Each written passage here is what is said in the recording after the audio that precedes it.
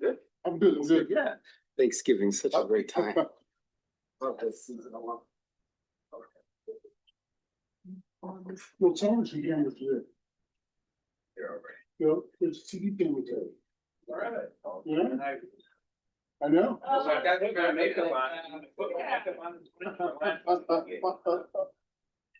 Well, You're gonna say something over there. yeah, like what time is lunch? Oh, yeah.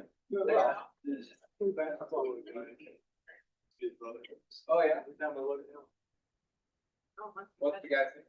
Just. Yeah. We deserve it. About 40 miles from here, but. Yeah. So I think that was Yeah. justice. No, I asked because like, I have a doppelganger. And people would like confuse me and I'm talking about my boy also. Like, grocery shopping. Yeah. Yeah. They got us. Oh, so you know. Apparently so.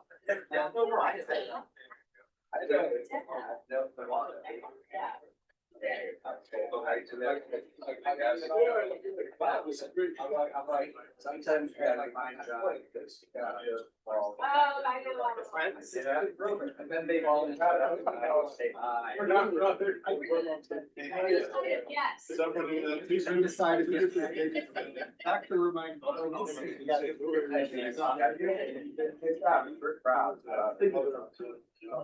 Chairman? Mr. Green. Yeah. I'm gonna find out 2 seconds. What was the game?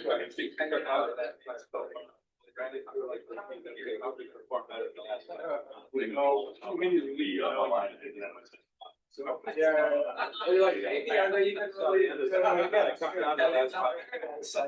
We're setting.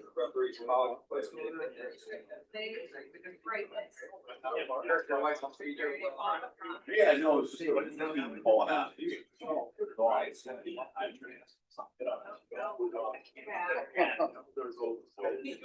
I'll be there. Now he's Batavian. He's Batavian. Just an element. Yes, that shows maintainers.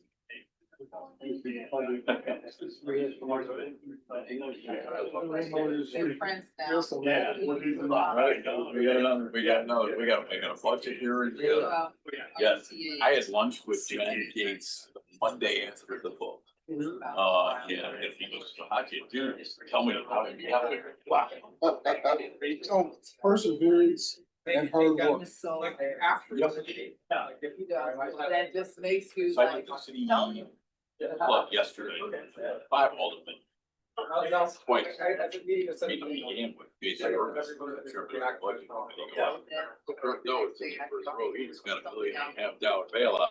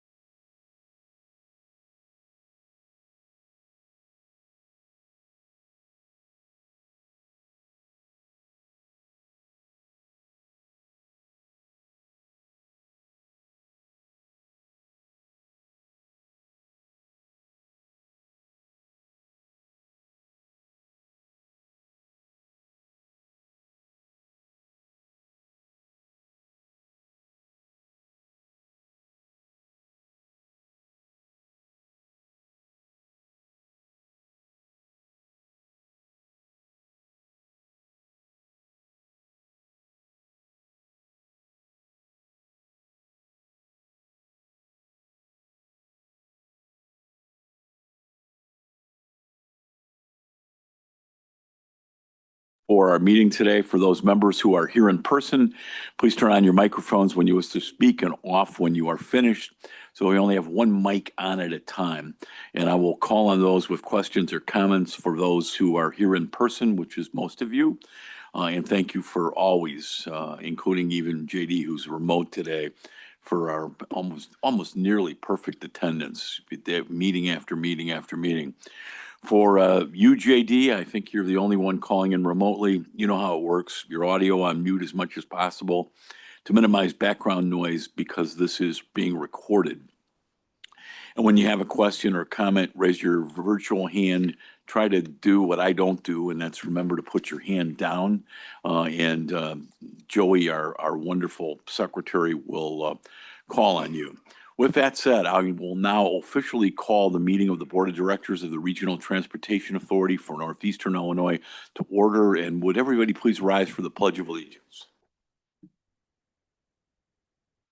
Pledge of allegiance to the flag of the United States of America and to the republic for which it stands, one nation, under God, indivisible, with liberty and justice for all. I spoke a week ago today to the West Suburban Chamber of Commerce, and they started their meeting with the Pledge of Allegiance. And I said, we start all our meetings with the Pledge of Allegiance at the RTA, and I've got the largest round of applause all day long. So thank you very much. Whoever started that long before I got here, it's nice. And it also gets everybody in the right frame of mood to do our business. Madam Secretary, will you please call the roll? Good morning, everyone. Director Alvarez, Director Carey, Here. Director Colson, Here. Director Gorman, Director Groven, Here. Director Jenkins, Director Katarik, Here. Director Lewis, Here. Director Mondero, Here. Director Rotundo, Here. Director Ross, Here.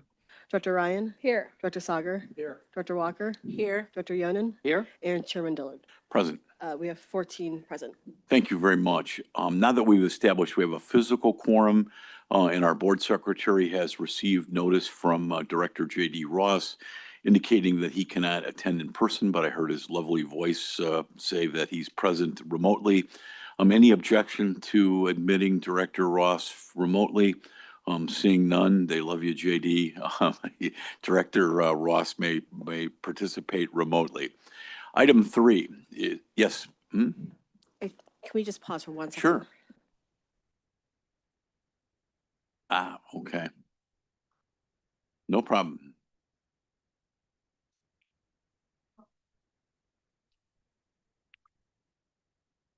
Excellent. Thank you. So I want to make sure that we have transparency and everybody who's connecting us remotely may hear us. Item 3 is the approval of the minutes from the board meeting held on October 23rd and the special board meeting held on November 6th of 2025. Any comments or corrections to those minutes as they've been sent to you previously? I'm seeing none. Director Yonan moves, seconded by Director Michael Lewis, that we approve the minutes from October 23 and November 6. And Madam Secretary, with that, please call the roll. Sure. Director Alvarez, Director Carey, Aye. Director Colson, Aye. Director Gorman, Director Groven, Aye. Director Jenkins, Director Katarik, Aye. Director Lewis, Yes. Director Mondero, Yes. Director Rotundo, Yes. Director Ross, Yes. Director Ryan, Yes. Director Sagar, Yes. Director Walker, Yes. Director Yonan, Yes. and Chairman Dillard. Yes, thank you. 14 ayes. 14 ayes, no nays, and those minutes are approved. Item 4 is the Executive Director's report. Leanne, hope you're feeling better, although you were gotten through meetings yesterday, so we appreciate it. Good morning. Excuse me. So yes, bear with my voice if it breaks up a little bit here. Good morning, Mr. Chairman, members of the board, and our guests who have joined us here today, both in person and virtually. I also want to welcome the leadership from CTA, Metra, and PACE who have joined us to run through their budgets with you this morning, and look forward to sort of a robust discussion around all of that. I'm also joining you fairly fresh from this year's APTA study mission that included really valuable learning opportunities that I was able to attend with transit executives from both across the country, but meeting with people in Seoul, Singapore, and Tokyo. Some of the most impressive transit systems worldwide. And I think that there was a lot of takeaways from that from me. Just to like Tokyo's system alone serves 30 million people daily. And has more than 2,000 rail stations. I got to experience many of them, got lost in one of them. But their service is provided by 48 different operators across their region, as an example. And while I know that we will never be the Land Transport Authority in Singapore, for example, or, you know, the expanse and breadth and depth of Seoul or Singapore, Tokyo systems, there really were some great takeaways from that trip. And I think, as importantly, inspirations to bring back for us to contemplate and build upon as we look to set up the, you know, NIDA going forward and really set up that future entity for success. There were some great examples of some of the things that we are being tasked, this region is being tasked with going forward, and thinking about more collectively and more in a more concrete way on how to do joint development and better integration of land use and transportation. And those Asian cities do it to the, you know, they're the pinnacle of those examples, and something we can take little bits away from and grow and aspire to be more like that. I also saw some great examples of customer-facing information and integration of that information across different platforms, both sort of hard signage and digital signage, and how to communicate with customers, as well as some of the creative ways that they're thinking about fair payments and integrating that into this, not just the transit system, but into the way people pay for things around their cities.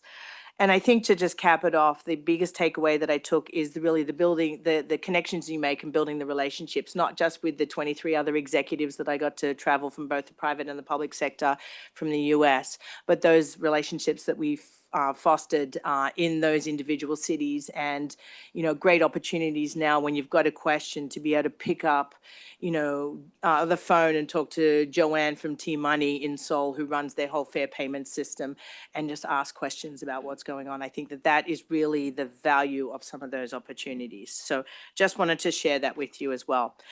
But spending time with these experts really is that run these world-class systems really does provide that inspiration. And I think it's important at this pivotal moment for our region. And, you know, this really is an important moment, and it goes without saying that this meeting would have been, I think, significantly less cheerful had it not been for the passage of SB 2111 on the last day of October. So much has already been said about the transit funding and reform bill, and once it's activated, the substantial revenue that it's going to bring to this region's transit system. But I will be brief so we can get to the budget presentations today. We want to hear from CTA, Metra, and PACE, and the RTA about the plans and the priorities really focused on delivering reliable, frequent, and safe service that really is designed to attract more riders to the transit system. So instead of cutting service, we will be discussing plans to maintain and enhance service. Instead of raising fares, we will be discussing budgets with fares maintained at current levels. And instead of planning for layoffs, we hope we will be hearing about plans from each agency about how they're going to double down on recruitment and training efforts and continue to add service and provide it at levels that riders across the region can rely on.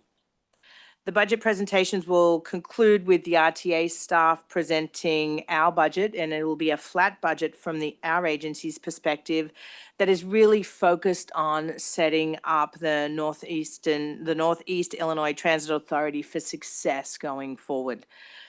So there's likely going to be discussion today of how and when this board also should program any additional funding expected in 26 that is not currently programmed in this next regional budget. So as you consider this, I want to highlight some key measures that everyone really needs to sort of keep in mind before we move to that very next step of allocating those future dollars. the new additional future dollars. First, the bill must be signed still by the governor, and after its effective date on June 1, this board will need to act to increase the RTA sales tax. We will also closely watch the economic forecast on how much money we can expect to receive into the transit system. And finally, discussions with lawmakers will continue to ensure that a mutual understanding of steps and the funding required to meet the immediate requirements of SB 2111. So meanwhile, the funding provided in the current budget that you will be hearing about today and will consider at the to approve at the final December meeting is substantial and supports the service board improvements in reliability, safety, frequency, and cleanliness, while positioning the system really for the larger changes that are needed. Our intention is to set up, as I noted, NETA for success and ensure that the new agency is ready to go on day one, since there is a lot to do and a very tight and robust schedule of deadlines that the new entity must meet. So next slide. So the passage of SB 2111 elevates pedestrian access to transit as a key priority for NETA and builds upon past opportunities to implement access to transit capital improvements. While the RTA has a history since 2014 of granting funds to communities across the six-county region to construct bicycle and pedestrian connections near transit agencies through the Access to Transit program, SB 2111 equips NETA with the potential to expand those efforts. To that end, the RTA is once again going to open up its call for projects to fund transit supportive development and trail supportive development in the form of small-scale pedestrian bicycle access capital projects. The RTA launched the Access to Transit program about 11 years ago to improve access to the region's transit system for both pedestrians and cyclists, thereby implementing recommendations from planning studies that had been completed through the RTA's community planning program. So to date, the program that already exists has funded 51 projects to municipalities throughout the region and has included a total investment of about $23.8 million. This current call for projects launches today, and applications will be due January 16.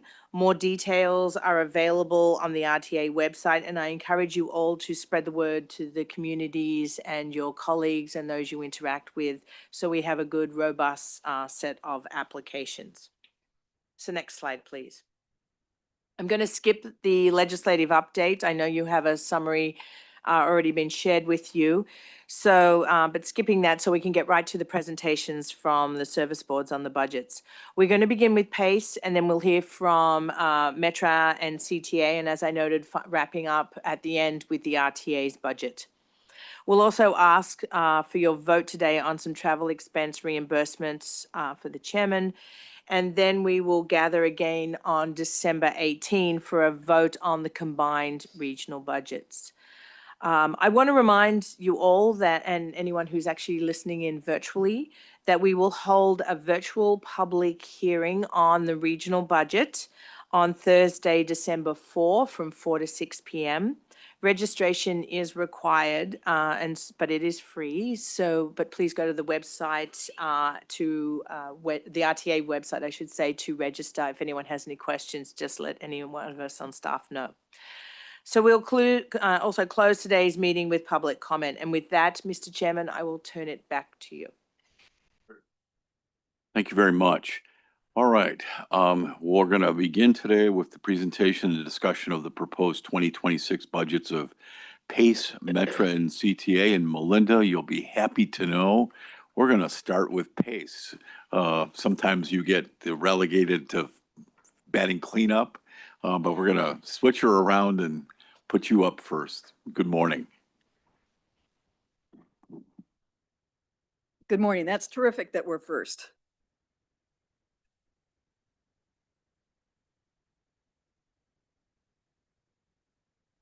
Good morning, Mr. Chairman, members of the board. I'm Melinda Metzger. I'm PACE's Executive Director. With me is Maggie Schilling, my Chief Financial Officer. So I'm going to start out with some slides about some of the things we've done this year and what we plan to do next year, and then Maggie will take you through the numbers to all of this. But first, I want to acknowledge that the recent passing of Senate Bill 2111, we are really deeply grateful to the legislators who recognize the essential role public transit plays in connecting communities and improving lives, and that they understood the devastating impact that a lack of new funding would have had for our passengers, our regional economy, and our employees. This legislation ensures that PACE can not only maintain service, but also enhance it. With the new investment, we can deliver more service, increased frequency, expanded bus on shoulder and pulse operations, and innovative solutions to meet growing demand. And long-term system improvements like these included in PACE's revision plan can now become a reality. This reimagining of our network will expand service, increase frequency, and deliver a better transit system for our region. We have prepared various service concepts for the region, and now with more clarity on the future of transit funding, we'll be able to release our draft network revitalization plan in 2026. So this is a new chapter for PACE and for transit across Northeastern Illinois. We look forward to the opportunity to improve our system for our riders and our communities. I also have to mention, I would like to thank Chairman Dillard, who I saw down in Springfield to the wee hours of the morning on October 31st, and to other board members and Leanne and to Rob Nash for being down there and really pushing for this bill all the way to the end. It was quite the process, and the money will help the whole region. So before we cover details on 2026, I'd like to tell you a little about our current market and a quick review of what we've achieved in 2025. Next slide, please. PACE's responsibility to the region is very complex in that we provide public transportation across 3,600 square miles of urban, suburban, and rural service in Northeastern Illinois. PACE is uniquely positioned to meet this moment. This is enormous potential in suburban service, and PACE is ready to scale up with shifting our service to meet the shifting population and employment patterns. With investments we will now receive, PACE can build on innovative and a responsive model and do even more to connect people to where they live, work, and thrive. With the resources provided in this legislation, we can unlock suburban services potential and deliver the suburban mobility our region needs. Next slide, please. PACE's theme has been consistent across everything we do. We are innovative in our service delivery. Our investments in service have been strategic with a focus on being faster than the car and by providing flexible options that encourage people to ride on transit. We're doing this through the expansion of our Pulse and Bus on Shoulder programs. We've also focused on flexible options such as on-demand and Van Go service that meets the needs where riders are and supports the changing travel patterns across the suburbs. ADA paratransit remains an essential lifeline, and in 2025, we invested heavily in reliability and customer experience for this program. And we also continue to leverage partnerships with our communities to offer dial-a-ride service, which goes beyond what is required by the ADA. In short, we're delivering more ways for people to reach jobs, schools, healthcare, and opportunity. Second, we're investing in infrastructure that will support our system for years to come. We opened our first ADA paratransit transfer facility in Schaumburg and celebrated the groundbreaking of a second facility in Calumet City.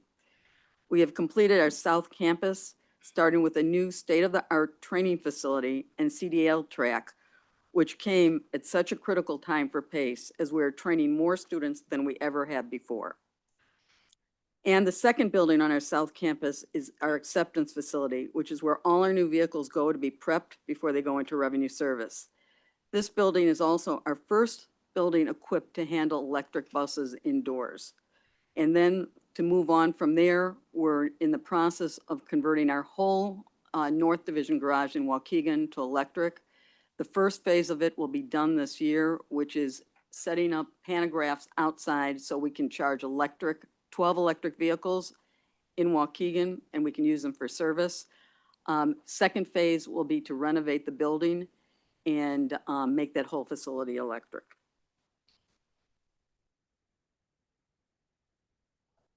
And third, we're continuing to leverage technology to benefit our system. Our major focus has been on transit signal priority, which helps buses move faster and stay on schedule by controlling traffic signals, keeping the green lights on green longer when the buses are going through.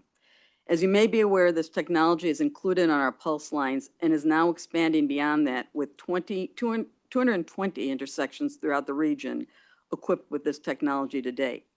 We are also partnering with IDOT on testing a centralized transit signal priority concept where our buses would communicate through IDOT's equipment at the intersection for signal priority versus PACE having to install additional equipment on our buses. We're currently testing 4 intersections along Gulf in Schaumburg and have more than 20 additional intersections in the queue if this testing is successful. So we appreciate IDOT's partnership with us on this. And we're continuing to develop the features offered for our riders to access trip planning and real-time information when traveling in the region. On the transit app, we've incorporated our on-demand VanGo and access to ADA paratransit for all our services in one central location to allow for easier trip planning. This is something we know our riders want more of, and PACE is very unique. We do our service so differently. We have fixed route buses, we have van pools, we have ADA service. We interconnect with Metra and CTA, that we have an app that has all of that in one location. But what we recognized early on is that app should go to the new NETA board. So we are preparing it, we're continuing to operate it, and when NETA is ready to take this on, we will transfer it over to them. We also have enhanced our tools for ADA riders. For example, our ADA riders now can see their vehicle is coming in real time, much like you see on a Uber app where you see the bus coming down the street and it's coming to them. 2 things, helps our ADA riders, excuse me, and secondly, it keeps our service more on time. So it's very important. It's a win-win. Together, these investments position PACE to grow with the suburbs, to innovate responsibly, and to deliver on our mission, providing safe, reliable, and accessible transit. Next slide, please. That was the longest slide, so. With limited resources this year, our focus was on delivering more service, more reliability, and more flexibility for our riders who depend on us. On the fixed route system, we added 758 new trips, targeted investments that help close gaps, reduce wait times, and strengthen connections to jobs and services. We also expanded our on-demand, VanGo, and Dial-A-Ride programs, giving communities more responsive mobility options and ensuring coverage in areas where traditional service isn't the best fit. All told, these improvements added over 100,000 additional vehicle hours to our system, which represents a 40% increase in total vehicle hours on 15 routes where service enhancements were needed and warranted. This was a significant achievement in a year where every dollar had to work harder than ever before. And we're seeing results. Year to date through October, weekend ridership grew by 3.1% as people returned to errands, recreation, and family activities. This is an increase from 2.14 million in 24 to just over 2.2 million in 2025. Routes that have received service improvements continue to see ridership increases, and that's a key for us. If we improve the service, people will ride. Pulse Dempster continues to see ridership growth. In October of 2025, Pulse Dempster ridership was up 9% compared to October of 2024. In March of 2025, PACE expanded service on Route 315, which increased the total number of vehicle hours on this route by 14,000 hours. Between March and October of this year, ridership on this route is up 63%. Big number. This past year proved that when we invest strategically and innovate, PACE can deliver meaningful improvements for our riders. Next slide, please. As we talk about investment, nothing is more important than the safety of our riders and our employees. We have made major strides in strengthening security, improving training, and increasing our visibility, our visible presence on our system. We have upgraded to a more advanced intelligent bus system, giving our operators and dispatchers better tools for communication, incident response, and real-time monitoring. This means faster support when issues arise and a safer experience overall. Our entire fleet is equipped with cameras, and our newest buses now include interior screens, which act as a visible deterrent and give riders an additional security. PACE's commitment to safety extends well beyond our operations. It's built in strong partnerships. We conduct bus familiarization training with first responders so they understand our vehicles, our layouts, and our safety procedures. We also maintain ongoing partnerships with police departments. Remember, we go through 274 police departments. These collaborations make one thing clear. PACE just isn't a transit provider. We are an active part of the public safety network. Our agency's successes would not be possible without our frontline employees who interact with our riders every day. This includes an elite group of bus operators, the Million Milers, who are recognized for driving at least 1 million miles without a preventable accident. Million Milers are one of our strongest safety investments, and their professionalism sets the tone for our entire agency. And I just wanted to mention, PACE has inducted over 500 drivers into the Million Milers Club. We have 351 million milers, 89 2 million milers, and 8 3 million milers. Collectively, they've driven over 552 million miles accident-free. That's quite an accomplishment, and we're very proud of them. We're looking forward to the future Transit Ambassadors Program. These ambassadors help riders navigate the system, provide on-the-spot assistance, and serve as additional set of eyes and ears to keep our system safe and secure. Safety isn't a single program, it's a culture at PACE. We're committed to creating a system where riders feel confident and employees feel supported. Next slide, please. Engaging with communities we serve is another key element of our success. From public meetings and open houses to surveys asking for our riders' feedback, the input we receive from the public is essential to create the service our region needs. PACE listens closely to our fixed route riders, and the 2025 survey gives us a clear picture of who we serve and how they feel about our service. 3 things stand out. 76% of our riders are transit dependent. They rely on PACE every day. 83 have household incomes under $75,000, which shows how essential affordable transit is. And 13% are seniors, a group from whom really rely on our service and the accessibility that we provide. Our overall satisfaction continues to be strong, up from 83% in 2022 to 84% in 2025. Excuse me. Riders continue to give us the highest marks on the things that matter most: the value of the service, their total trip time, and whether the service gets them where they need to go. And most importantly, our bus operators and our customer relations people got a very high mark. These results underscore that PACE is a lifeline for many, and they also highlight the areas where we're delivering real value to people who rely on us. Next slide, please. Next, we have the results from our ADA paratransit survey. What's important to remember is that ADA paratransit is a shared ride curb-to-curb service that serves people in very different ways. We're providing up to 20,000 unique trips every day on paratransit. And when we look at the feedback from our paratransit riders, we see a very encouraging story. I know we don't always hear that story, but we see it from our surveys. Our ADA paratransit riders rely on the service for essential daily travel, and the feedback continues to guide our improvements. This year's surveys show that our riders are most satisfied with the ability to get trips and on-time pickups.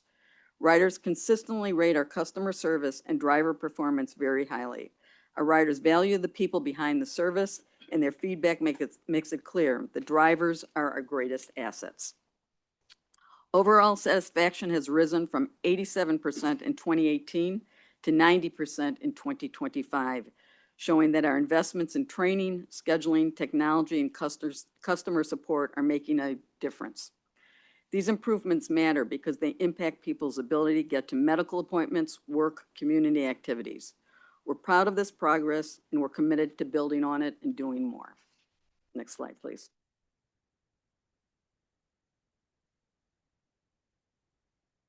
With the new funding in place, 2026 is a year we shift from planning to delivering on our revision plan. Riders are going to feel the difference. We're finally able to grow service in a way that meets the needs of a changing region, and here's what that means on the ground. First, we will increase fixed route service by 10% across the suburbs in 2026. This means more frequent buses, better weekend coverage, and improved connections to jobs, schools, and healthcare. We're also expanding our on-demand service to better match the realities of our riders' travel needs. These flexible services have been incredibly popular and expanded hours with riders seeing more freedom. So we're going to put more service out there and we're going to expand the hours. This will provide access for people who are in really more rural and suburban areas to get to where they need to go. For ADA paratransit, RAP and TAP riders, we're excited to work with the disability community to meet their growing need for service. This budget now funded through the end of the year our RAP and TAP program. We thank the RTA for your stewardship in supporting this program. It is an important program. I know it was a tense few moments between PACE and the RTA, but we appreciate the fact that you stepped up and that we have the funding to continue this program. A major highlight in 2026 will be the return of our express bus service to special events. You may not be aware, but before the pandemic, we were serving Wrigley Field, Guaranteed Rate Field. We continued our Ravinia service through most of when it came back after the pandemic, but we served SeatGeek Field, special events all through the region. We have stopped that service because we didn't have the money or the manpower to continue it. 2026, that is back, and we're very excited about it for two reasons. One, we get very high marks from our customers. They like the service, but two, it introduces people to transit. They like the service, and hopefully they'll take our service to do other errands, get to O'Hare Airport, et cetera. So it's really an important part of what we're doing. We're glad that it's back. And finally, we'll continue expanding our Pulse service, adding 5 additional lines in the coming years, and building on the success of our bus and shoulder operations, where we just added 81 trips back into bus and shoulder service also. These are high-impact routes, time-saving improvements that make transit competitive and help grow ridership. In short, 2026 is the year PACE delivers on the promise of this funding. More service, more reliability, more options. This is what it looks like when investments turn into impact. Next slide, please. All of that to get us to why we're here today, to discuss the upcoming budget. Looking at the 2026 operating budget, the headline is simple: no fare increases for suburban service or ADA paratransit. We'll fully fund suburban service by using last year's positive variance and adding $18.9 million in new funding to support planned enhancements that the RTA has indicated we will be getting. We also will fully fund traditional ADA paratransit and add $56.7 million in new funding to cover our TAP and RAP service. This budget protects our riders, strengthens our service, and directs new resources exactly where they're needed. Next slide, please. On the capital side, we're continuing the major multi-year investments that modernize our system and prepare us for zero-emission future. Major projects include the expansion and electrification of our Southwest and River divisions and the relocation of our Northwest Division garage in Wheeling to a new facility, and it will be also accommodate electrification. And I will say our Northwest Division is our oldest garage in our system. It's the garage I started at. It's no different from when I started, which is a long time ago. This facility was built in 1964. It needs to be, we need to move to a new facility, and that's our goal going forward. Looking at the full 2026 to 2030 program, we'll be adding 94 electric buses, 28 hybrid buses, 16 CNG buses, 8 over-the-road coaches, and over 280 paratransit vehicles. We're also modernizing our onboard voice and data radio systems to support better communication and safety. And finally, this capital program includes funding in 2029 to 2030 for Pulse Cermak 22nd Street, keeping us on track with our Pulse network build-out. These capital investments are about reliability, sustainability, and building the infrastructure we need to support the service expansion riders will begin seeing in 2026. With that, I'm going to turn it over to Maggie Schilling, our Chief Financial Officer, who's going to provide some of the numbers to detail out our budget. Maggie?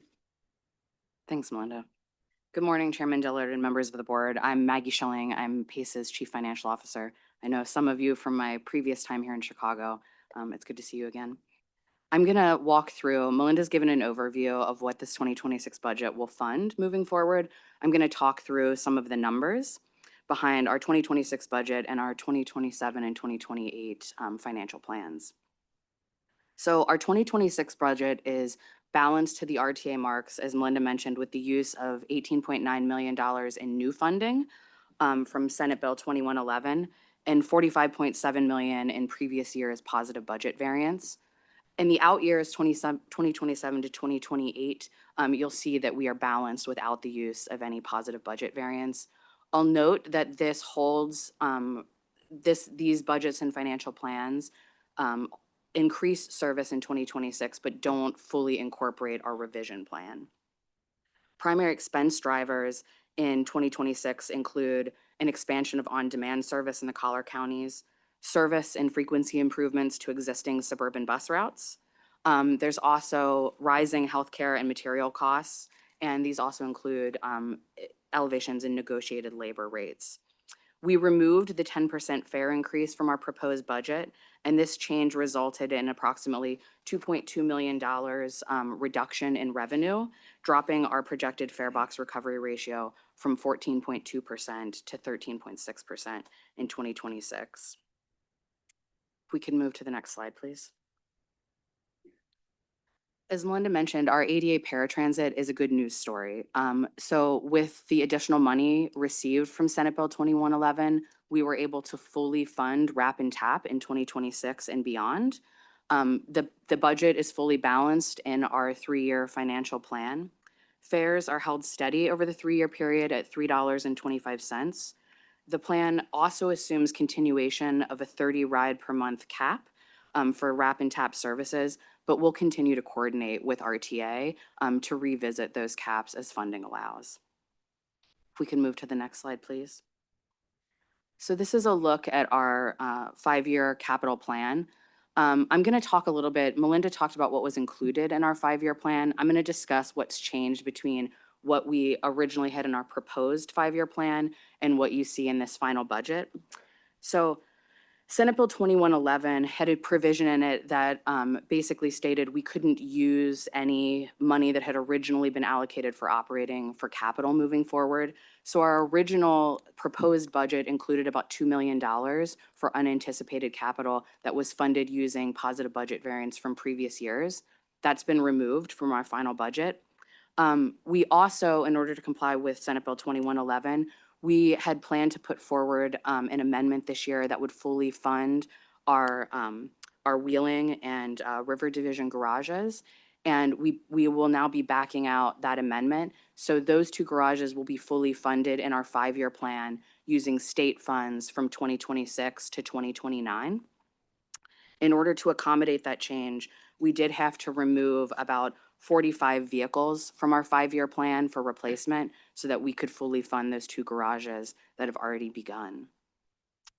Okay, that's basically my overview. So you'll see with the puts and takes in the right-hand side, we removed that positive budget variance, $2 million for unanticipated capital. The other thing you'll see in here is that we rolled in ICE funding for 2027 and 2028. So that was about $5 million in ICE funding that was added and about $2 million in PBV that was removed from our 5-year plan. So all told, about a $3 million difference from what was originally proposed to this final. All right, we can move to the next slide and I will turn it back to Melinda. Thank you very much, Maggie. So I again want to thank the RTA and the PACE boards for their leadership and study guidance during an extraordinary period of change. Your service has positioned PACE and our riders for long-term success. I also want to thank the many partners who have made this work possible. We, believe it or not, we collaborate daily with the CTA and with Metra. We do it on service enhancements. When there's service issues, we're always working together to make sure that we can cover each other's service. We have shared fare passes through the Regional Connect and Regional Day Passes. We invest in infrastructure together. We have a partnership with Metra to improve our Harvey station, as well as we completed a partnership with them to improve the Homewood station. And we coordinate daily on procurement issues that make sense to do jointly. We bought computers with Metra. We're looking at doing a joint procurement with the CTA for electric vehicles going forth. And we have done joint procurements with CTA on our the advertising that we have on our buses and shelters. So we do collaborate when it makes sense to do so. And our success would not happen without partnerships. We work through, as I said, 274 communities, 6 counties. We work with each of our communities. We had great relationships with, for example, Plainfield. We built a garage with them. Our newest garage, our best garage, was a partnership with Plainfield. They had the land, they donated it to us. They had the building, and we did a design build with them. We're working, as I said, with Harvey. Our newest collaboration is with Calumet City. We're building another ADA transfer facility right by senior housing. Again, they have the land, they're donating it to us. We're going to pay to build it out. We deliver dial-a-ride services throughout the 6-county region through countywide systems. It's working with municipalities and the counties to get that done. And our Van Go program connects people and gives them first mile, last mile options from Metra stations and CTA stations. So, and the final thing I want to mention on collaborations is we have hired more people this year than we've ever hired before. And that has come through working with community colleges. We work with 9 different community colleges. They will get people trained up, get their CDL, then turn them over to us to train them to drive a bus. So that has been a very good effort to help our recruitment processes. With that, I just want to wish you all a very happy Thanksgiving. It's coming up next week. And thank you for your service. I don't know who's going to remain around on the new NETA board or who's going to be retiring out of this board. But I thank you all for your service. And it's been a pleasure to work with each and every one of you. And we welcome any questions. Thank you so much, Melinda, and Maggie, thank you very much. You know, a lot of times folks, I don't think always know the background, but Maggie worked for the Atlanta Transportation System, the system in Washington, D.C. She's worked at the Federal Transit Administration, and your background, Maggie, is, you know, superb. And she's a University of Chicago graduate. So, and the CTA, right? But, Yeah. you know, that varied background, that professional background is unparalleled. And sometimes we don't, and especially our friends in Springfield don't realize the quality of employees we have from top to bottom at all 3 service boards and the RTA itself. But, you know, your background is, you know, is phenomenal. So we don't always see, we see Melinda a lot. We don't always see, you know, and the other Maggie Daly, you know, I see at events, but you know, it's great to have employees like you. Questions, comments, suggestions for ACE? Director Carey. Thank you, Melinda and Maggie. Really appreciate the comprehensive presentation, as well as we had through staff sent questions to all 3 service bureaus. And I want to thank you for the comprehensive answers. So I have a couple questions on the RAP TAP. One, you were asked if RAP and TAP might be affecting, because there's been a reduction in recent months in fixed ridership, if RAP and TAP was possibly affecting that. And you said you did not think it was, but what is that based on? What we're seeing on the RAP and TAP in our ADA program is really increases internally. So when we took the RAP program down to 30 rides, what we saw is a shift back to ADA.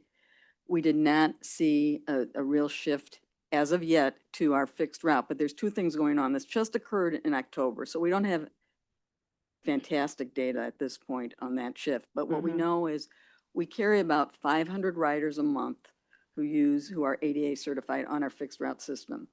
That has just been open to CTA and to Metra. So we don't have the data back on that as of yet, but we're going to continue to look if there are shifts in people going to or away from fixed route ridership. You're saying moving it away from fixed route. The difficulty in the ADA sphere is that the people who ride ADA need it for several reasons. One is they cannot navigate fixed route at all, but the other reason is that the infrastructure in the Chicagoland area is not good for them to get onto fixed route. So there's not sidewalks, there's not curb cuts, things like that. Those are the type of things that we have to fix to make it easier and more accessible for people to use the fixed route system. And that's just not there yet. But right now, we are not seeing a ton of switching. The other thing I can tell you that will help us is now that Ventra, and again, this is an October 1 situation, now that Ventra can be used on both ADA and fixed route, we're going to be able to see the movement back and forth. Okay, okay. My one other question related, the RAP tap was asked in here about your ability, because the idea of it was it's less expensive than the traditional ADA. I'm not talking about fixed route now, but that RAP and tap is less expensive. However, you know, it appears, I think, to all of us that a lot of the growth on the RAP tap is incremental, because you didn't see the shift from the traditional ADA paratransit to RAP tap. So the question is, we asked about the ability to, you get a call for the traditional to instead dispatch RAP tap. Yes, so I'm going to answer two parts of that question. One is the fare is now equal on ADA and RAP and TAP. They're both 3.25. If you will recall, the reason why the fare was lower is during COVID, we had to really start to switch people off of our system onto taxis and to rideshare programs so that we could carry one individual in each one of our trips during the 8 day. So we made that switch, and then switching them back to being grouped rides has been more difficult because you get used to one thing, it's hard to get used to another thing. So that's why the fares were lower. They're now equal to each other. And I'm sorry, your second part of the question. Well, the question is the cost to Pace is higher for the fixed route, for the traditional paratransit. So why not, when you get a call for traditional dispatch, Thank you, I got it. push it over to RAP tap? I got it. And I appreciate that question because we do that. So what you will recall is in the RTA innovative study, they really had 3 items in there. One was to get rideshare programs and taxis more involved, which we did. 2, it was to use rideshare companies and taxis to handle overloads if we don't have enough drivers in the system. And you have to remember one other thing. The ADA requires that you cannot have capacity constraints. What that means, every call we get, we have to handle, or we're violating federal mandates. So to have that many drivers all the time, sometimes we have drivers, sometimes there's not enough drivers, someone calls off, et cetera. We do use Userve and taxis to fill that void. So we will dispatch Userve and taxis. If, again, the passenger is okay with that, we get their permission to do that. And about, it varies day to day. If there's not enough drivers in the system, it can go up to about 25% of our trips being done on Uber or taxis. When we started doing countywide systems back in 2008, we used taxis since 2008 to do some of the service in the counties. So we are doing that. And then the third part of the innovative study was to do feeder bus service, to feed into the main line with smaller vehicles. That's the harder nut to crack, really, because to do feeder bus service, you have to have people coming from one area to another and group them together. But what we have done is, as we build these ADA centers, we're building them right into our bus transfer facilities. So we'll bring these paratransit vehicles to Schaumburg, where we have a major terminal for our buses. We're bringing them to Calumet City, where we have bus route right there. And we're going to do the same thing in Harvey, which is our biggest terminal. So that's how we're addressing that. Okay, I appreciate your answers. I know that there'll be a lot of work ahead in terms of looking at the ADA paratransit, both in terms of the traditional and the wrap and tap. With the initial move to wrap and tap to save money, and we haven't seen that. We've actually spending more money, providing better service. I get that. So certainly I think all of us look forward to working together to figure out the best way to attack that.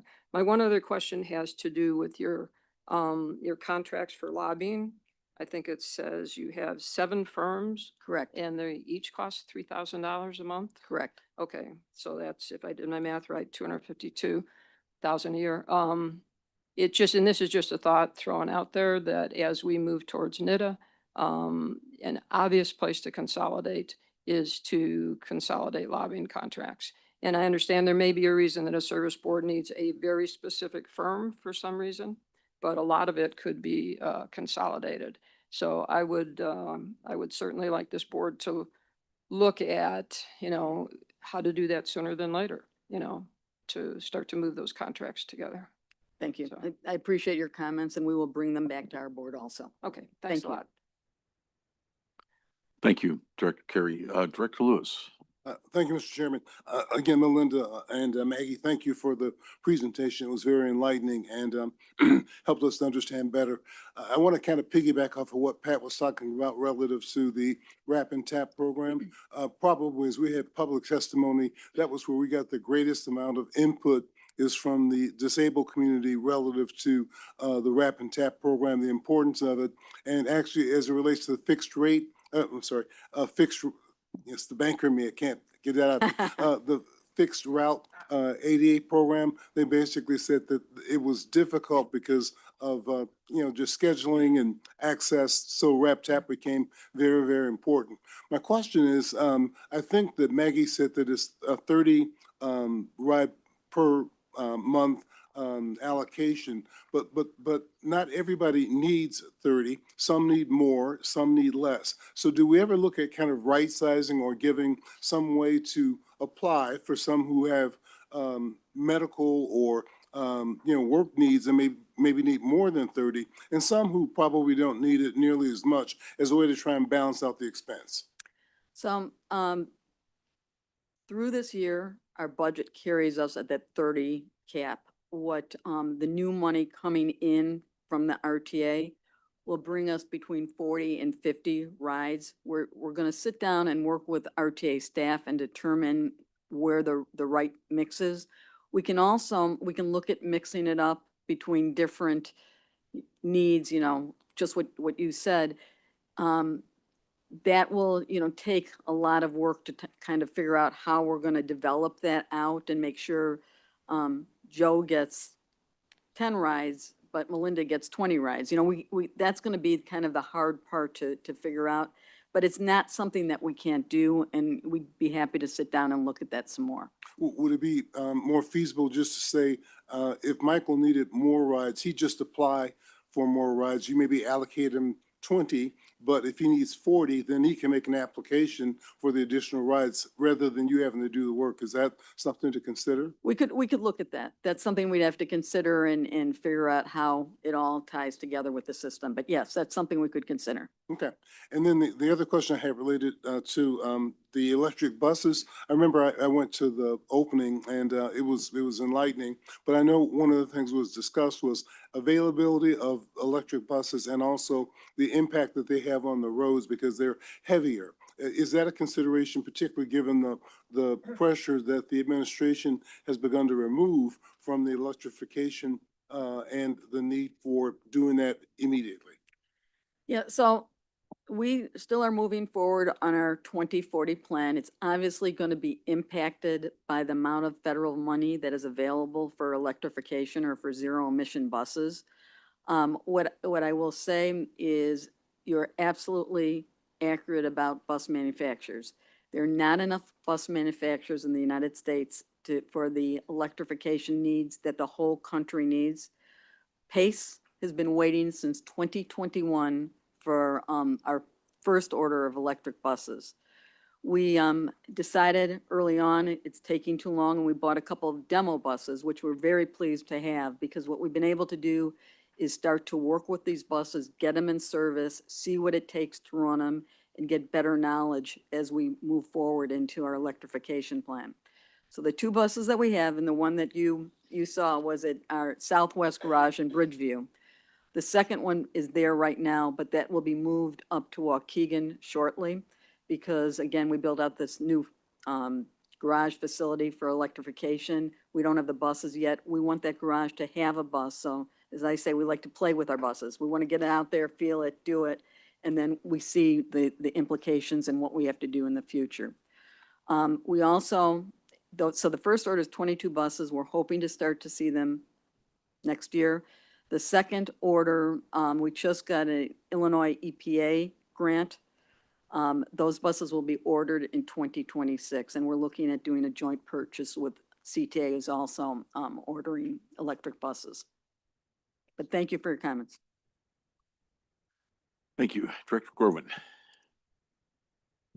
Yeah, thanks Melinda, Maggie, for coming in today. And again, as Director Carey mentioned, the comprehensive response to the questions.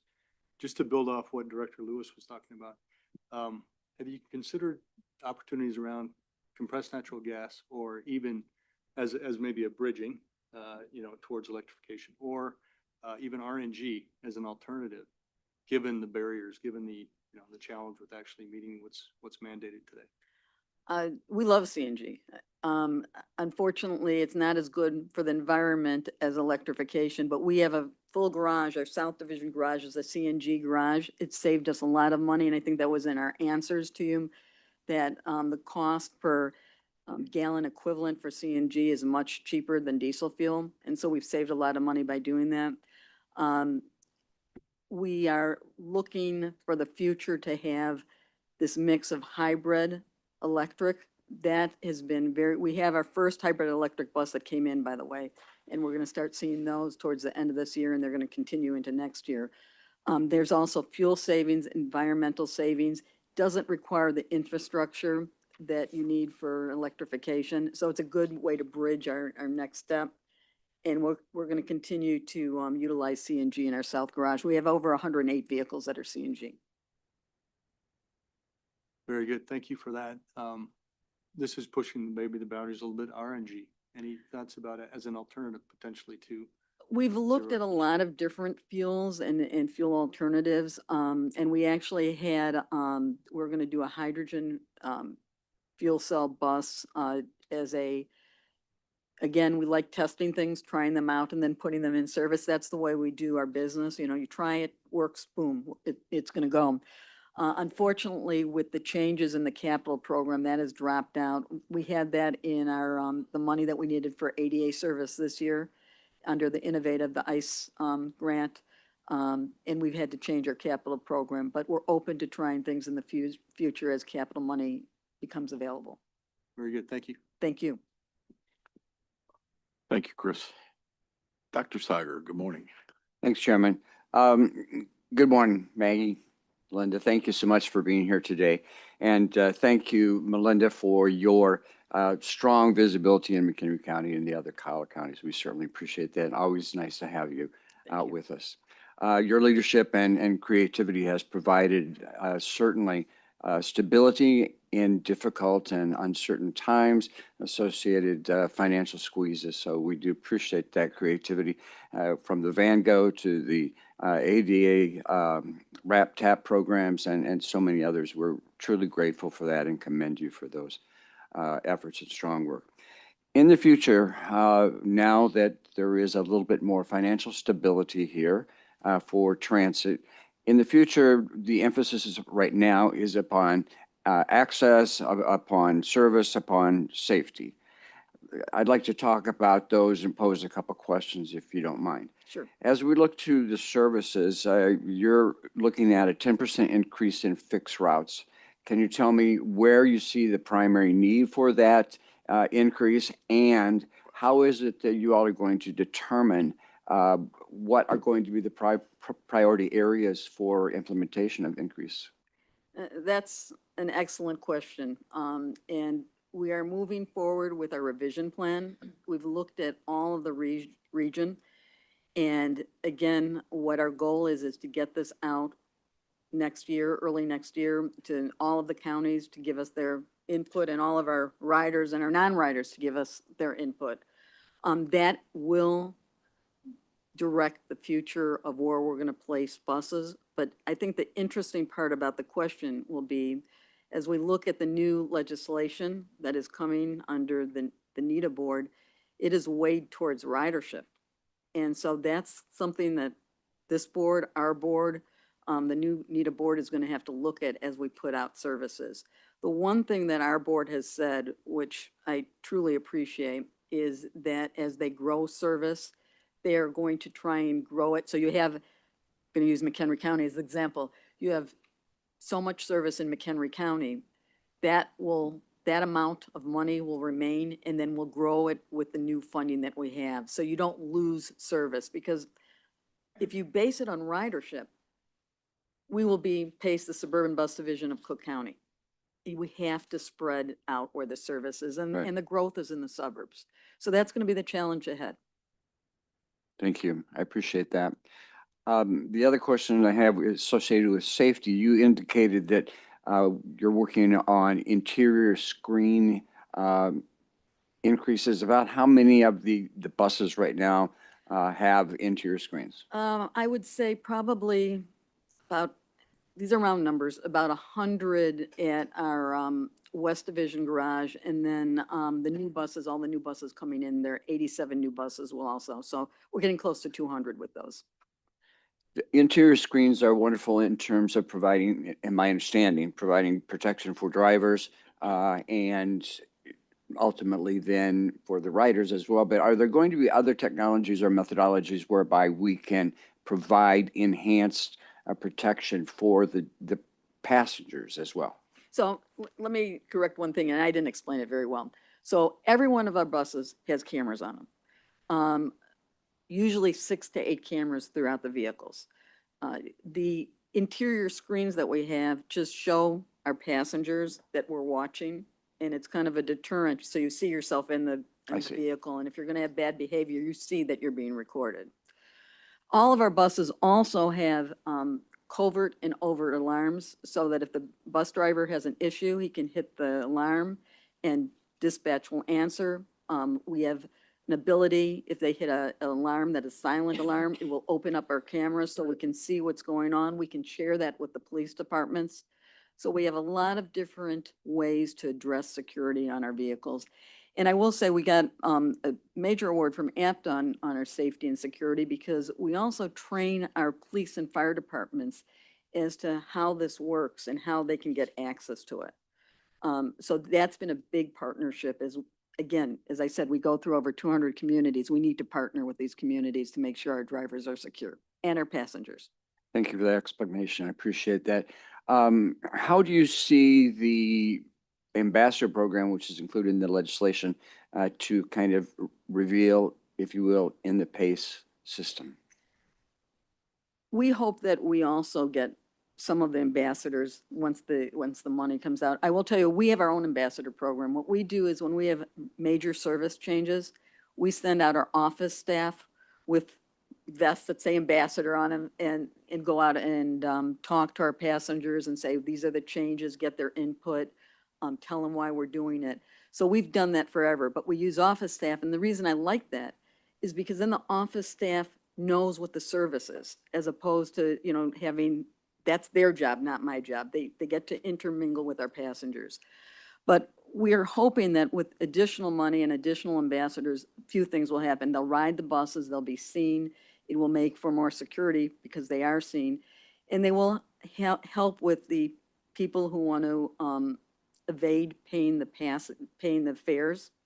It will help, they'll see somebody else on board and hopefully pay their fare. So we think this is an important program, and we'd like to get the ambassadors out on our buses also. Thank you. Finally, I think one of the challenges that many local units of government realized as we were going through economic downturns was the fact that we needed to pull back. And so we pulled back and we did not utilize the full opportunity for property tax increases. And we did that for a number of years. And as a result, we all found ourselves in a difficult situation in the future, as you might expect, because we haven't realized that financial growth. And ultimately, you get caught in that situation and bills still have to be paid and improvements still have to be made, et cetera. Right now, the benefit of the legislation is the fact that we aren't going to see any fare increases right now. That can't last forever. So what do you see as the future of fare increases in PACE? I would agree with you, that can't last forever. It's lasted for a long time. I think the legislators were very clear that they want us to stabilize the system under the new NETA board. And then I think it is reasonable to look for a fare increase. The new NETA board will make that decision as to what it will be. Part of the issue with a fare increase is it will dampen your ridership. But we'll have to, and we've recognized that in out years that we're concerned about our ridership being dampened by a fare increase, but we recognize that we have to proceed. Everything has become so much more expensive in the transportation industry. From our parts to our vehicles to our labor, everything is more expensive. And so we need to adapt and increase our fares at some point. Do you dare say that, that's going to have to be within 5 years? It's going to have to be within 3 years? I think that's something the NETA board is going to have to take up shortly after they come into being. The prohibition on fares from the legislation's point of view is 1 year. You're a good politician. Thank you. And I just want to say thank you very much for your service to McHenry County and to this board. I understand you're not going to go for being reappointed, but you have been a tremendous asset and always a reasonable mind for this whole board. So You're thank you. very kind. Thank you so much. Thank you. Appreciate it. Amen. Director Bandero. Hi, good morning, Melinda and Maggie. Great to see you as always. A year ago when I first met you, I was really impressed with your presentation and continue to be impressed with what you're doing at PACE. Could you elaborate a little bit on the 6.4 million for your portion, PACE's portion of the Ventra 3.0 upgrade? And since I'm not as well versed on Ventra 1.0, 2.0, 3.0, can you give us a little bit about that and what that will mean for PACE for 3.0, please? So we are tied to the CTA system, and we've been tied to the CTA system for over 40 years. I'm going to tell you, when I was at the carrier, we had the same fare boxes, the same fare structure as CTA. Why do we do that? Because it makes sense, because people transfer between us. So when CTA went ahead with the Ventra system, we bought into that. And they have upgrades that come along every so often. So the latest update, we don't have all of the information on it yet, but it's more about mobile ticketing and more integration with the systems on the buses, and the equipment needs to be replaced, et cetera. So that's what the next version is. And I'm sure we can, as we move forward on it, we can do another presentation to this board. Or ultimately, that will be responsibility of the NETA board, the whole faring system and how that all gets tied together. Again, the faring system, the fares, what we do with all of our electronics and tying together our services, that will all go over to the new board and draw it together. My vision of that is that You have one system that I'm in Waukegan and I want to go down to Chicago, it'll say, take the Pace bus to the Metro to CTA and you get one ticket with one fare and you move through the system and you can do that all electronically and on your technology. That's where I think the future is. And that's why we early on said we would turn over what we've been doing to the new NETA board or the new board at that point, if we could tie everything together and make it better for our customers. Just a quick follow-up on that. So, for the current system for Ventura, what would you like to see as an enhancements that would better the customer experience for Pace?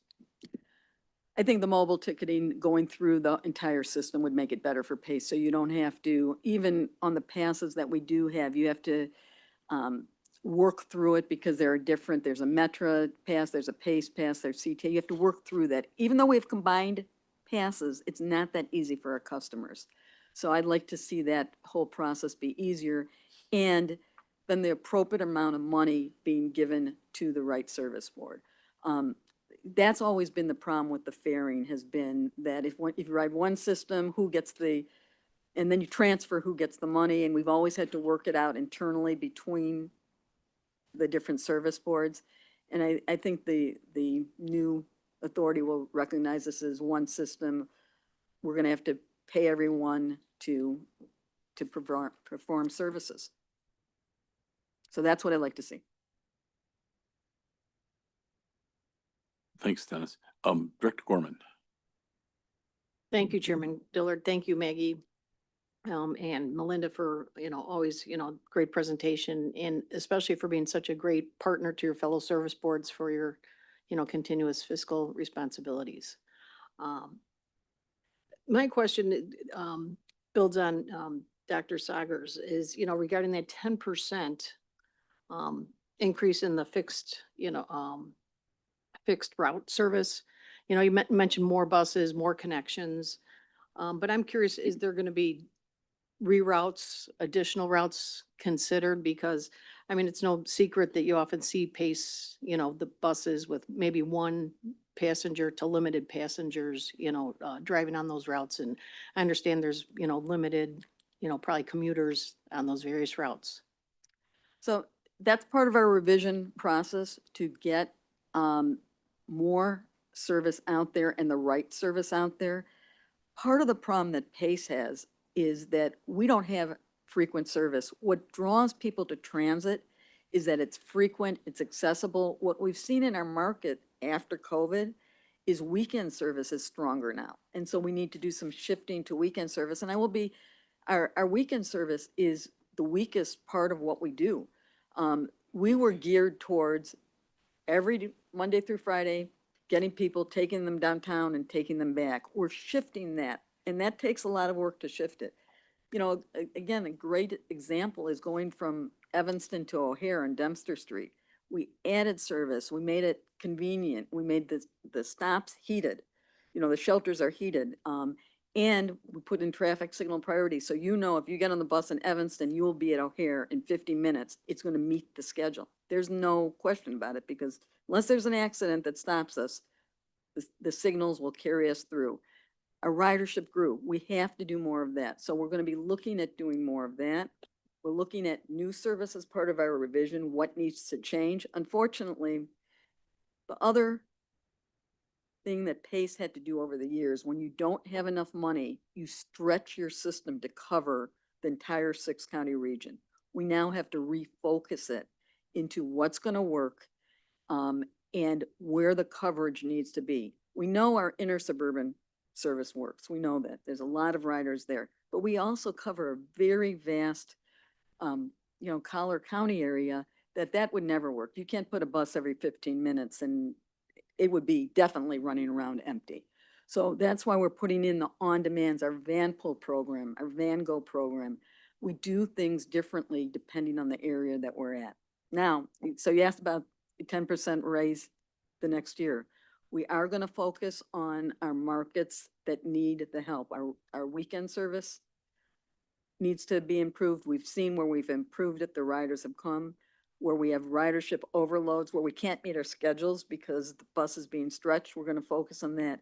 But we're also going to try and put service, our on-demands, and continue to work with our collar counties, get their needs met. We spent a lot of time working with them on countywide dial-a-ride systems.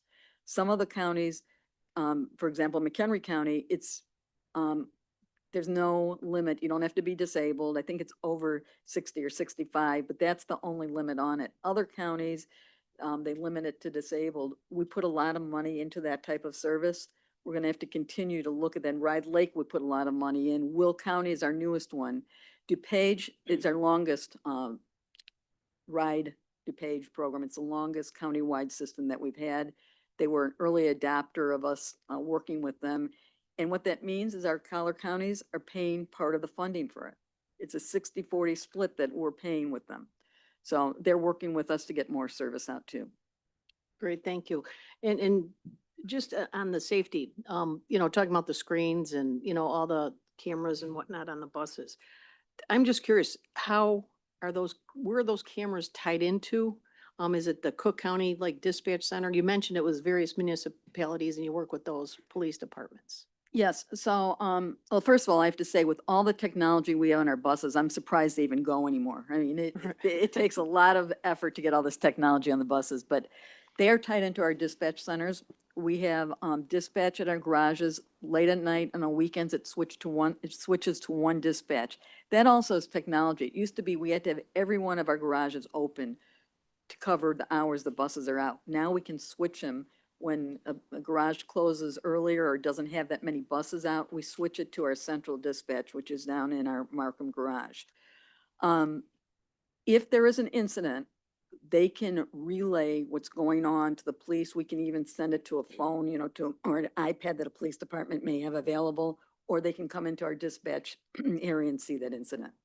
Okay, so you guys handle it within yourselves. Basically, you have like an officer or a dispatch person. And the reason I asked this, because I was with a couple of my colleagues, looking at the police, Chicago PD, with, and how they, have their screens, In there, up, and then how they, trigger. So we can send to screens like that. But again, our difficulty is we go through so many communities. Every different police department has different abilities. It comes to us, we can locate where the vehicle is. We can tell them exactly what's going on. We can show them what's going on, so that we get the proper response. All right, thank you for that. And then just one question for Maggie, just for my own edifice. So you mentioned on these charts, the funding requirement is public funding. Is that fare box plus the revenues that are generated from the public? What is included in that public funding? Public funding is turn this on. Public funding is the sales tax and the funding that comes, like state funding, the match to sales tax. So the revenue line above is where you'll see fares, and any system generated revenues. Okay, so it's basically what's going to be this SB, 211 Correct. and whatnot. Thank you.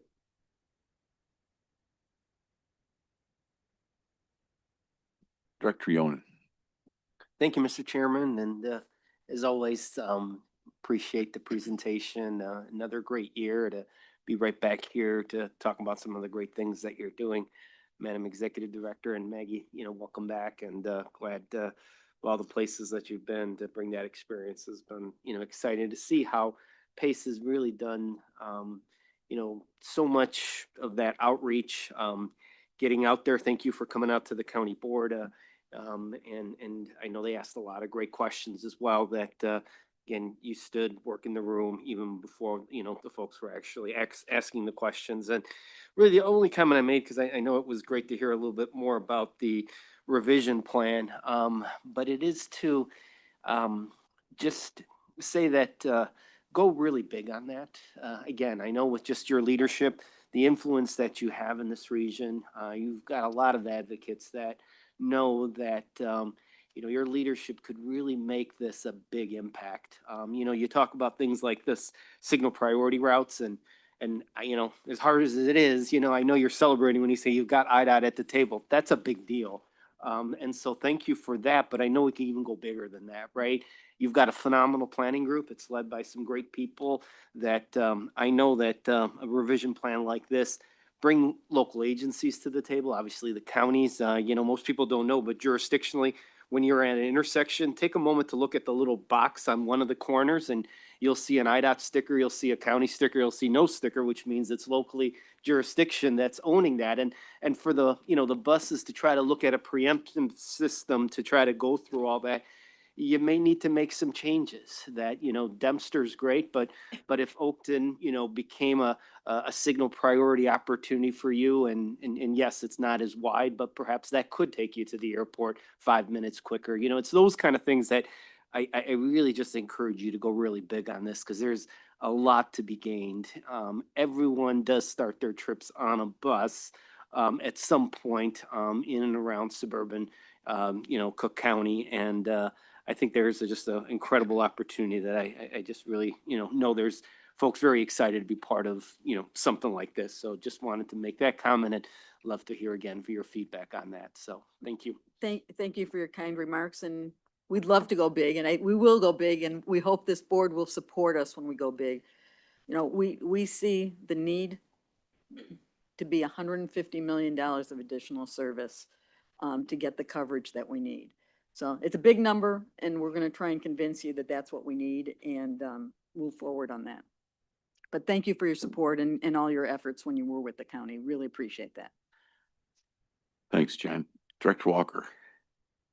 I'll be quick so we won't be here all day. Thank you both for your presentations. They were outstanding. As a new board member, as I listen to what you've accomplished and what you're investing in going forward, how do you tell the story to the public? I know that you do a lot in terms of gathering feedback from your writers, but how do you tell the story about what you have accomplished and what, I know when big changes happen, you have ambassadors out, but after that, as a person with elderly parents, there's so many things they have no idea about. Yeah, it's a great question. We really pride ourselves on trying to get out to the community. And we have staff that is assigned to every county who will meet in small groups with people, in large groups with people, senior centers.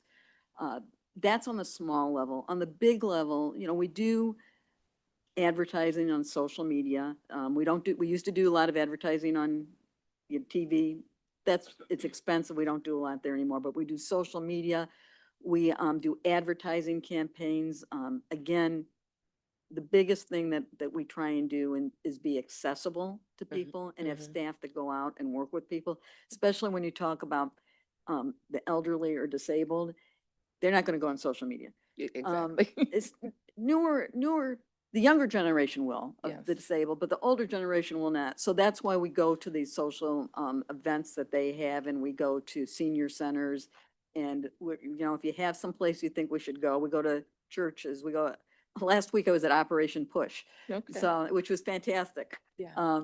So, we have a table at these events, and we have staff there who will talk to people who are there and explain our services.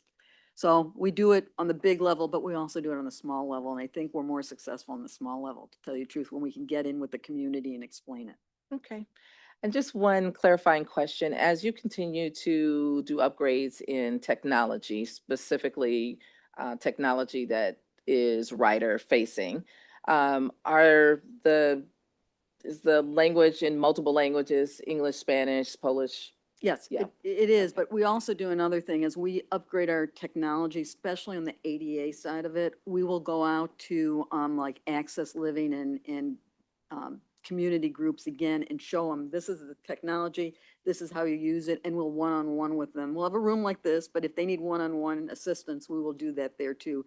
Because technology is tricky, and even with me, when I get frustrated, I give it to my kid, so you need a kid with you at all times now. Indeed. Thank you. Thank you. Director Ryan. Thank you. And thank you both for being here.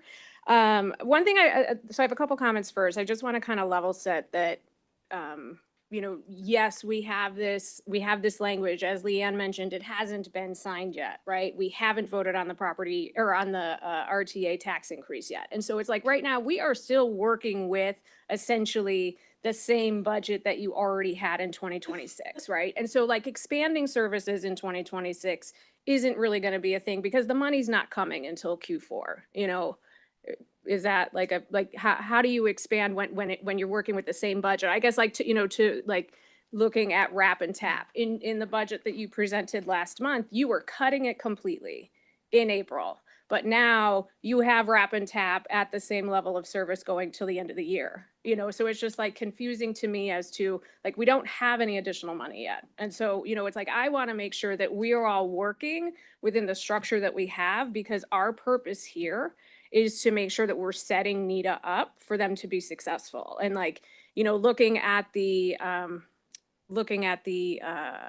language, you know, one of the things that it says is for a third party to come in and evaluate paratransit holistically, you know, to look at the whole thing and how it works together and what can be done. And so like, to me, any changes to any services on anything that we're doing, it's like, we don't have the money to do it yet. What I would like to see is increase, you know, like cleanliness, security, which I think are the two main things, hiring staff so that when we are at that point in time that we can ramp up service, we are ready to go, you know, but to just be like, oh yeah, we're going to add, you know, 10% lines in 26. It's like, I don't understand the disconnect of we had no money, but we're able to do this in 26. I don't know if you want to comment on that, but I have a bunch of other questions as well. Well, I think what we've been told in our budget is that we're going to get 18.9 million for fixed route and we're going to get 56 point something for paratransit.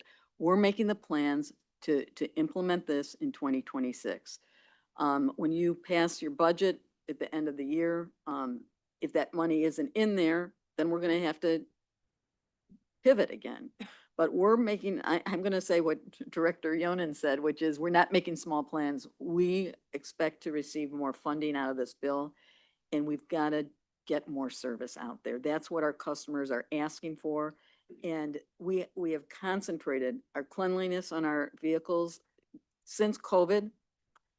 We upped how we clean our vehicles. We spray them down nightly with the Clorox type bleach. And we've kept that going. We're going to continue going on our cleanliness, our security, safety. That's an everyday event. We're going to continue to focus on that.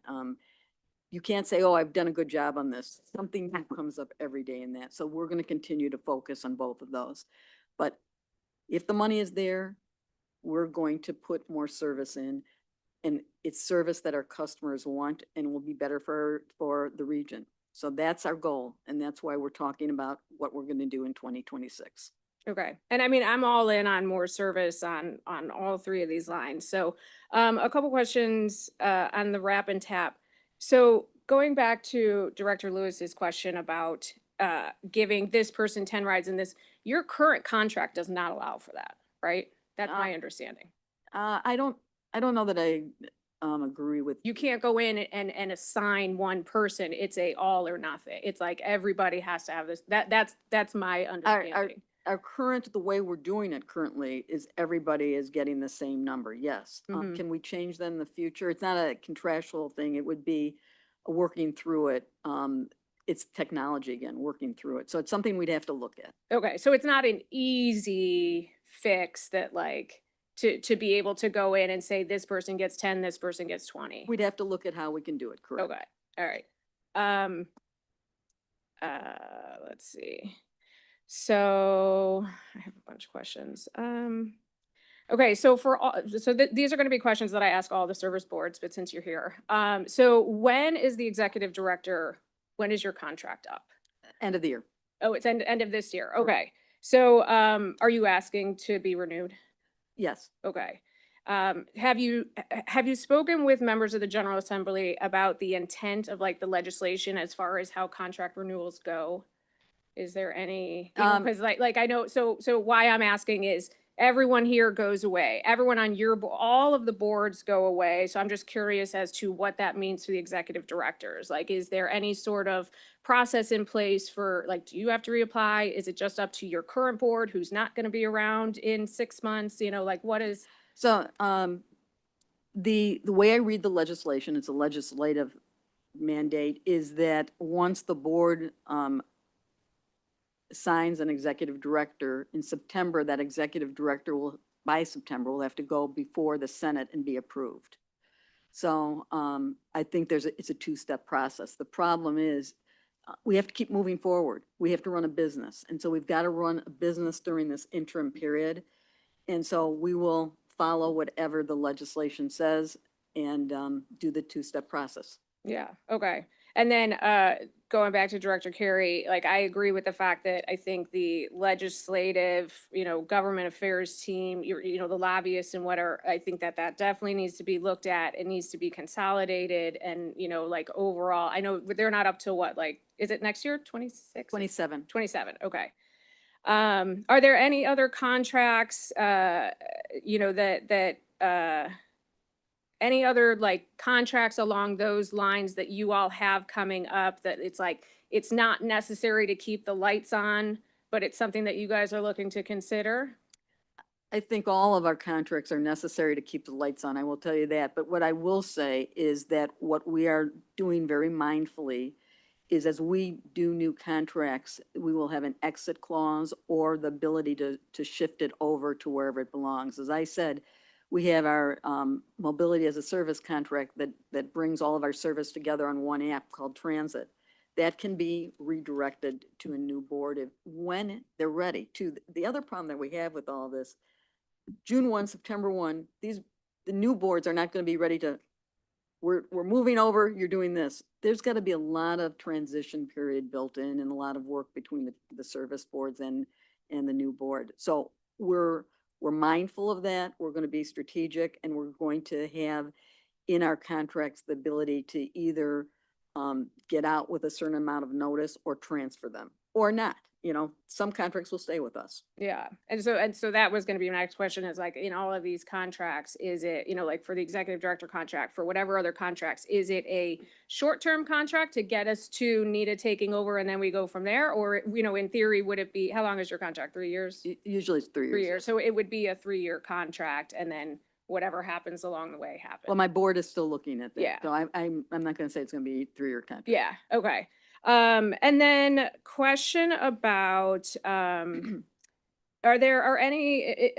you in any negotiations with any of the labor groups currently, or do you have any labor contracts coming up in this We do have transition one period? coming up. We have 11 different contracts, so we always have one coming up. Okay. All right. Is it currently in negotiation or is it? It's about to start. We have everything closed, but we're about to start at the end of this year with one. Okay. And so all of that has been put into consideration in this budget as to whatever may come out of this contract? Yes. Okay. All right. I think that's it for me. Thank you. Thank you very much. Thanks, Director. Director Carey. Can't get that green on. I just want to clarify my comments. Perhaps I wasn't clear earlier. I understand that the legislation calls for a comprehensive look at the ADA paratransit issue. However, I am not opposed to this board continuing to look at what we have referred to as 2.0 in terms of, how can we make this work with the RAP and TAP? So, and in general, I'm not in support of this board just sitting still for the next 7 months either. So, and I'm not saying that's what you suggest, Director Ryan, but I just wanted to clarify that. Yeah. So I think we Well, can continue to make. So so one point on that, another clarification is, so this year, through September, RAP and TAP is already at 60 million, correct? Through the end of the year, we got an additional about 50 million to carry us through the end of the year. And that has TAP and RAP being a 30 monthly ride limit. Right, Sorry. but so far, 60 million has been spent on that program. That's my understanding. And so what I'm getting at is next year you have 56 million budgeted. You've already spent 60 million this year, but we have put a cap in it, and so like, if the cap weren't there, we'd be well beyond the 56 million that's budgeted for next year. And like, wasn't it budgeted for 50 around that amount this year? So for next year, it's budgeted around, there was 20 million in the beginning part of the year, and you gave us another 50. So it's around 70 million for next year. This Okay. year, we don't have to worry about. We're good for this year. Next year, there's about 70 million budgeted for tap and wrap. Mm-hmm. Okay, but as we've talked about, the program is, more people are getting into it. We have the cap of 30 rides now. And so, my thing is like, I think that like, for this board, we stick with the 30 rides. We let NETA do its thing, figure out what have the third party come in, look at everything together, see how it works together, because everyone keeps talking about that Wrap and Tap is a product of its own success, right? That it is increasing rapidly, but it's like, we only have a limited amount of money. So making sure that whatever happens over there, it's thoughtful, it's something that works for everybody, it all works together. Cause like you have really high ratings on your traditional paratransit. People seem to like it. People seem to be riding it, so, also just a shout out real quick too. I think we have 3 of your paratransit drivers with us here today. So just want to say thank you to all of them for the work that they do. You guys are amazing, and thanks for being here. So, Thank you. Yes, and we're committed to working with the RTA through this process. yeah, great. Thank you. Thank you. Mayor, if I could just finish up my comment. My understanding is that the budget included for the Wrap and Tap would support a larger cap than 30. And I would expect that we'll have that discussion at some point. I'm not saying I necessarily support a larger cap, but my understanding is that that possibility is out there. And I think it's a legitimate thing for this board to look at. Thank you. Thanks, Chairman. And Melinda, Maggie, congratulations. Melinda in particular, I know how much you love this agency, and Thank you. it shows, and, decades of service. It's good to see you down in Springfield. And, again, it's great to be in a growth mindset rather than kind of where we've been for the last 4 years. And just a few comments about things that all of the directors had pointed to. One, I think we should be guided as this lame duck RTA board with really making sure that the principle and goal of everything we do is to make sure the next board that comes in is successful. It's a little bit open to interpretation, but I think it's a really good principle. And I think it's right to have some sensitivity about some issues and making those decisions that are lasting right now as we exist, and we'll all, turn into dust in June or September of next year. I did some math. It's 193 days till June 1st and 285 till September 1. So maybe we get a doomsday clock for all of us. But, that sensitivity about executive contracts, about contracting and consulting, I think are really important. Lobbyist is obvious. That is right in the legislation, that lobbyists are going to be handled at the regional level. We shouldn't have 20 different lobbyists for the next 2 years. I think we've got to clear that up ASAP. Because the spotlight is on us, I think the biggest piece that we're going to have to do is we're going to have to raise new revenue. That's huge. We have to show that we are focused on reform. That's the difference about this revenue potential here versus elsewhere where these discussions are coming into place, is that we have the most comprehensive transit or governance reform bill that the state or any municipality has done in decades. We've got to deliver on that. We can't bake the cake. We can't say, oh, here we did all these decisions, et cetera. So this interim period is really, really important. And I think it takes a lot of scrutiny, and we've got to really double down on things like efficiencies. This isn't just, hey, all the service boards, here's your money. You go make the decisions. Tell us how it was. If we do that, I don't think that sets us up for future revenue and probably puts us at risk with the General Assembly. These things aren't sort of tablets from Moses. There's a lot of risk that things that we have and were granted could be given away. So just wanted to stress that sensitivity is important. And 2, to talk about revision, which it's great that you want to go big. I think the key here in that same spirit is to go together. I've been watching your board discuss what I thought was a really good framing of revision about coverage versus ridership. I do think that those are often competing interests, but on the coverage piece, there's new tools. You've talked about them, on demand or dial a ride, which again, the legislation has. Having a bus every 45 minutes to get you at the Woodstock, metro stop, maybe not as useful as picking up the phone and having somebody pick you up in 2 minutes. So it's not really that, there's ways we could do this together. I think we must do it together. And particularly with CTA doing the same bus redesign with the same consultant. So, you know, as you go big, I think it's great to talk about, put all the data out there, the you know, the potential options. I would really encourage not baking that cake and not saying this is exactly what we're going to do, that we should do that together with CTA. And honestly, I think that that's more sort of like a NETA job. I'm thinking of these like, what's the NETA job? What's the lame duck job? Thank you for your comments. I think our goal is to get it out there, get the input and get it in a position so when this new board is ready to come into place and do things, it will be there. There's a vision. I will say that everything we've done in our revision program has been, we've invited CTA, Metra, the counties, the municipalities, everybody to get their input into our program. But we recognize there are changes coming and we don't want to stop and say, oh no, there's a new board coming, we're not going to do anything. We want to continue this process so that when a new board comes in, here it is, we'll lay it out for you. Totally. And I think that the big difference in the innovation in what's in this legislation is that you've done a great job doing that, right? You've probably had CTA, you know, staff sitting in on the meetings. We've always heard constantly, we're talking to each other. It's not like we don't talk to each other, which I think is a legacy of how things were 20 years ago, where folks really weren't talking to each other. So it was really bad. It's not that you don't dialogue together. It's the decision-making process. It's your board right now that is looking at this with the lens that they have and the biases that they might have or the goals and priorities. That's gone. It's not just one service board. It is going to be a regional discussion when we're talking about service planning. It is absolutely explicit in the legislation. You are coming up with a new service plan vision. I think that's excellent. So is CTA. You know, the burden is now on us to set up NETA to make that decision in the best possible way for the entire region, using all of our assets and all of our resources to really make transit the transformational thing it's supposed to be and the vision that it calls for in the legislation. I think that's a really key place to focus on in the near term. So thank you.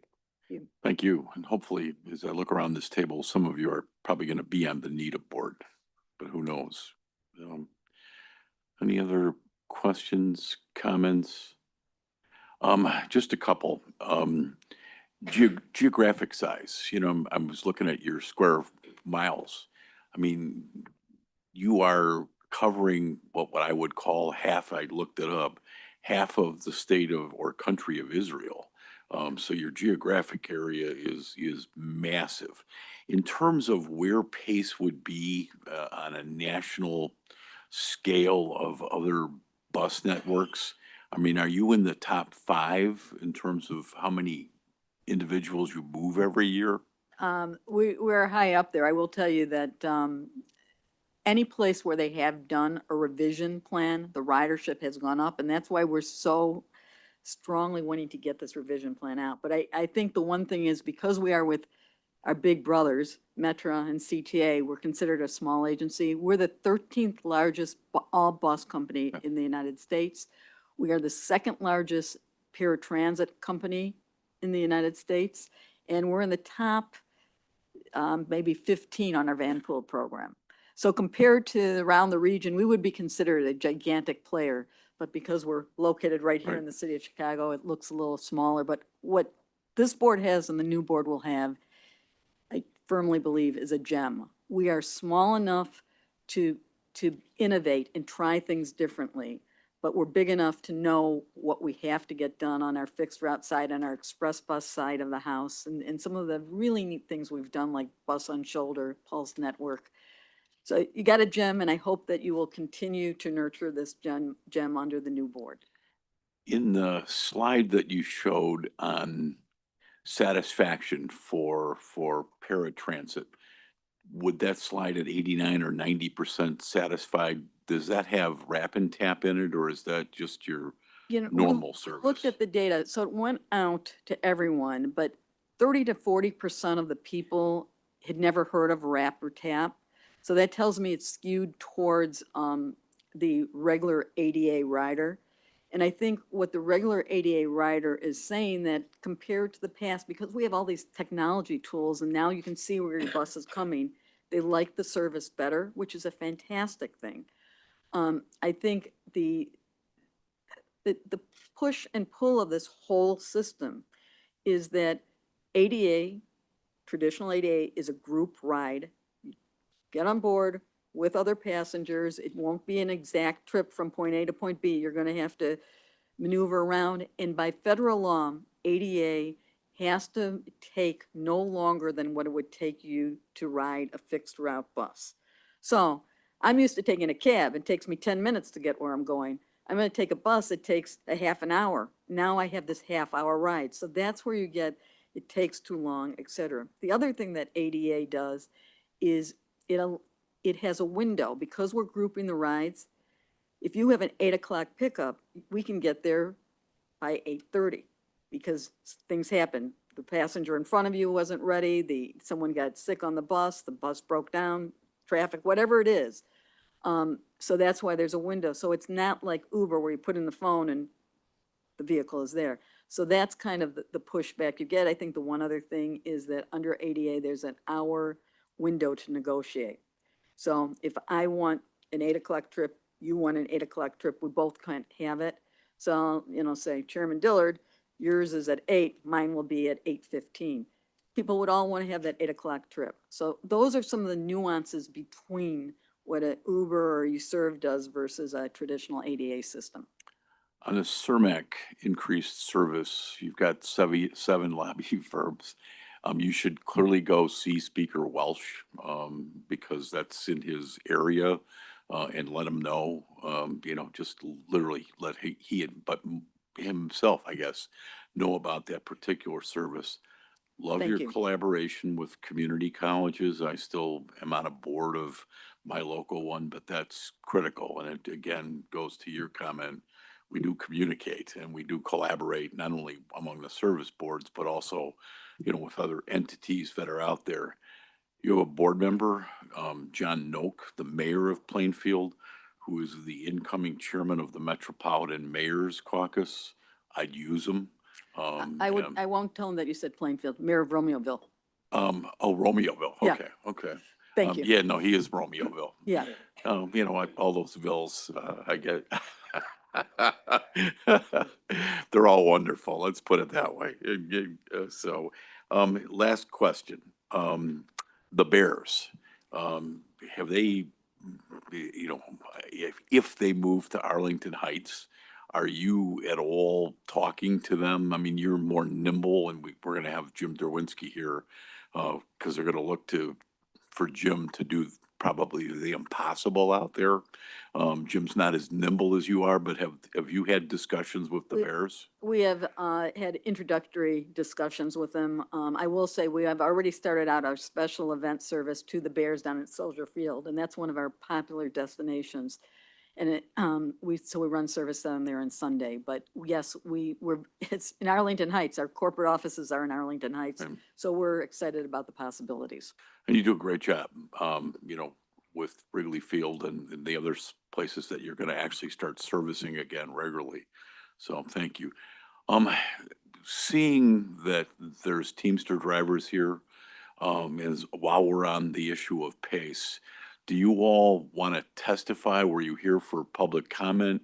Let's do it now so that we have continuity in our thought process, with pace. So if any of you want to come up, identify yourself, and please, let us hear from you. And obviously from the satisfaction survey, you're doing quite well in the service that you give to our riders and your customers. Good morning, and thank you for being here.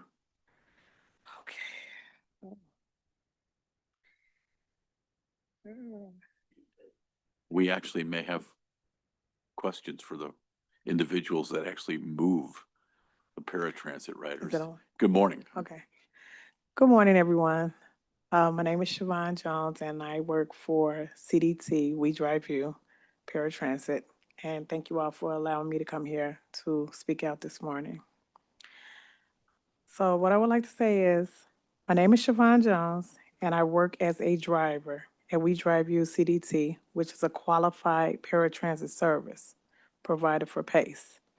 At CDT, we're more than just a transportation service.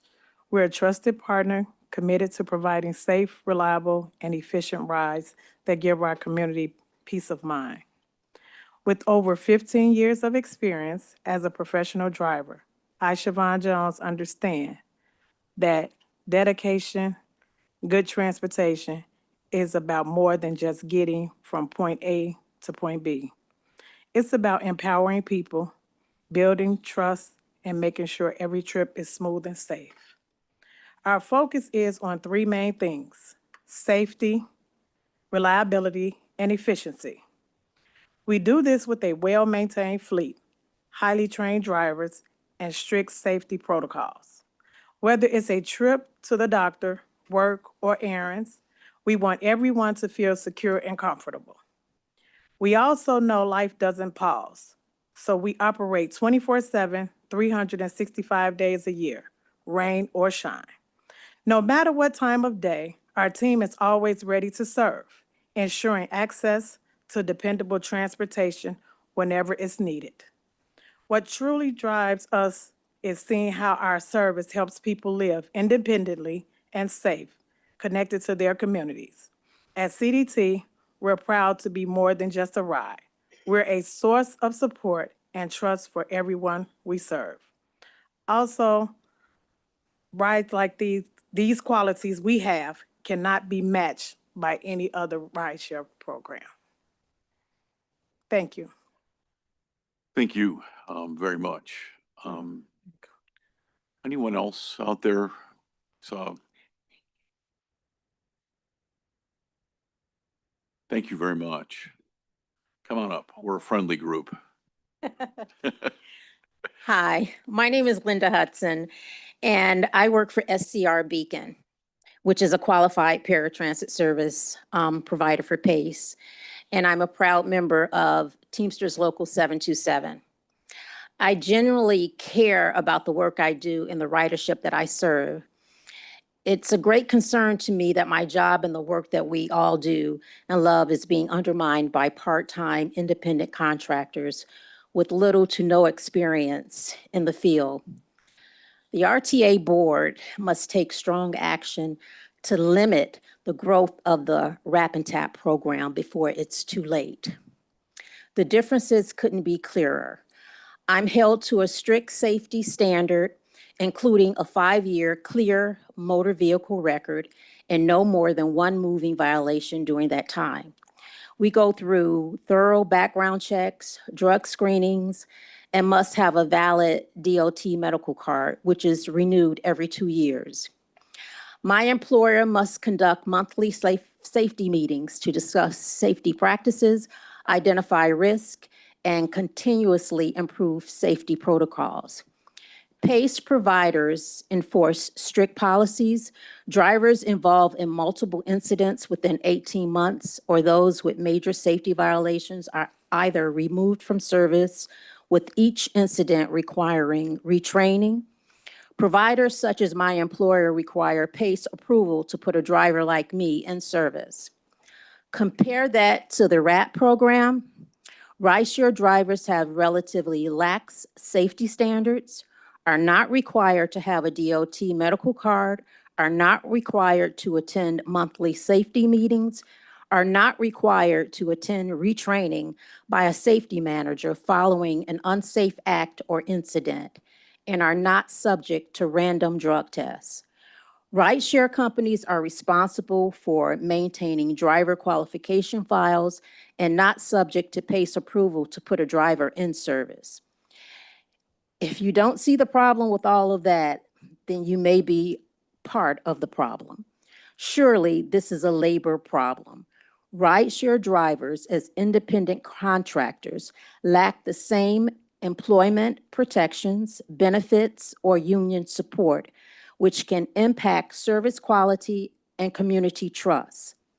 Beyond a labor problem, this is a safety problem. Traditional paratransit providers are essential for delivering safe, reliable, and accessible transportation to individuals with mobility challenges. They prioritize community well-being, safety, and workforce stability. These are qualities that ride-sharing services under the pilot programs cannot match. I ask for your support putting a stop to or severely limiting the growth of this dangerous program so that my colleagues and I can continue our excellent track record of service. Thank you. Thank you very much. It's an excellent testimony.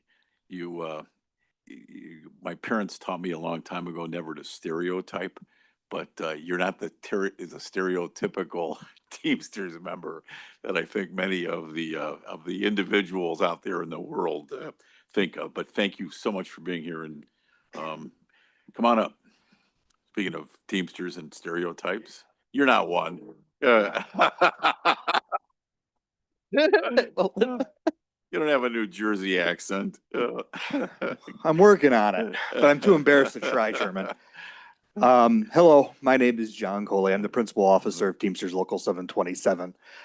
We represent about 10,000 working men and women in the Chicagoland area, including 2,000 paratransit drivers that work under these contracts.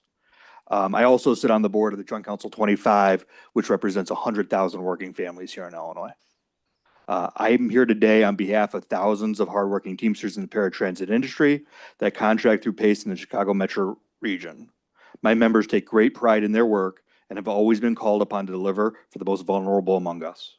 From handling riders with severe challenges to enduring the COVID-19 pandemic, my members have always answered the call. They have performed their work in an outstanding manner with an excellent service record and minimal complaints. I take great pride in representing these members that perform such a vital role. Unfortunately, the work of my members is being drowned out by rideshare companies who are not held to the same standards. Outside of the fact that these rideshare drivers are independent contractors who are not afforded traditional employment protections, they are not held to the same safety benchmarks. You have heard about these stark differences already, but rideshare fails to provide the same drug testing, background checks, or training that our members receive. Frequently, true horror stories about rideshare experiences emerge, and I would hate to have to defend pushing someone into rideshare when one of these horror stories occurs. I want to be very clear. I believe this Wrap and Tap program is unsustainable and should be abolished in its entirety. I do realize that it has become popular with ridership because of its short-term convenience. In the long term, however, it is truly unsustainable. I have worked with stakeholders and have come to the conclusion that since the program has already been up and running, abolition at this moment may not be feasible. That is exactly why this board placed a 30 ride monthly limitation, which is still the most generous in the country. I stand firmly opposed to any further increase from that 30 ride threshold, and we'll be prepared to fight it in any way that we can. Our members most recently have posted a 97% on-time performance rating with a 90% satisfaction rate. Our members can meet the current demand, and there is no need for this board to go against the intent of 2111 to begin making changes during this transition. We hope pass a comprehensive mass transit bill this veto session because I truly believe that mass transit is a public good. Rideshare, however, is the enemy of public transit. The more we empower and subsidize companies like Uber to move people around, the more we will have undermined the efforts to strengthen our transit system that we all have worked so hard for. I thank you for your time and urge this board to stand with workers. Thank you. One thing I also noticed during the testimony, I think there is some confusion over the contract PACE has with Uber. I've heard multiple times from RTA standards or staffers that we cannot do what Director Lewis has suggested and say you get 40 rides, you get 20. I also believe that it is a long-term contract and it needs to be looked at. Thank you. Thank you. Other questions of any of these witnesses? Director Mondero. Thank you. I do have a question probably that Maggie might be able to answer regarding what Mr. Galley just mentioned. My understanding is that PACE has a contract with Uber or all these rideshare companies. And if so, do you know how much money is going to the driver versus going to corporate Uber? We have contracts. It's just so that they can do user side subsidy. We can get you that information. I don't have it off the top of my head. Okay, yeah, I will make the public comment that I wouldn't want to see millions and millions of our local taxpayer dollars going to corporate headquarters. Elsewhere. We don't pay, the contract that we have is just simply a contract that they can do this. We don't pay them for the rides. It's just setting up the technology and that's it. On the user side subsidy program, which is what Rap and Tap is. The user, it's the same, let me explain it. It's the same as if I want to take an Uber, same mechanism. If a disabled person wants to take an Uber, it's just set up so that it has the rides and the costs associated with it get paid by PACE. It's just a technology thing, but it's not money going to them. Other than from the passenger. Sorry, so you're saying that, so who pays Uber? You pay Uber, who pays the drivers? Correct. So the money comes from you? Yes, So, that is so it correct. does come from you? Yes. Okay, correct. I don't think that's Yeah. what you said. Okay, That's I just want to make sure. That's correct. Okay, so the person themselves paid $3, right? And then the rest of it is $3.25, yeah. subsidized. Correct. Up PACE. to $30. Okay, thank you. Director Jenkins, good morning. Good morning, thank you. Hi, good morning, Mr. Coley. I have a question for you, and then maybe it's a combo for Maggie can also chime in. So if NETA, the new board, is to, or this board for that matter, is to take any action that to walk back, or if some point the rideshare process was abolished, what is labor discussing, or what things are you considering to make up? I mean, we've heard a lot of testimony from community activists for the rideshare about some of the efficiencies and issues that they're having about getting to appointments on time and why they need even more than 30 rides. You're talking about walking it back. What conversations are you having with them or internally to make sure that those issues are addressed? Because I'm hearing you said that you guys are efficient. You said over 90-something percent. 97% on time. But then the writers are giving us different information. So just. As Melinda pointed out, when you do 20,000 rides a day, that 3% could be substantial, right? So I would assume that somebody came in and said, oh, I was 45 minutes late, I was an hour late. That happens when you're doing million rides a year. The discussions we've had internally and whatnot is to do something like they do in Boston, where their contract with Uber does allow them to say, Mr. Jones needs 3 rides a month. He's demonstrated that need, where, you know, Mr. Coley, he actually needs 25 rides a month because he needs it every day to get to work, right? Something like that. I have heard repeatedly that the current contract between Pace and Uber does not allow that.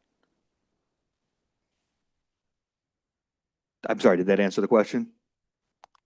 Anything else you have to add?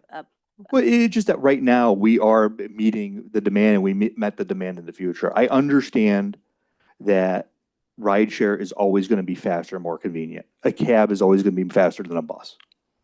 That is the enemy of mass transit. That is just putting more cars on our roads, more pollution in our air, more traffic on our street. Okay, thank you. Thank you. Maggie. Director Lewis. So thank you for the Sorry. clarification. I think You got that one. Sorry. Melinda, I'm sorry. Yeah, no, I just want to comment. The goals in our ADA program are that where it should be 90% on time. 90% on time is pretty great, right? However, that means 10% of your passengers are upset. This last year, we've had a great year with all of our paratransit carriers, and we were 97, up to now, 97% on time for pickups within a 30-minute window. Okay, and I think we also look at it a 20-minute window. I think we're 94% on time within a 20-minute window.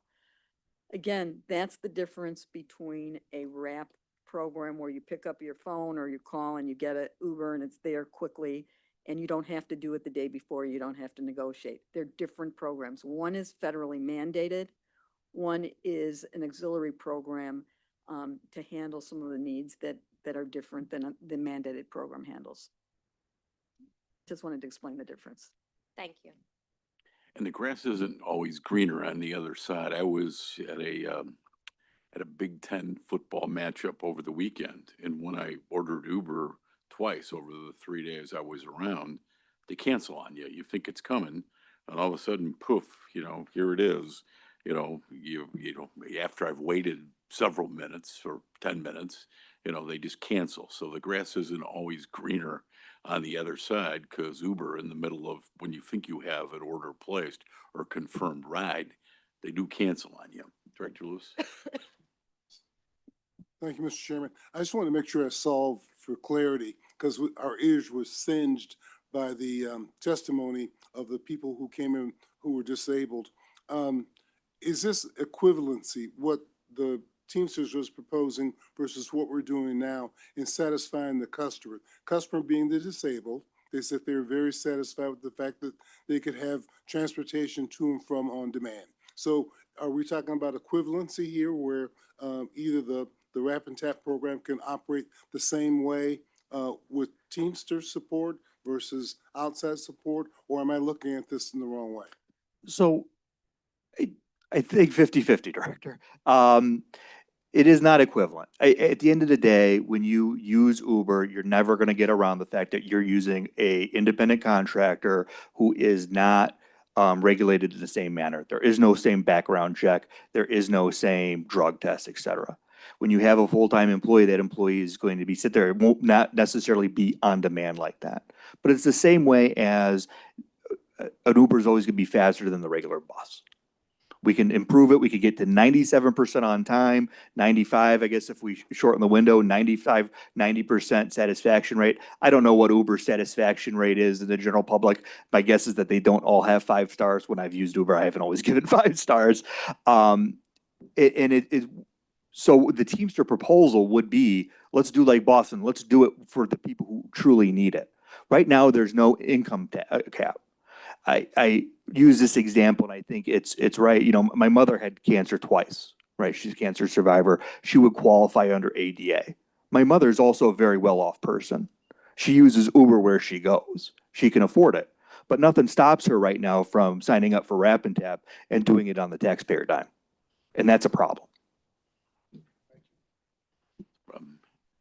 Any other questions here? Concerns? I do see, I'm looking at our counsel for the RTA. One of the things I think we need to think about, and this is why we just don't stop thinking and doing things before the new NEDA board is seated. Liability. I don't know what we've thought about in liability, but God forbid someday there will be an incident, personal injury or whatever, with one of the Wrap riders. And I'm just curious, what's our liability, either PACES or the RTA or NEDA in the future? We need to, Allison, think through what and really go through what is the liability now for this program, especially since there are so many people, taking, I guess, use of this service. But I'm just curious what the liability is, and there are different laws. The Teamsters would know this as well as the CTA, between common carriers and everybody else. So I'm just curious, we're going to have to get our handle around, for me, and I'm not going to be on the new NEDA board that's going to figure this out, but I'm curious what the liability is. God forbid there's a problem someday. So if I can just make a comment to that, when you use Wrap and Tap, it's a user side subsidy program. So you are choosing to do that, and the insurance is held by the carrier, either Uber or you serve. When we assign it out, that's a different story. So, there are different limits and different coverages for that. We have all of the carriers that we assign out have to carry the coverages that we require of them at PACE. There are a lot of very creative personal plaintiff lawyers out there. Oh, right. And their verdicts are astronomical sometimes, and I go, wow, they're really good. So, are there any other witnesses that want to testify? I don't want to exclude anybody. Thank you, and to the board, thank you for and Melinda Thank you for letting us sort of go out of order, but I just wanted to keep our thought process somewhat connected. And you got to go first for a change. If I could say thank you again to this board, and next time, don't make us go first. We take too much time. I'm sorry. I bet they do. Appreciate the time, and being able to really tell you what, we took more time on our front end, and appreciate all the comments and questions. And we're here to serve, and I know you guys are here to serve, so we appreciate what you do every day. Happy Thanksgiving. Thank you. Same to you. Next, I guess, is Metra. And if any of the board need a break, a biological break or others, coffee, please feel free to, Mr. Derwinski will not be, we can hear, Jim, we can hear you out there. So if you see anybody leave, Jim, we can hear you. Now, Melinda knows that Jorvel felt. Jorvel Carter, because he always had to spend a 3-hour seance. Right. That was good. Actually,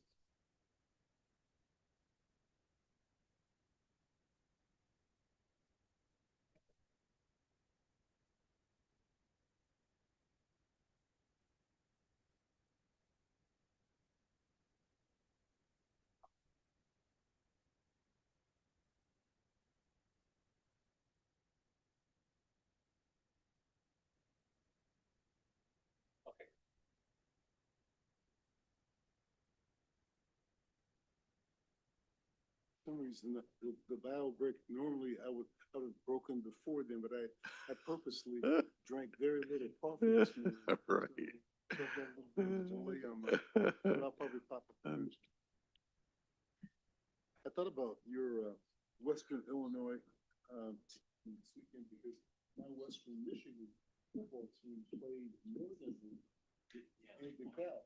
Yeah, Worker jumped onto a big lead. they did. They were up 13-zip, but it's came back and won, and they won to now the top of Matt. So when I did the our president,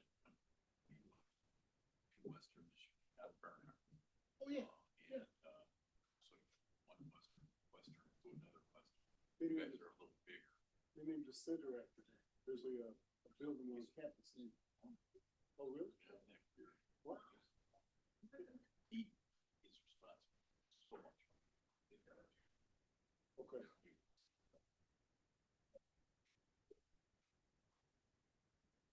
Yeah. Well, now. Jim, it looks like we're gonna take about a 2 or 3 minute real break here, okay? And I may take advantage of it as well. For those who are listening online, we're taking about a 2 or 3 minute break before we begin testimony from Metra. Thank you.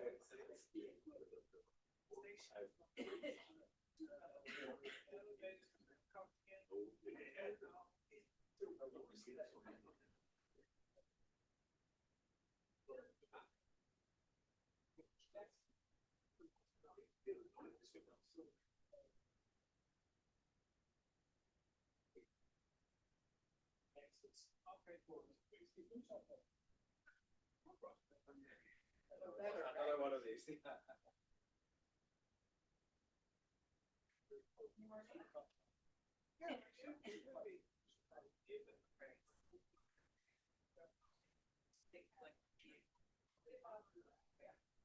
All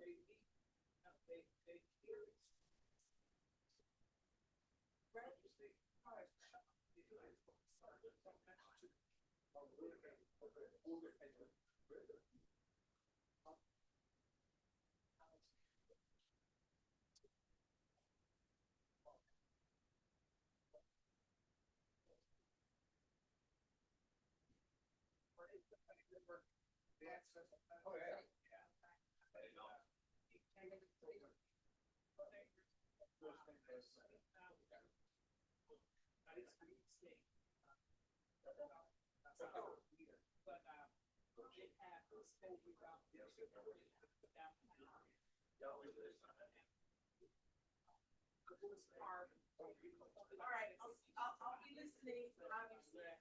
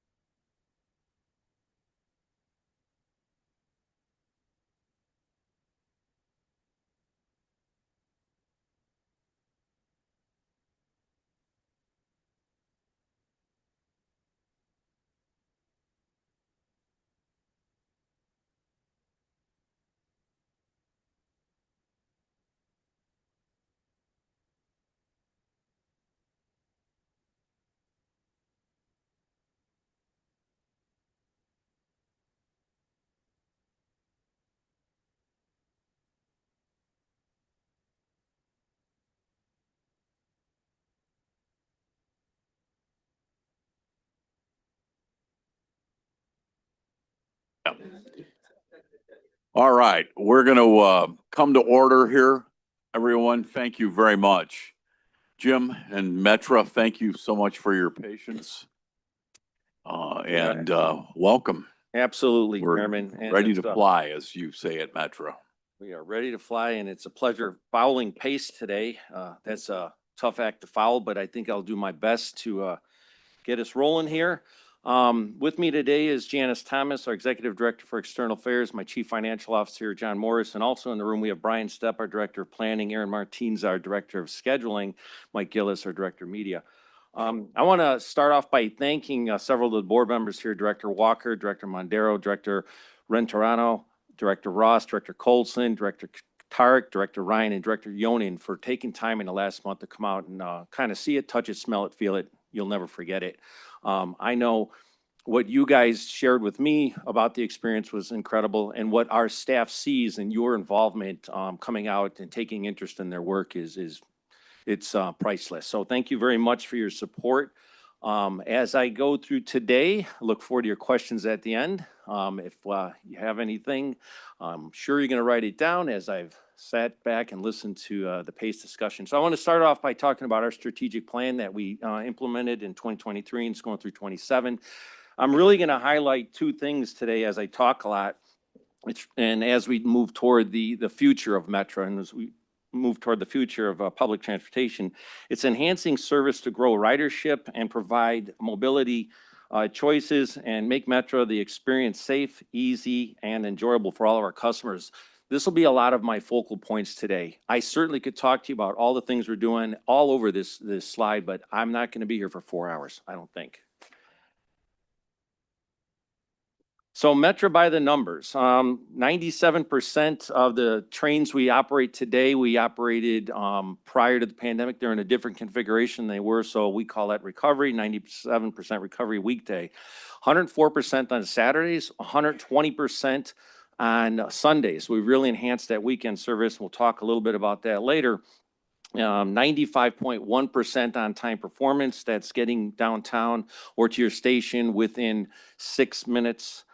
We do that on 11 lines. I broke down there a little bit how that complicated that is. Metro doesn't own and operate all of its lines.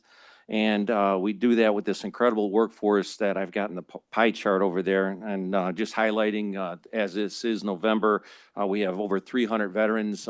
We're very close to 10% in industry. That's a very large number that we celebrate every year, and we're trying to grow. So this is what the riderships look like over the past 5 years. Obviously, the big dip of COVID back there.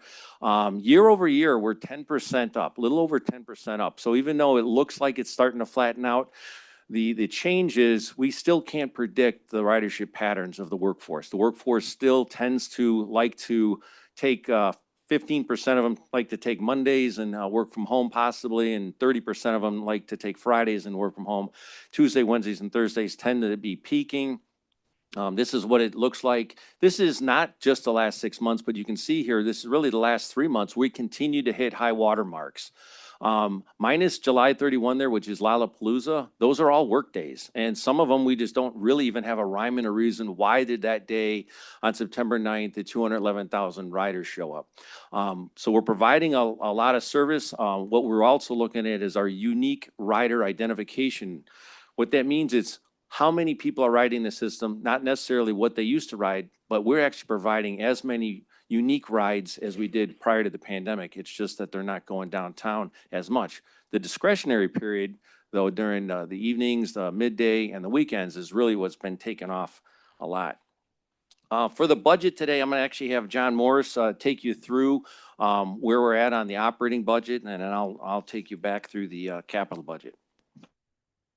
Okay, good morning. Our operating budget for 2026, we're projecting is going to be at $1.120 billion, and that's a 50% or a $50 million increase over our 2025 budget. And that is essentially the budget that we put together as our funded budget, the scenario 2 that we were requested to put together. That also excludes the $55 million for the Northern Indiana Commuter Transit District project. that should be through 2026. Our increase of the 50 million is due to a number of factors. Probably primary is expected inflation. Also, we have labor contractual negotiations. We have market increases in materials, and we've tried to offset as much of this as possible with operating efficiencies and some cost reductions. We've also placed in here funding to support modest service level increases.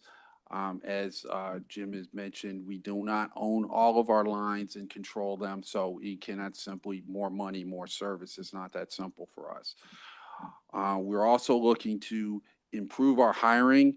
As the economy improves, we're going to have more success in reducing our vacant budgeted positions, and that will increase our operating labor costs. We also have included contingencies for our UP and BNSF PSA negotiations, and also other related legal costs. We project that we're going to have about 40.5 million rides, which is about 5% increase from 2025. That'll generate nearly 188 million in fare revenue, and that excludes any fare increase that is removed from this scenario. We're getting marks for 635 million in regional sales taxes. We have 206 million in our COVID relief fund, which we project to exhaust in 2026. And we've been given additional funding marks of nearly 28 million. Okay. So when we look at the budget and look at it over our budget year and 2 forecasting years, you will see we are looking at basically a 5% ridership increase each year. We're holding on the fares. So the increase in fares is essentially due to increased ridership. Our other operating revenue is going down, and that is principally because one of the major drivers in our other operating revenue is the interest on our COVID funding. So as we exhaust that, we'll reduce the income from that, and also the rate environment is going down.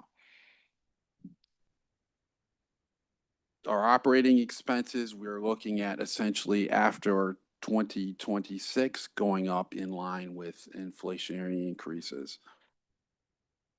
Our funding, as I mentioned, 28 million for 2026. It will significantly increase in 2027 to 246.5 and 283 million, 0.8 million, and that is due to we have to have increased funding to make up for the exhausting of our COVID relief funding. You will note that there are no funds being transferred to capital in these scenarios, and that we have balance for all 3 years.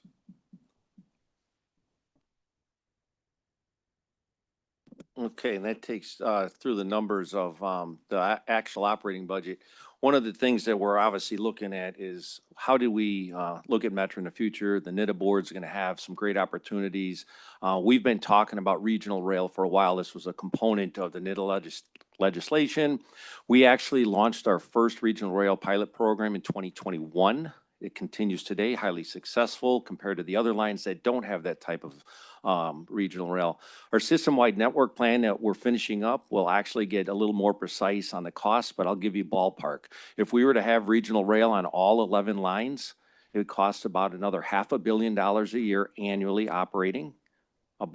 There's a lot of variables in here, and we estimate $20 billion of infrastructure.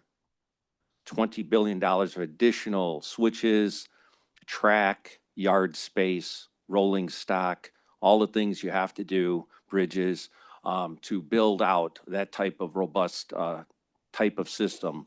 If we had the triple track on the Burlington line on every line, that's kind of what that would look like. There are obviously some constraints that we certainly will deal with. But that's the kind of numbers we're looking at to try to get to a real regional rail model for the entire system. So for those who don't know what regional rail is, well, this is commuter rail. It starts off the day by taking people mostly from the outer point, bringing it into the big node. At the end of the day, it takes those people back home. So that's like 96% of our pre-pandemic ridership. Now it's about 90%. Regional rail actually starts putting trains throughout the course of the day and then tying train schedules to other train schedules so that you can actually have better exchange points. So regional rail really focuses on people going in both directions. This is what New York was able to do. It took over a decade on one of the lines. They actually have 52% of their people actually leaving Manhattan in the mornings now. That's a big, big deal for something like New York City. I put this up here because I know there'll be some questions, so I'll see what I can do to address it now. So Union Pacific and Metra have been negotiating since 2019 a service transfer of the three, what we call UP lines, UP North, UP Northwest, UP West.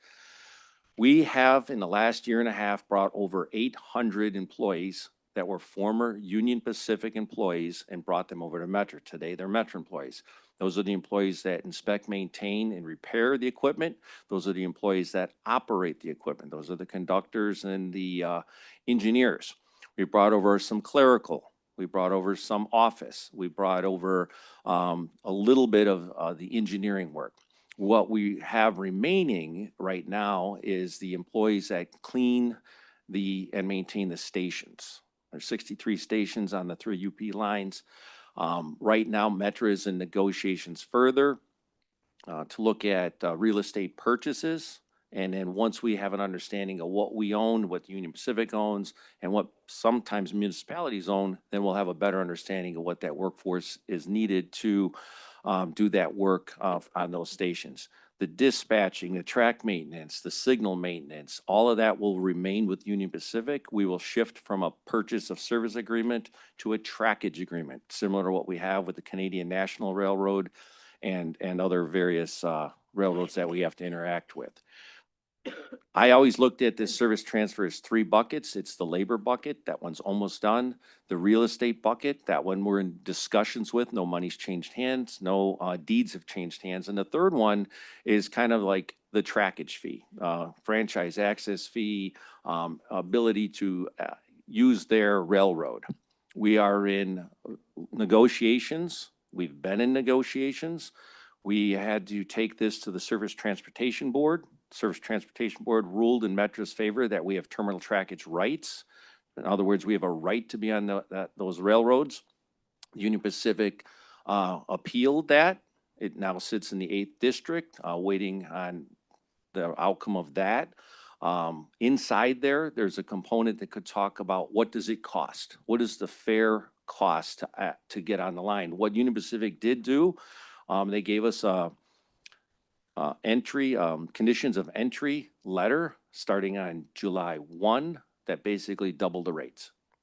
And we said that's not fair. That's not representing the public tax dollar. We can't defend it. Hence, we ended up getting a decision from the STB, which is good. But now then they are suing us in a different court for not paying all of what they said on the COE.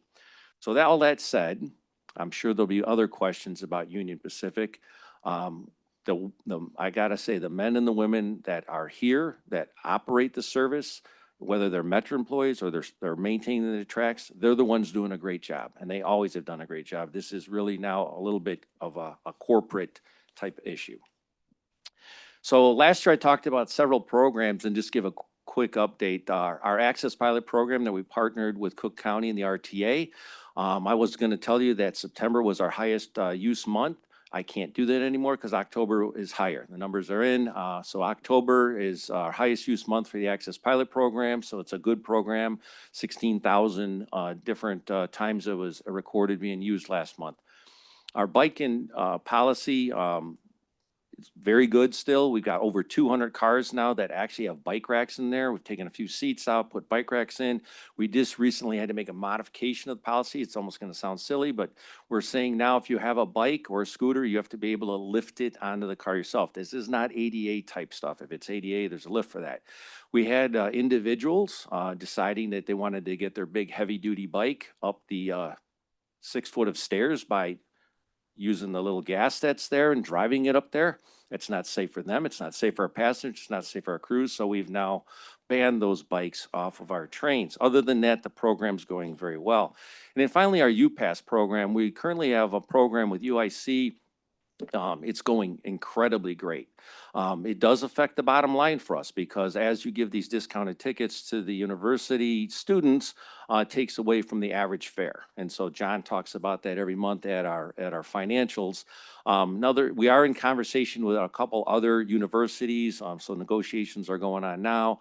We also have a different similar program with the University of Chicago on the Metro Electric line.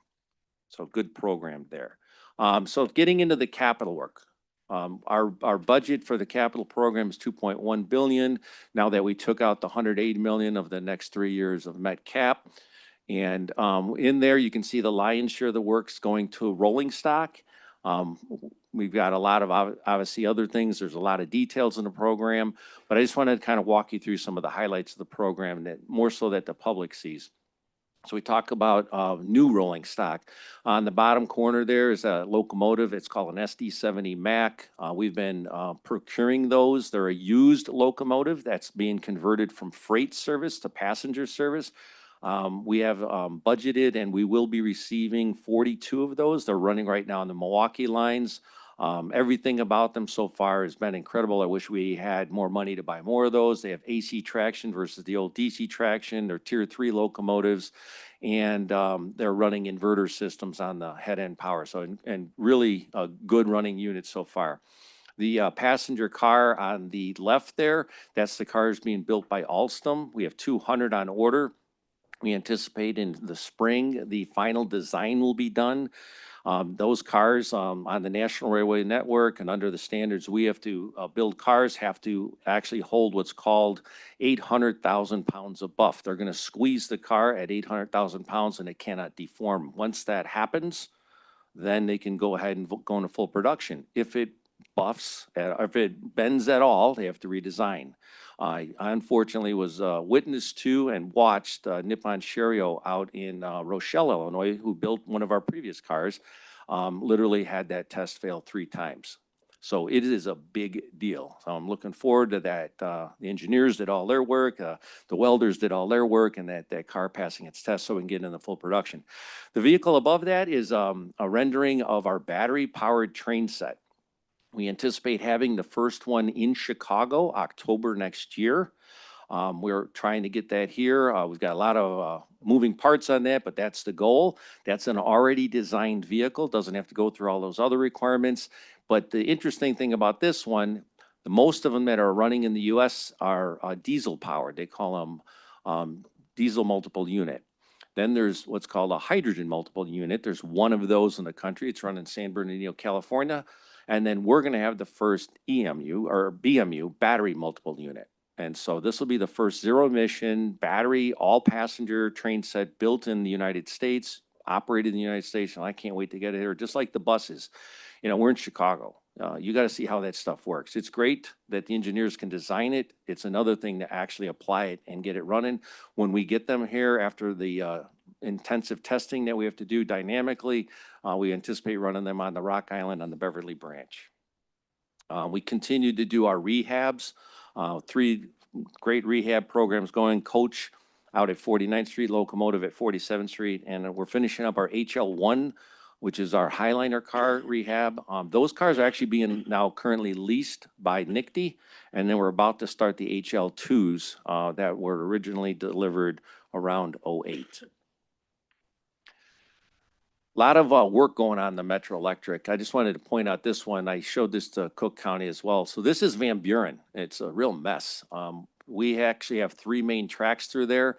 We're adding another main track from Roosevelt to Van Buren, and once it hits Van Buren, you'll have 5 main tracks. So that's that big hole in the center. That's a new platform going in. That platform will have elevators. That platform will have tunnels underneath so that it can get to the other platforms. When this is done, it's going to be a transformational project. To the far right side there is going to be a yard where NICTE parks their trains. This is all being funded mostly through NICTE and through an expansion of their service called Westlake. That should start up hopefully here for them in the spring. That other picture is a rendering of what we hope the historic Van Buren station starts looking like. That's a partially funded station that we've been working on for quite a while, and that's the other half of that. So when I say we're doing all this NICTE work, that is not the historic part of Van Buren station that people would be using today. That's a future project coming that Illinois will be paying for. Recently completed stations this year, we had a lot of great ribbon cuttings, 103rd, 87th, and 79th, Homewood, 147th Street, all on Metro Electric. All of those stations now are ADA compliant. Homewood was ADA compliant, but it had to get a new elevator. And then Grayland. Grayland's a station that on the Milwaukee North Line now is ADA compliant. Stations underway right now, South Water Street, which is the north end of Millennium Station for Randolph Street Station for on the Metro Electric. We're beginning construction there. That's a huge project because we actually have to take the elevators out to replace them. So that's a big deal. 115th Morgan Park on the Beverly. That one's undergoing. 95th Street on Metro Electric, Chicago State University. That's going to be a transformative project. Done a lot of work out there with Z. Scott and the team. It's great to see that one going. And in Auburn Park, we hope to have Auburn Park open by Q3 next year. Auburn Park's a giant project. It's 3 stories high. If you ever get a chance to go out there, you want to see what a railroad looks like when it's all cut open. There's a lot to be seen out there. This is at 79th Street. We're also building another entrance at 78th Street. Other stations that are in the pipeline that are significant on the Metro Electric is 59 and 60 with the University of Chicago, and that's where the Obama Center will be. So that one's well into the design. We should be getting ready to go out for construction contracts. This is a multi-year, very big deal project. To even get this one off the ground, we had to put in bi-directional signaling from 63rd Street all the way to Roosevelt Road, and that project's moving forward, not completed yet, but we need that fluidity through there. Otherwise, the time frame for these people to do this work between the 4 main tracks is impossible. Melinda mentioned the Harvey Transportation Center. We hope to get that out for a construction bid in the spring. And then, as mentioned, the north entrance of Auburn Park. Here's a list. I'm not going to go through all these, but just a lot of other work we're doing. We've got some partially ADA stations, so we've put a team together to figure out how do we take a partial ADA station and get it fully ADA compliant. So that work's moving forward. We're working on bicycle parking and a lot of other things in the pipeline. Some of this is fully funded. Some of this is the seed money to keep the designs going. I can never grab a microphone without talking about bridges. So here we go again. Metro operates over 926 bridges, 446 we own, 210 of them we've identified that we really need to work on those. We've come up with a program. The program said, well, here, if we could get 140 million a year, and of course there's escalation in that, we could actually work on 10 bridges a year over 20 years. It gets a big chunk of that backlog done, and I know we're talking over 2 decades, but we've got to get this program going.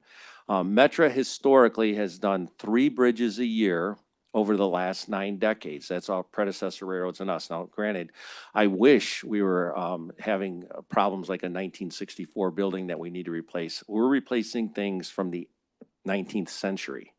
So an enhanced program, if we can all find the money, would be double that.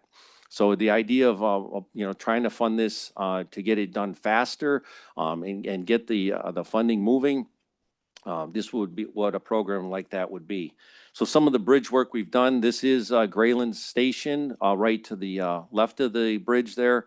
I talked about this as now look at the pedestrian access, the heights there, the bridge doesn't get hit by the trucks anymore. There's a bike lane there. Every time we do a bridge, even though the rider over the top of it probably doesn't notice a difference, the people underneath it absolutely notice a difference. Most of these bridges were put in before automobiles were even invented.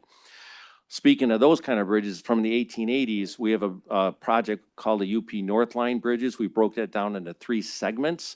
We're getting ready to go out for the construction contracts for the first segment.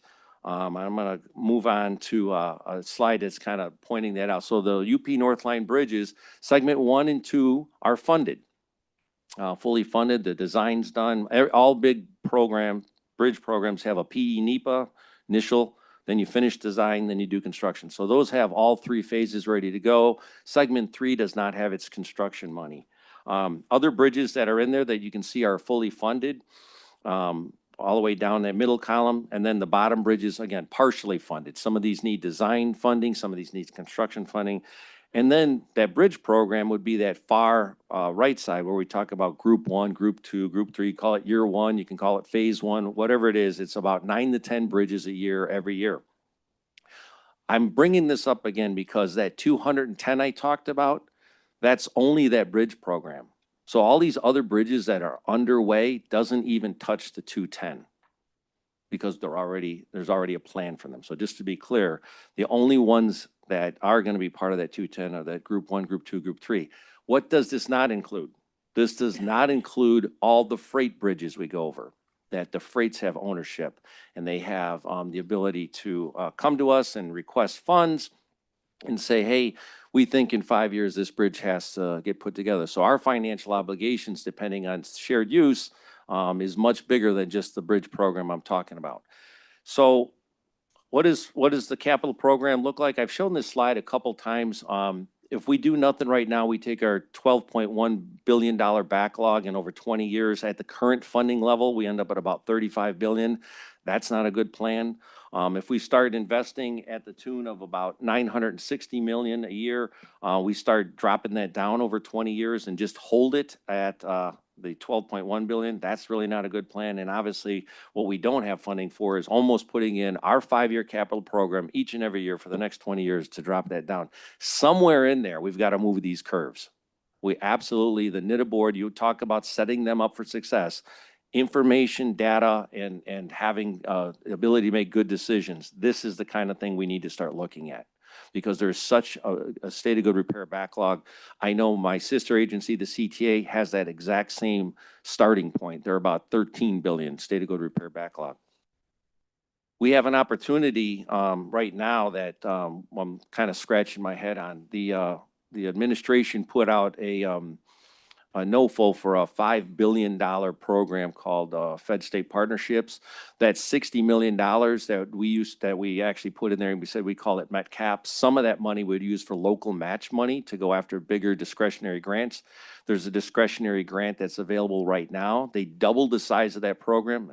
Quite honestly, they took some money from California, but the program is now $5 billion for grade crossing elimination, bridge work, and things like the 75th Street SIP. So some of you might have been out or heard about last Friday, they did a ribbon cutting 75th Street SIP where 3 now CSX tracks go over Forest Hill Junction. That's the video I showed you all last year. Projects like that are very, very expensive. And the only way you get these things done is with federal partnership. So again, I look at U Board for Leadership right now. Without that tool in our toolbox and January 7th application coming up, we're going to have to we've got some money set aside to put in the application, but to make the strongest application, that's what we're a little bit concerned about. And that program is going to go for a while. So we have to really think again, how are the service boards or is NITA going to have the ability to find that local match? In the application, we have to identify those funds. So we can't stop running the railroad. We can't wait. This January 7th is going to come and January 7th is going to go. So we're going to put in an application to the best of our ability. So the capital program, I've shown this before too. The green represents what we can fund. The blue represents what they asked for and the red represents what we didn't fund this year. When I say they, it's the using groups. It's the departments that are required to maintain and operate the railroad. What we do is when we do find new monies, we take a little bit out of that red every time and we try to move it back into the green. Before I move on, I just wanted to kind of talk about back to that first slide. I said one of our goals this particular presentation is to talk about how we're enhancing the customer experience. On-time performance is something, safety is something. These are givens. I'm buying a ticket. I expect to be on time. I expect to be safe. But here's some of the things that we've heard about from our passengers over the years. Where's my bar car?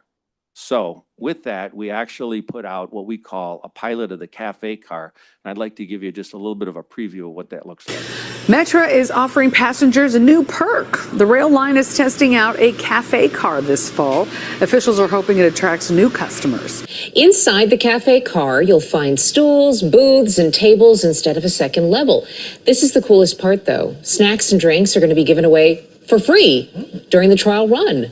Next time you're hopping on the Metra, you may not need to stop for a cup of coffee before you board. Metra is considering reviving an old concept with a new flair, a cafe car.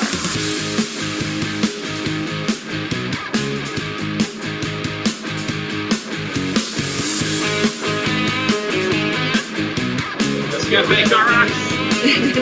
I love the idea. Many of us are back in the office 5 days a week. I work downtown, so to have this in the mornings, get free snacks, free drinks, or even paid snacks, paid drinks, life changing. If this were to run on trains, you'd be able to like get a snack. Maybe you don't have enough time to get it in Union, but like if you need a snack on the way home.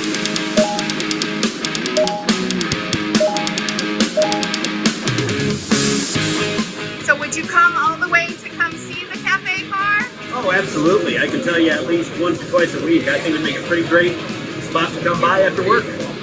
I think it entertains itself, and you can interact with fellow commuters and travel, passengers. What's the best part about it? How you will transform this gallery car and made for that nice change. I can see people relaxing on the way home from work. Definitely. Have a nice little space to have something to eat, maybe some adult beverages as well. That'd be really nice. And a screen or two wouldn't hurt either. Yep.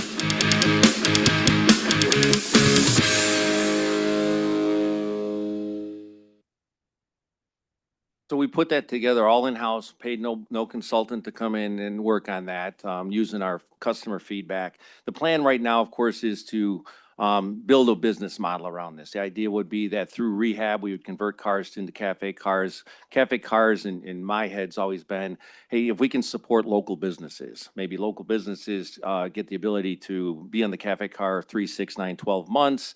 They provide their amenities out there. This isn't about Metra making money. I want to be very clear on that. That was never my intent. I don't want to lose any money, but this is about an enhancement to the customer experience and potentially, there's a lot of challenges. Face it, you got to figure out. I know for the lawyers in the room, there's this thing called hot coffee. It's kind of new, but every time you bring up hot coffee with a lawyer, they get kind of a little itchy.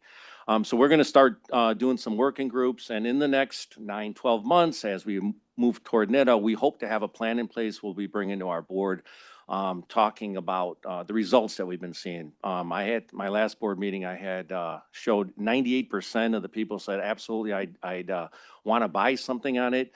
A handful of them did say they would like some adult beverages possibly on the way home. But it's a good problem to have when people are that excited about something. August of 1825, 200 years ago, we had it was the first railroad. So this year we actually celebrated 200 years of railroading. It was just south of London, England. I'm going to. So we here in Chicago are celebrating as well. Of course, we're not 200 years old. So a couple of you are out with us this July celebrating the 100-year anniversary at Union Station. That's a forward-facing Burnham design. Everybody gets to see, appreciate. Amtrak's done a remarkable job with their contractor, brightening that place up, the beautiful Christmas trees up there as I walked through it this morning. But there's a lot of other things that didn't get addressed in the last 100 years. And like I said, I wish I had buildings that were only 1964. That building right here you're looking at is 18th Street MU Shop. It was built in 1925. So 100 years ago, that was put up because the lakefront ordinance mandated that all the steam engines had to go away, all the smoke on the lakefront had to go away. The Illinois Central predecessor to Metra on the suburban service put that up. We really need to, again, think about, when I look at that $12.1 billion state go to repair backlog, you have to think about the employees too that are out there that are working in 100-year-old buildings. We have a 1945 building, a 1969 building, a 1947 building. They're doing a great job they're improvising. I like to use the term they're railroading. But as we get more deliberate, again, moving toward NITA and thinking about all the great things the system can be, we can't stop and look at the things that need to be fixed. I've said it time and time and time again. This has always been a financial problem. Happy anniversary. We did go out there, invited a few members of the public that support Metra, thanking the employees for working in that 100-year-old building day in and day out. And with that, I'll end my presentation and look forward to all your questions. Thank you, Jim.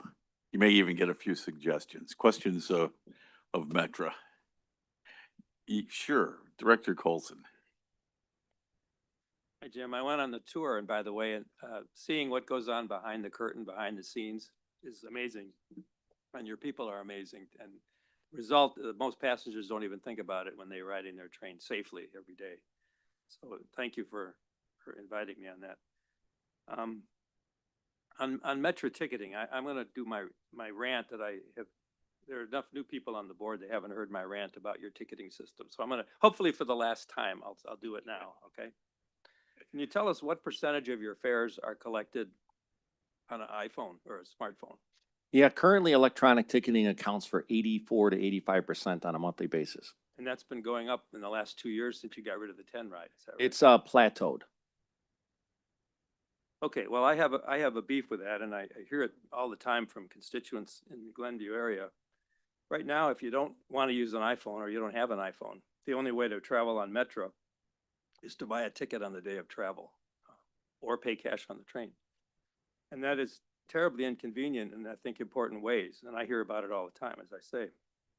Because who will not or cannot use a smartphone for Metra travel? The occasional riders who aren't going to download an app. A lot of my friends aren't going to download an app. They don't ride Metra more than once a month. Visitors to the city may be less likely to download the app. Seniors who don't like the app. People with disabilities, persons experiencing low incomes who don't have a phone. And there are a lot of people who just choose not to carry their smartphone around.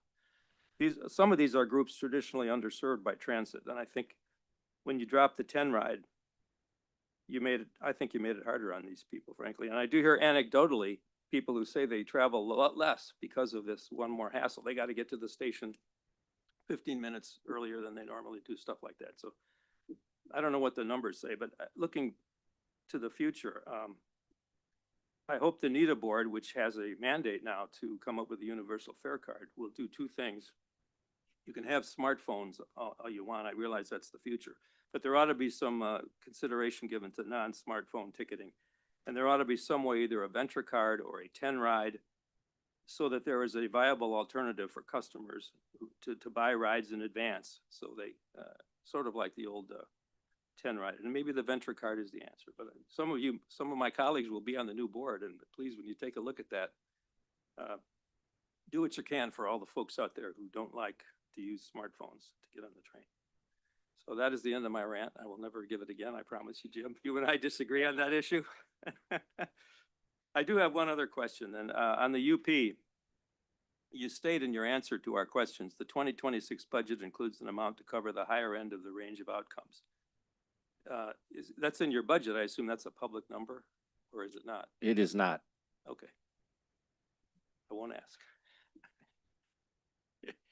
Okay. Director Rotundo, thank you very much, Director Colson. Good afternoon, Jim. Thank you for the presentation. Thank you for the tour of the Metra facility. The employees you had giving us the tour were phenomenal. They answered all kind of questions. They went above and beyond. It was really great to see the shops and the efficiencies firsthand. You know, how you repurpose all kind of equipment and do your own service work, self-performing work, and producing other manufacturing parts and stuff. Just goes to the dedication and that I seen with the employees was phenomenal. So this question goes toward training and hiring. It says that you're going to hire about 40 locomotive engineers. What's the retention on that, the pass-fail from past experience? So, all right, locomotive engineers are obviously the operator up in the cab of the train. Typically, if they're off the street, it's 9 months of training. If they don't stick with us. It's through the training period that we lose them. So the retention, once they get that job, it's pretty good. If they're coming in with a license already from another railroad, it's far less, and that retention is usually pretty good as well. We also self-promote with inside, so we do find places where engineers become now the instructors, the trainers, the road foreman, that kind of thing. The conductors, on the other hand, the trainmen, we were seeing a fairly significant churn, almost up to a third. Some classes will come in and we would lose a third when people are like, "Oh, I have to work nights, I have to work outside, I have to deal with customer disputes." And so this work is not easy. It's not meant for everybody. And we've done a lot of prep work in the beginning of the application process and the interview process, making sure people completely understand the expectations when they get the job, including the fact that you might live in Calumet City, Illinois, and you might be assigned to Antioch until your seniority allows you to move to a different location. And so there's a bigger challenge I think we have on the trainman. I hope that answers your question. Yes, it did. Thank you. And then once they're up and running, like operating, doing their duties, self-performing that work sufficiently on their own, or is there a mentorship, apprenticeship going? Yeah, so the training is intense. Like I said, for a locomotive engineer, it's 9 months. You're in simulators, you're on the road, you've got not just a mentor, you're the junior non-licensed employee, like you're in driver's ed. And there's a licensed engineer right there over your shoulder the entire time when you're actually operating on the road. A lot of it also has to do with the rules. Each line has its own unique set of rules depending on who's the railroad owner. So there's a complete mentorship through that 9 months until they get their final license. Same thing applies with the trainmen. The trainmen have classrooms, they have to learn the rules, and they have to get out there, and then they have to work in the yard, and they work in different train services on different lines until they get assigned to their lines. Once they get assigned to their lines, and it's typically 4 months, they're on their own with another crew member. Now, as far as all the other workers, we have right now in a couple, well, almost 200 apprentices through our engineering and mechanical departments. Depending on the collective bargaining agreements, depends how long the apprenticeship would be. They go through classroom work. They do get mentors when they go to the field, and then the mentors might work with them at this shop, and they go to another shop, they get a different mentor. We really try to give them broad exposure of the departments. Sounds like a terrific program, great placement. Thank you. Thank you. Thank you, Chairman. Director Jenkins. Thank you, John. Thank you. My colleague and I were just noticing in some of the numbers that you gave out earlier about the huge gap in the difference between the genders that are in your trainmen, for lack of a better word. So my question is, and we understand that sometimes it's the nature of the industry, but are there any strategic initiatives you have in place to increase female and minority workers? Yeah, so I'm gonna give you the facts. So industry-wide, it's around 5.2%. I'm very, very, very proud that we're at 19. So we far exceed industry as far as female workers. And as far as minorities, it's about 1/3, 1/3, 1/3, as you saw by the chart. What we do is we broadcast out widely, and we see at different areas, different people do come into the industry. It's everything, obviously, from office work to track work to trainman work. So that bar chart is everybody all together, almost 4,000 employees, not just the trainmen. That's great. And I just want to encourage you to continue to do more. And I understand that is a challenge given, the administration that we have and the different Supreme Court rulings that have come down. So I know that you guys are probably navigating initiatives very strategically, but I would just encourage you to continue to do so. Yep, thank you. Mr. Cyber. Thank you, Chairman. First, before I say anything to Jim, I want to say, Tom, you are now my new best friend for mentioning Woodstock in your comments. Even though we don't have a "ville" at the end of it, I do appreciate the recognition. So thank you very much. Jim, you're just a great guy. I like you a lot.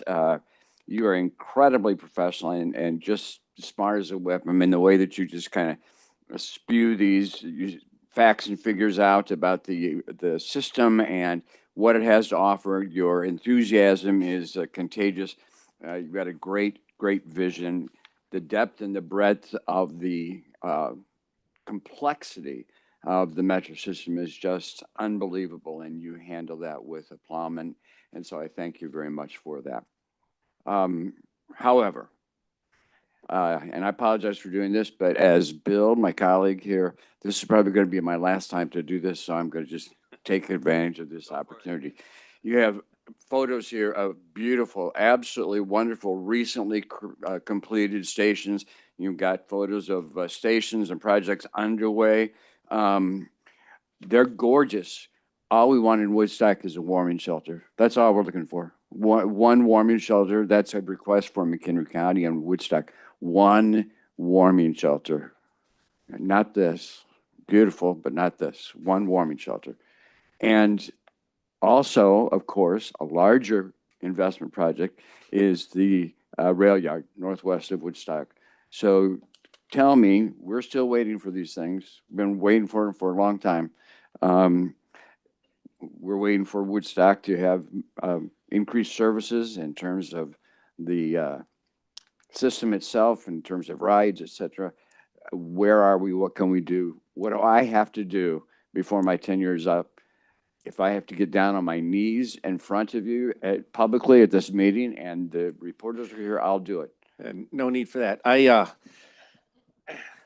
Janice Thomas is with us here today, my Deputy Executive Director, External Affairs. So what does that mean? That she's not just the person that talks to the legislators. She's not the person that deals with lobbyists. She's not the person that deals with community. She also has all forward facing. She has the entire, what I'll call capital delivery underneath her. So that's the bigger projects. That's not the mechanical projects. That's not the stuff the engineering department does day in and day out, changing out ties, ballasts, and signal. So anticipating I might get that question, I'm going to ask Janice to go ahead and give you a direct update on those two topics. Anticipating that. That's good. That's very good. Good morning, Director Sagar. I will attempt to answer your question, and of course, you will not have to get down on your knees and beg. Where we are now with the shelter, we're at 90% on design. As you may know, Woodstock, McHenry County is leading the charge on the design, and Metro is reimbursing for that. Our intention is once we complete that 90% is to move into the construction, which Metro will lead that. One of the hurdles that we will have to overcome is the permanent easement from the UP as we move towards building this. So if there's anything that you could do to help in that progress would be great. We're still committed to this project. Once we're done, we're looking at about $675,000 that Metro will, continue to put forth for this project. So we're at 90% design.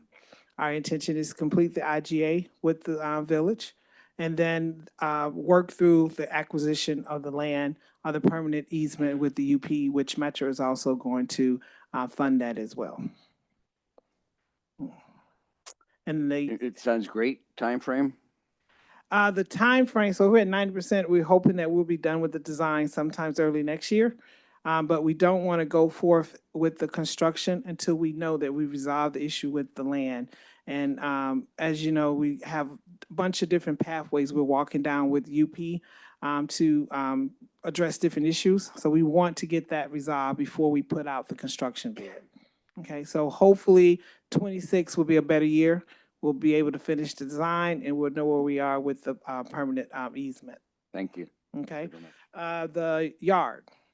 We are in the 30% design. We're finishing up the PE NEPA, which is to show Metro's commitment to this project. We took the lead and we funded that PE NEPA. Once we finish that, our intent is to come back and have a conversation with McHenry County, with Metro, and other stakeholders to figure out how do we move forward with funding for this project. That also includes finalizing the IGA for the land, who's going to take the lead on the purchase of the land, and also where is that funding coming from? And then how do we identify funding to move forward with final design for the yard And once we do that, of course, will be the funding for construction. So we're still actively involved with the project. We're finishing up the NEPA, and then we're going to be having a sit down and have a real conversation with all the partners to see who's going to do what and how do we move this project forward and identify additional funding. Thank you so much. As you're very much aware, McHenry County and the county board itself has dedicated funds for that, will continue to dedicate funds for that, for land purchase, engineering design, whatever it might be, to support this project.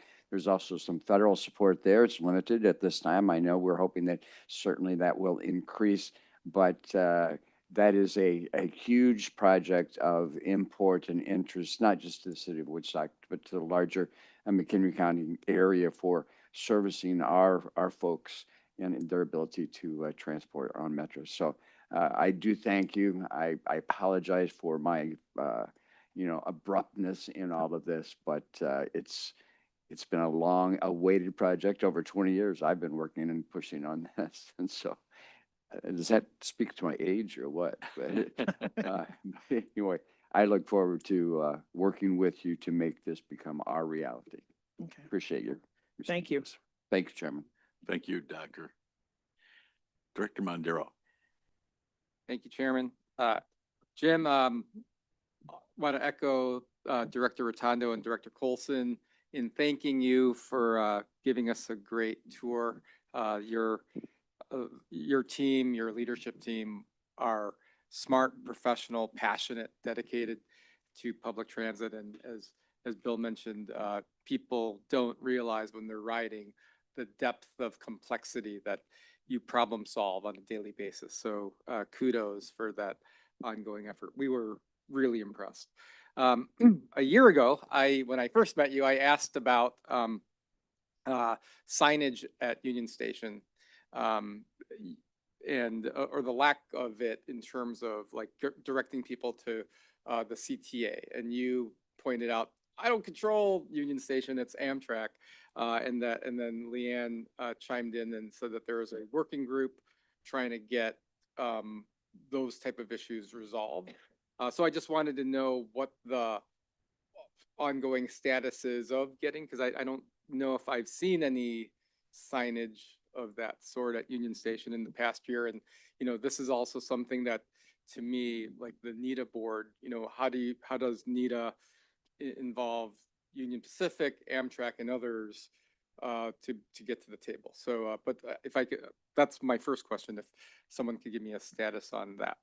I will take that.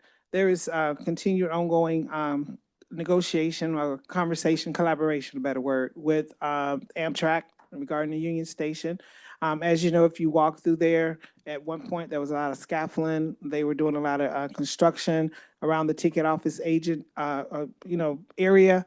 So they are aware of the improvements with signage that we would like to see, and they're committed to working with us through that. So it's ongoing conversation as they do the construction, as they continue to roll out their enhancements for Union Station. Metro continues to be at the table to put forth what we would like to see as far as customers. I don't know if Leanne wants to add something. Yeah, and beyond, I shouldn't say beyond that, in the interim related to that, the RTA actually funded and had installed signage that directed people through the walkway to connect to Clinton. So that has actually already been installed, that the RTA sort of as an interim measure beyond sort of the broader expansion and improvements that we're looking to make. Okay. Thanks. My next question regarding the UP dispute. I mean, and I'm completely on your side. I think that, and the side of the taxpayer, the side of Metro riders, and it's discouraging that UP is trying to jack their rates. And when we took our tour and saw your lines, and I really truly appreciate it. Like the UP North is like entirely owned by UP, but they don't even, from what I remember, like they don't even run any freight on that line. And so it's wholly Metro, but then you're paying for renting the use, but then now we're going to have to pay for the expense of replacing all the bridges, right? And so, again, something that, how can NETA get involved in whatever way to like be your ally, that's something that I just want to like publicly bring up to the forefront, because you're going to be asking for significant local tax dollars to replace a lot of bridges that Metro doesn't even own, right? And so not sure, like, I'm like, going, do we try to like have the legislature do eminent domain to like take over? I don't know if that's something that's been discussed. I know that that would be also costly, and you probably want to put the money back into more repair. But again, that's something that for us in the interim and for NITA to continue to work with you on. I just wanted to get your take on that. Yeah, you cannot eminent domain a railroad. That's federal. So that's off the table. So now it's negotiations, and it's going to be, like you said, some good partners, good discussion. Ultimately, it really is a challenge. So I'll just say it's always easy to look back and say, in hindsight, the state should have purchased that a long time ago, 50 years ago, when it was kind of for sale and dwindling before all the freight left it. We didn't. Therefore, we're kind of stuck with now having this very, very expensive asset that's very, very, very old and needs to have some upgrades to it. So, yeah, unfortunately, it's going to cost a lot of money. Where there is that shared freight use, then individually, project by project by project, we come up with ways to pay for that. And a lot of times, what we do again is leverage the bigger dollar. We leverage federal, and so sometimes the local match dollars are shared by Metra and the freight carrier.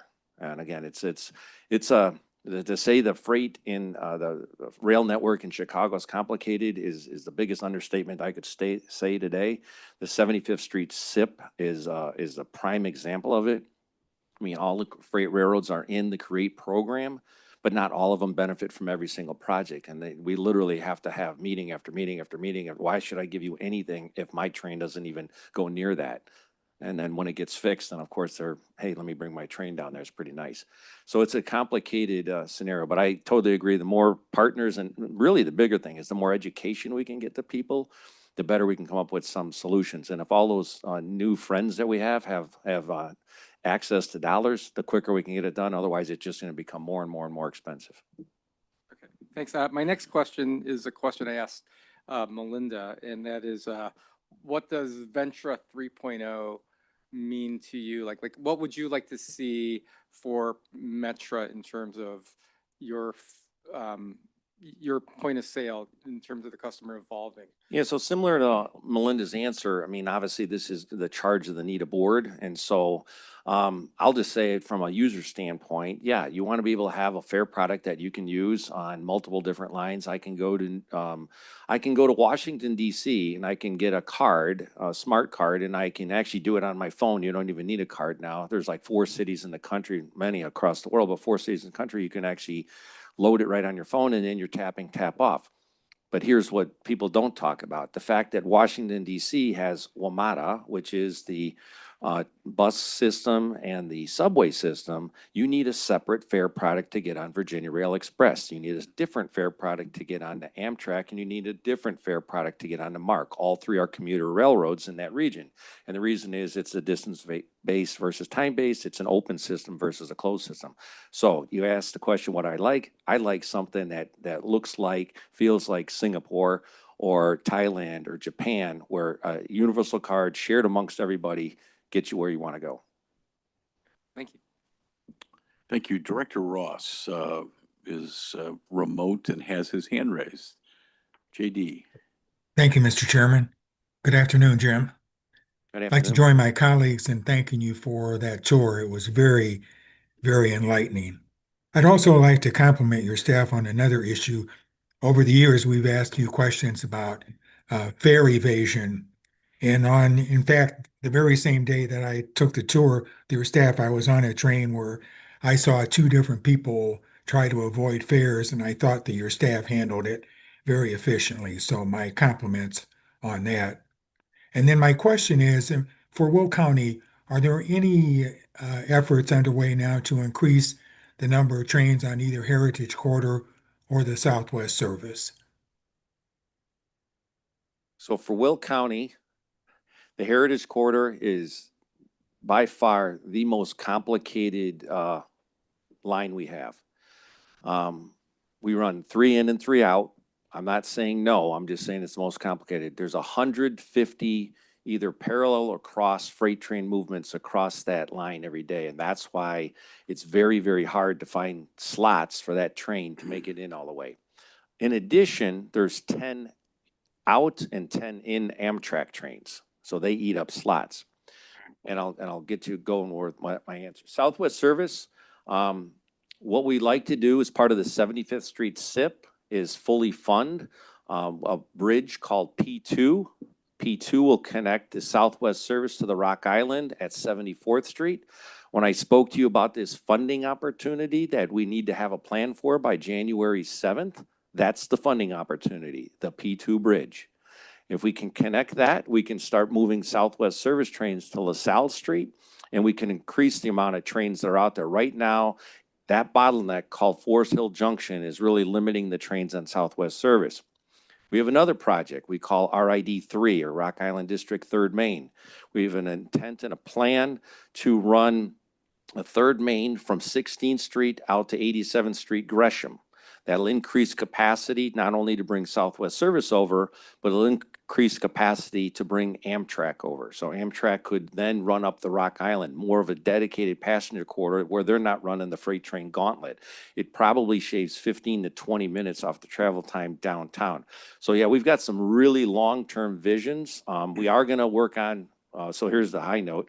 We are going to work on Rock Island pilot to bring it up one more notch to closer to a regional rail model. And then we are going to, the bill requires us to study University Park to Kankakee. But sorry on the front end answer, but the back end, if we could fund that RID3 project and the P2 project, there's possibilities in the future. Well, as you know, Will County continues to be a rapidly growing area, and I just think there are a lot of opportunities out there if you can find ways to provide additional service. Thank you very much. Thank you. Thanks, Director Ross. Director Ryan. Thank you very much, and I appreciate you all being here. And Jim, I just want to say I took the tour. It was amazing.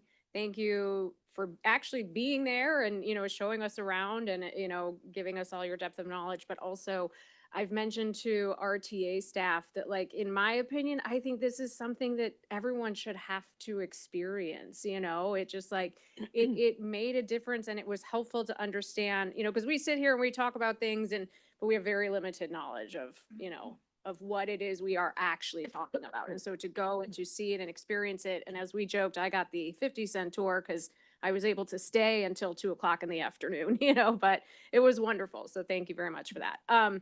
So my questions are going to be very similar to what I asked Melinda. When is the executive director contract up? I'm not under contract.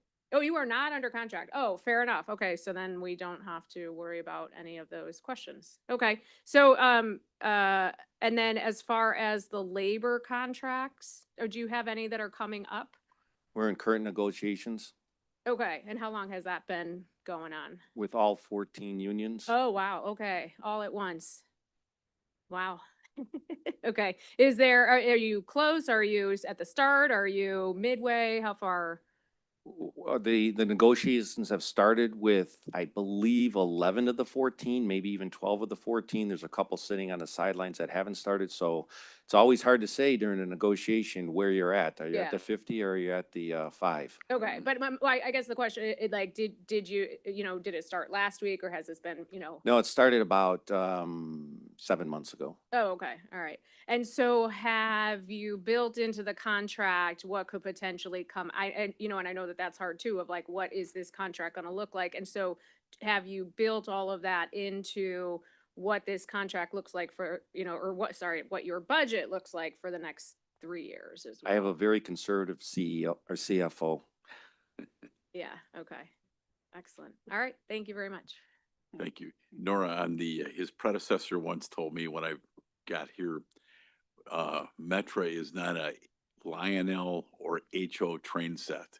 And people think you can pick up cars and move them from one track to the other with your hand. You can't do that. So it's not a Lionel or an HO train set. It is incredibly complicated.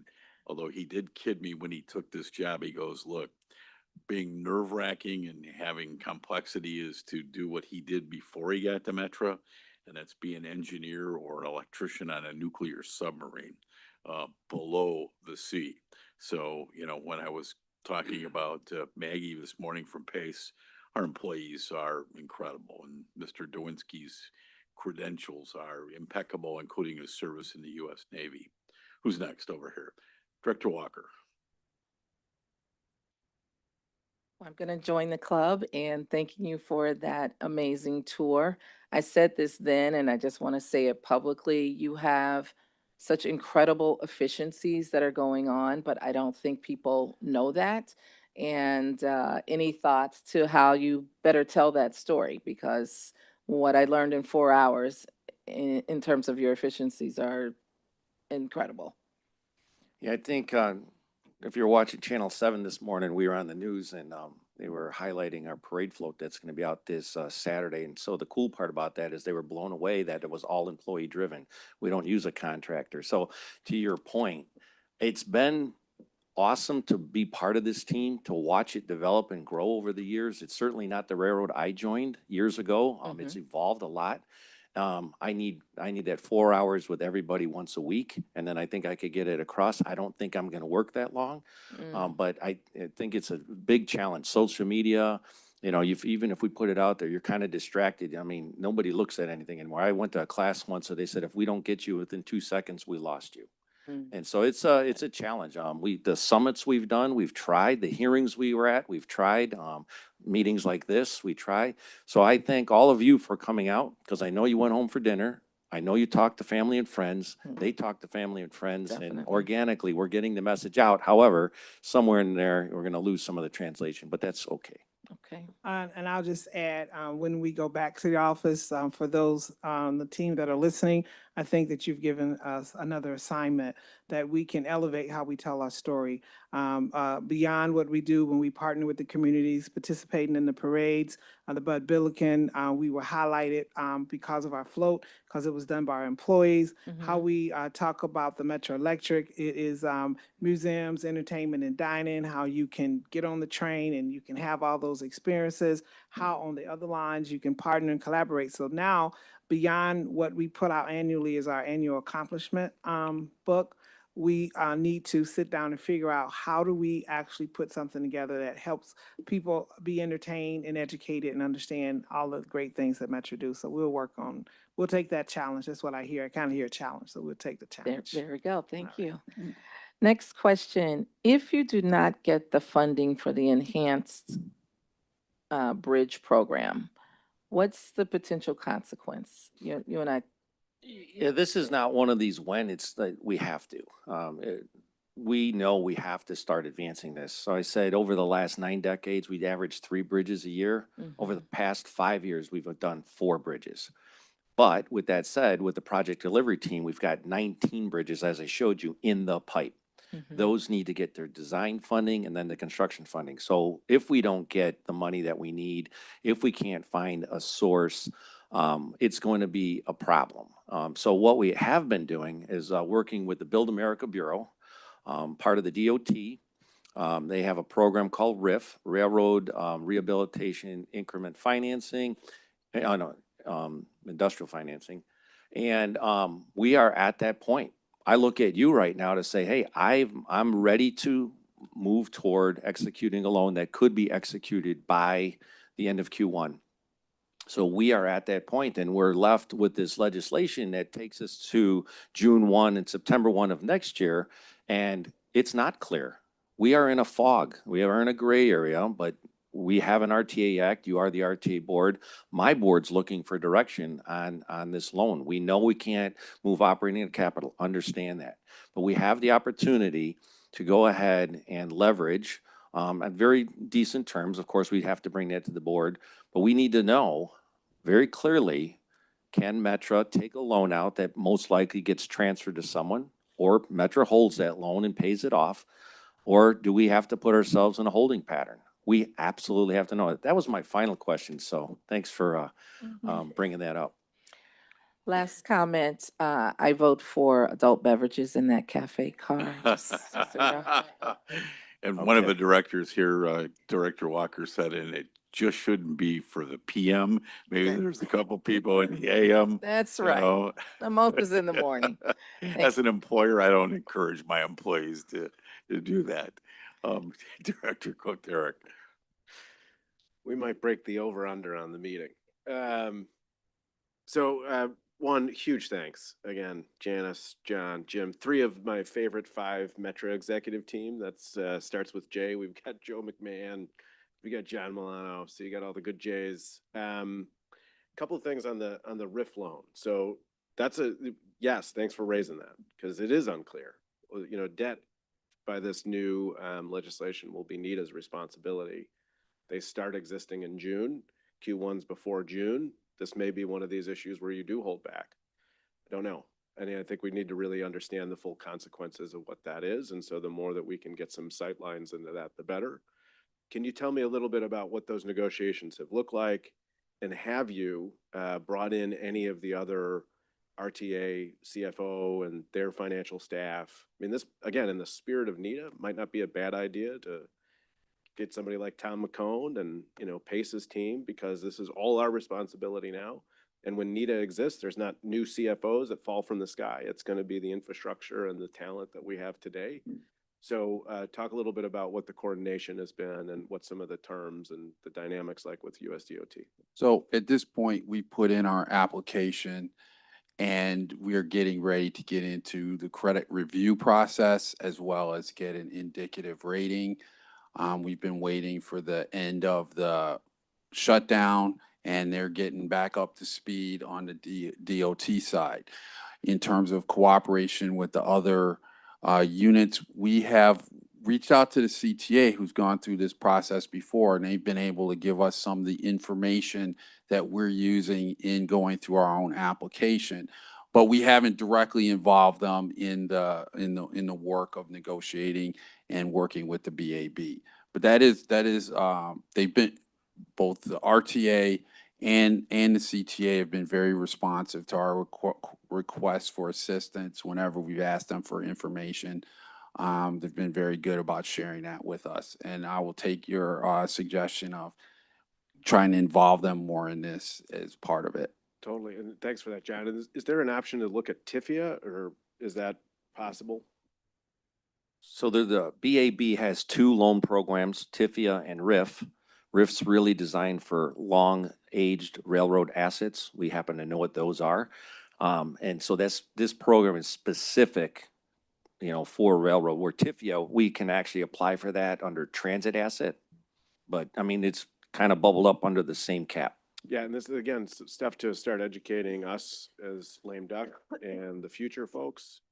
Just curious on that. So there's a difference in RIF and TIFIA in the rate because of the way that the federal Congress appropriates funding to TIFIA. They do not to RIF. So what comes along is a risk premium, a more expensive loan. Terms might be better.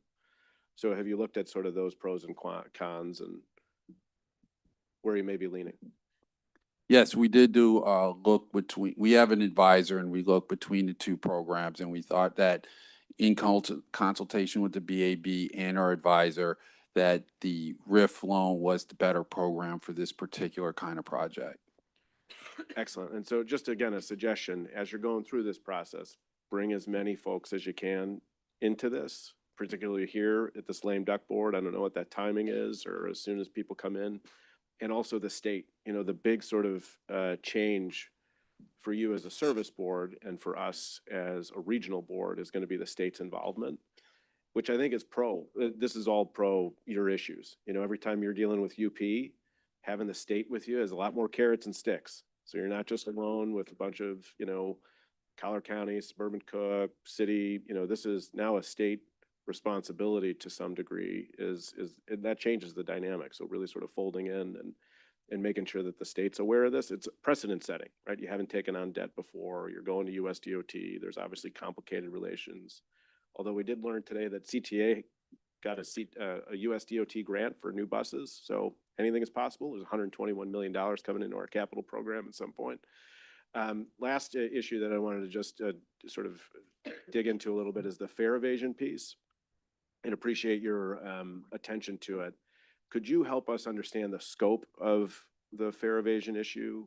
And, I know that you audit, you mentioned that, but maybe you can get the board some further detail of like what those percentages are, what you think, is possible under your current infrastructure and staffing. I do think that this is a really important one in that sort of reform. If there's things that you can do like upfront and quick, this will help you. I know you've seen price per ticket go down and a few other issues. But I think this is one where we're just leaving money on the table, and it's also just not in the spirit of the Chicago region. Like when someone doesn't pay, we're all sort of paying for them, and that's sort of against, I think, all of what we're trying to do. So just a little bit more on where you're at on that and how we can do better. Yeah, so there's two kind of fare evasions. One is someone doesn't pay, and one is someone doesn't pay the proper zone. So on like a time-based system where you pay, here obviously we have zones. So some people will call zone jump or short zone.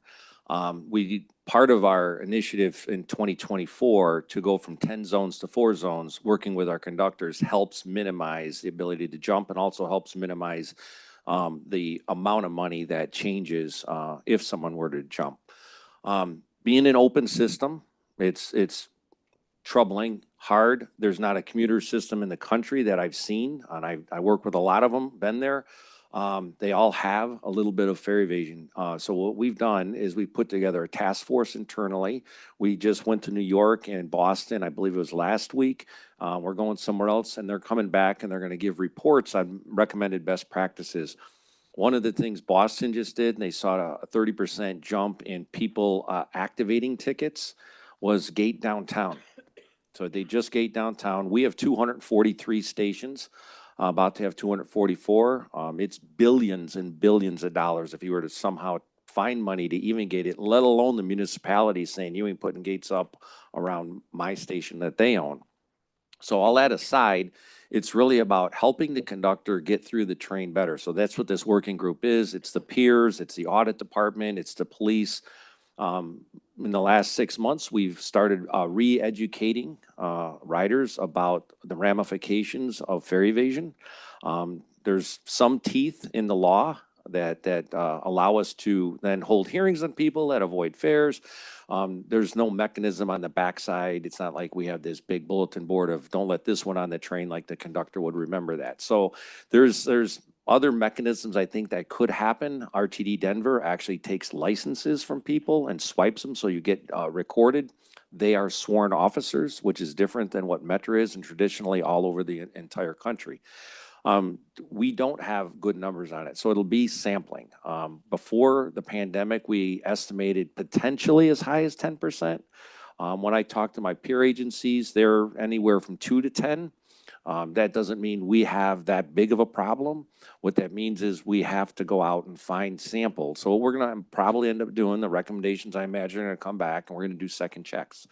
And then based on the data we'll get from the second checks, we'll have to just extrapolate that out to figure out how big this problem really is, and then figure out what we're all going to be willing to fund to work on this problem. Thanks, Jim. Keep us informed on that. And if there's a technology solution, I know that we learned a lot about CTA using cameras and AI and who's doing what. Could be and also part of the package of things that you're looking at. Thank you. When you're going through the J's, I always put Janice on there because if you want something done at Metro, ask Dr. Sager, you go to Janice. Who's next? Director Yonan.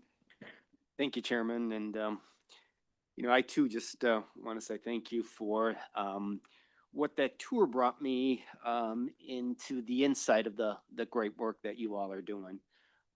Obviously, leadership is everything when it gets down to the rank and file and you actually show up. And the kind of mood that gets set when those folks see you walking through the various shops that you gave us access to.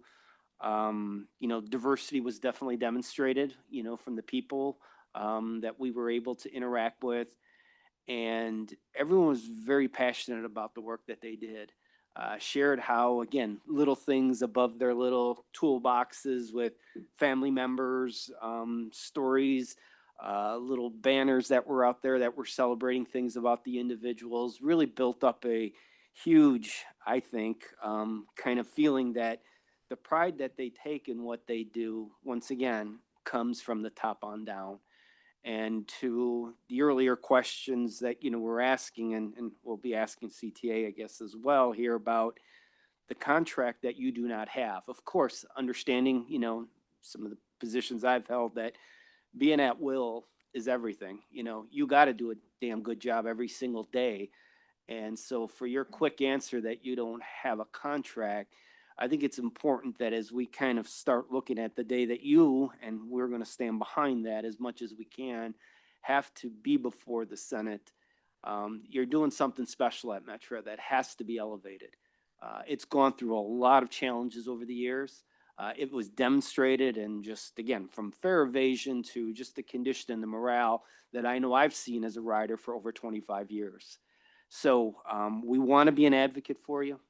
We think there's something really special going on. So again, thank you for opening the doors for us to be able to see that from those who turned the wrench, which we know you did. So that's where your credibility comes from, to the staff that you're hiring, and that continues to build that credibility. So continue to do that great work, and we'll definitely be standing behind you, come next year. A couple things I want to bring up here on the first off, the bridges.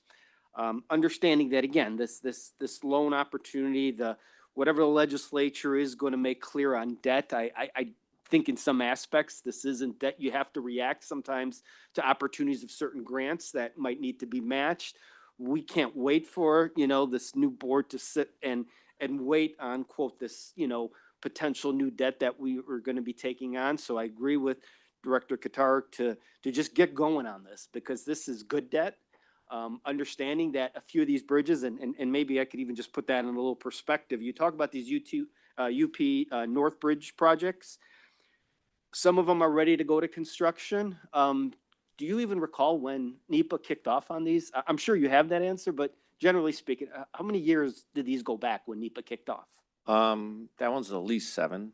At least 7. At least 7. So yeah. that's going to be the process moving forward. That, again, as talented as the staff you have, and bringing in, other folks to move a project today that we want to move, we're probably going to be in that 6 to 7 years. I know that just from some of the bridge projects we worked on, that it is 5, 6 years before you're going to see a shovel break ground.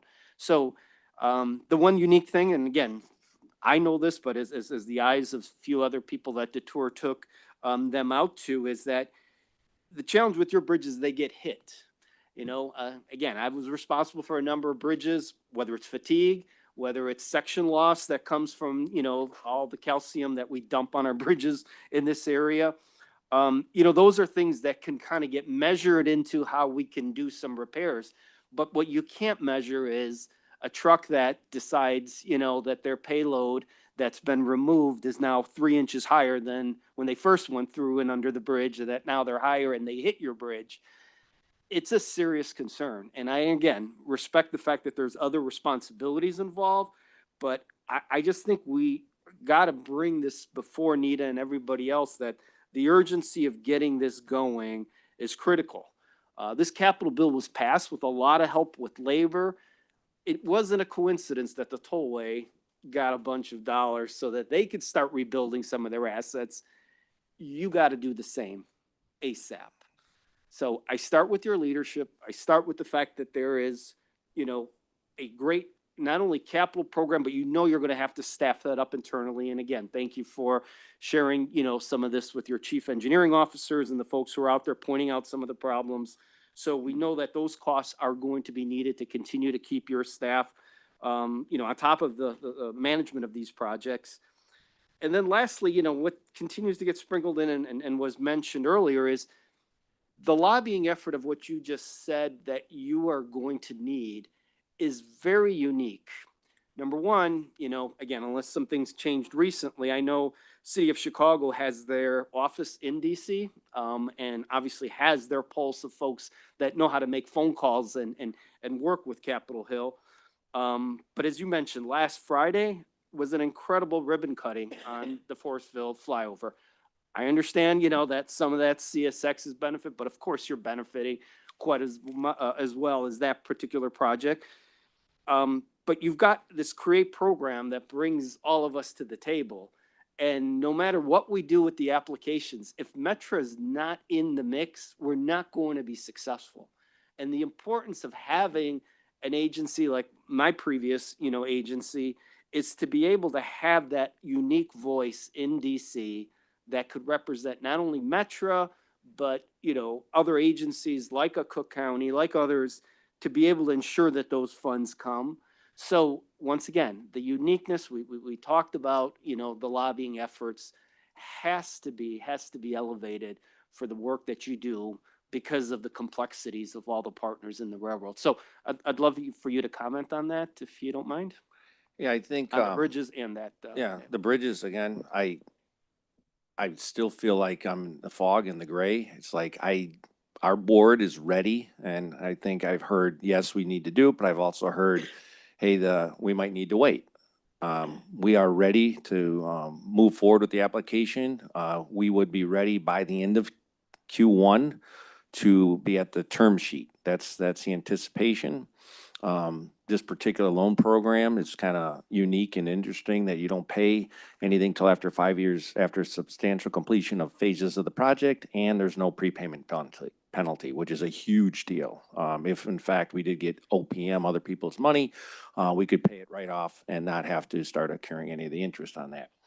As far as the the education and the advocacy, we've with the bridges specifically, we've built brochures, we've been to FRA, FTA, we've been to every single one of our elected officials numerous times. I've got a senator right now and a congressman that are putting together language to support a bridge program from the federal side. So, sometimes the behind the scenes stuff, it doesn't get the big publicity until you finally get that grant award.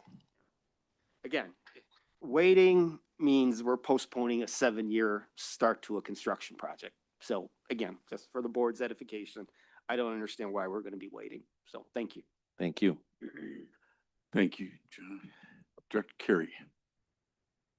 Want to echo a lot that Director Yonan just said in terms of the bridge program. I would agree that moving sooner than later, but we'll take a look at that. But I do want to clarify, because I think I've gotten confused. You have a grant you're applying for by January 7th. That's separate from the other bridge program. Yeah, we just that's talked a about. grant opportunity. It's called a Fed State Partnership, and inside there's grade crossing elimination. And one of our application with our CREATE partners will be to get the construction money to do P2. To P2 bridge, okay. And you said you had some money to put up as matching funds at this point. We've got it budgeted. How But- much? Just curious. Well, it's in the 25 million range. Okay. What ends So up then happening is you have to negotiate the local share with the CREATE partners. Oh, okay. So that's not all Metro. I'm, No, okay. not even close. Okay. So it hasn't been negotiated yet. So you don't have 25 million to put up. We have 25 million to put up. The local share is going to be much greater than that. Okay. Okay. Thank you. Just, I got myself a little confused. Just a couple simple questions. One, we asked in the budget call, we asked for all the service bureaus to outline efficiencies, and that also is obviously part of the 2011 bill. One of the ones you had in there, you had two that I'm curious about, headcount reductions. In what area would you have reduced headcount? It's more about, through attrition, we take a look at there's contract, non-contract. So contract work, that has to be done. A lot of it's federally mandated. But repurposing of employees, sometimes we pick up opportunities where someone might leave and we put other duties underneath them. So we constantly do that. It's listed in there, but it's something that we've done at least since I've been in leadership and even before that. I'm not contemplating any technology changes right now that would adjust headcount. Okay. Matter of fact, mostly on the opposite side, the older the equipment gets, I might have to adjust headcount the other direction in the future years. Yeah. And then the other one was you had some capital projects that reduced operating costs. Yes. What were those? So part of the Union Pacific, I said 3 buckets. One of them is real estate. Right now, if Metro can take ownership of some of that real estate, we don't have to lease it. We don't have to pay taxes on it. So right now, today, under the current format, we're paying out for use of those assets that are owned by the Union Pacific. Again, we've got some money set aside to purchase that. Once that happens, we can reduce that off our operating costs. Okay. Okay, thanks. That's all I had, and I just want to echo, I did not take the tour recently, but as you might remember, I took it quite a few years ago, and it was terrific. It was terrific, and I would agree with Director Ryan. I know that 2011 has certain training that will be required of the NETA board members, and I think you ought to throw that in there, that this sort of training occurs both for, the installations as far as Metro, PACE, and CTA. So thanks for hosting all of us at one point or another. Thank you. Thanks. If I were still in the Senate, Pat, I would ask every nominee for NETA, you own a pair of steel-toed boots? Any other, Director Gorman? Thank you, Chairman. Decades ago, it was a luxury to drive downtown and go to meetings. You could listen to the radio, make your phone calls, come down. Now, today, I don't, obviously, age, I avoid driving downtown, because you can do all that now on the train. You can text as a way of communication, and, you have the Wi-Fi. Now you're gonna have a cafe car, so that's all great stuff, that's, being worked on. But thank you for your leadership and, everything that's being done to you, your staff. But to follow up on Director Ross's regarding the Southwest line, is that limited in frequency with the rides because of the slots and dealing with the freight lines to get down on that? Because, coming from Orland Park, it is limited, but then to use the Rock Island, there's a lot more frequency. So it's the infrastructure. So Forest Hill Junction, where the CSX just flew over, where we ribbon cut on Friday, they no longer cross us. So you can imagine any road crossing where you pull up, somebody's got a green light, someone's got a red light. Well, if the person on the green light to your right has a 3-mile long freight train that moves at 10 miles an hour, you're going to sit there quite a while. That just got eliminated with this flyover. Very, very expensive, but transformational to the region. That area we call Forest Hill Junction is 4 miles long. It takes 4 main tracks, it condenses them down into 2, and then it opens them up into 5, and then those 5 go in their different directions on the far east end. So this flyover now takes away what I just described, 2 tracks cutting them off right in the middle. So that's the first phase of decongesting what is really the most congested node in the entire national network. Metra will benefit by having our own track when this is all done. So right now it's called EW2 Phase 1 is under construction. That's actually all bridge work. There's like 80 bridges underneath all those tracks. So they're doing that work now. That's funded. The partners are doing it, each depending on the ownership. The second phase is going to be actually realigning all those tracks. At the end of the day, the 2 south tracks, or the south track will be Metra. It'll fly up and over and land on the Rock Island.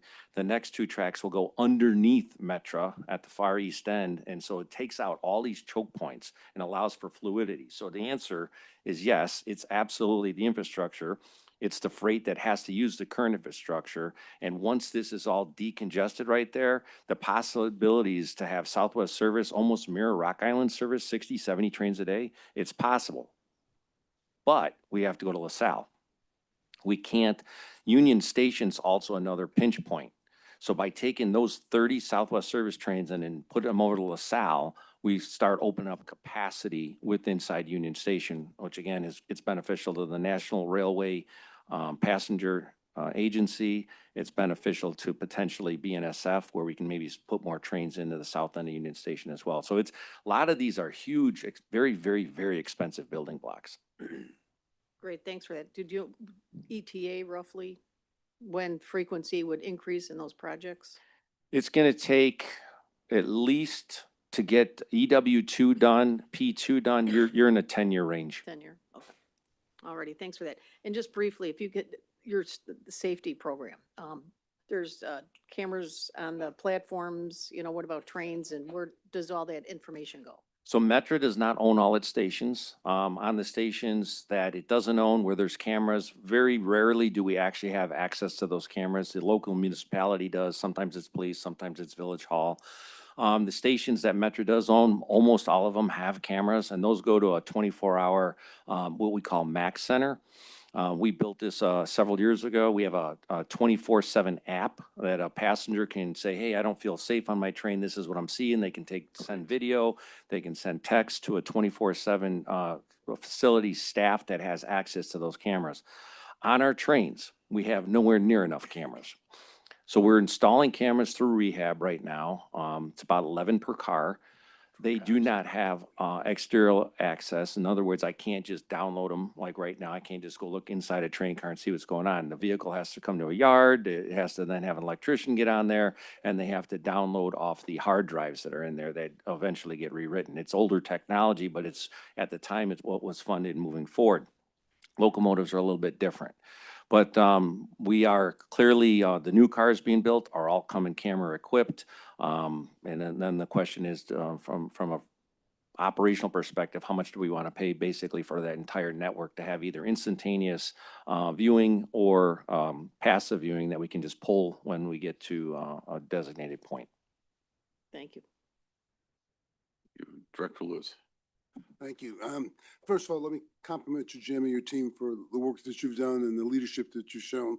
I told Janice that everything was done so well, I probably wouldn't have any questions today. I lied, but I just have one. You had put together a really innovative program in South Cook County with respect to discounted fares because the jobs exist in different parts of the county, and helping residents to be able to get to where the jobs were was a very important initiative. I know the initiative morphed into a broader platform, which is great, but just any comments on any other creative initiative to try and link employees, or I'm sorry, potential employees who need transportation with the jobs on an ongoing basis beyond that initial, push that was put forth.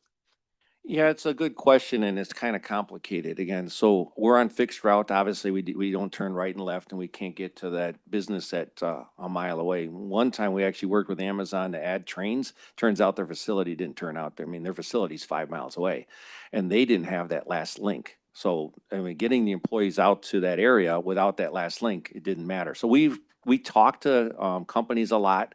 The Bears were brought up earlier. Yes, we talk to the Bears quite often. Yes, we have a station in Arlington Park. And yes, we can do the impossible and move about 25,000 people in about 45 minutes. So with that said, there's people coming to us on a normal basis. Transit's super important to businesses. And so if they're locating their business or reviving an old warehouse or an office building, and they want to make sure that they're close to transit, they come talk to us. And that's something that happens on a regular basis.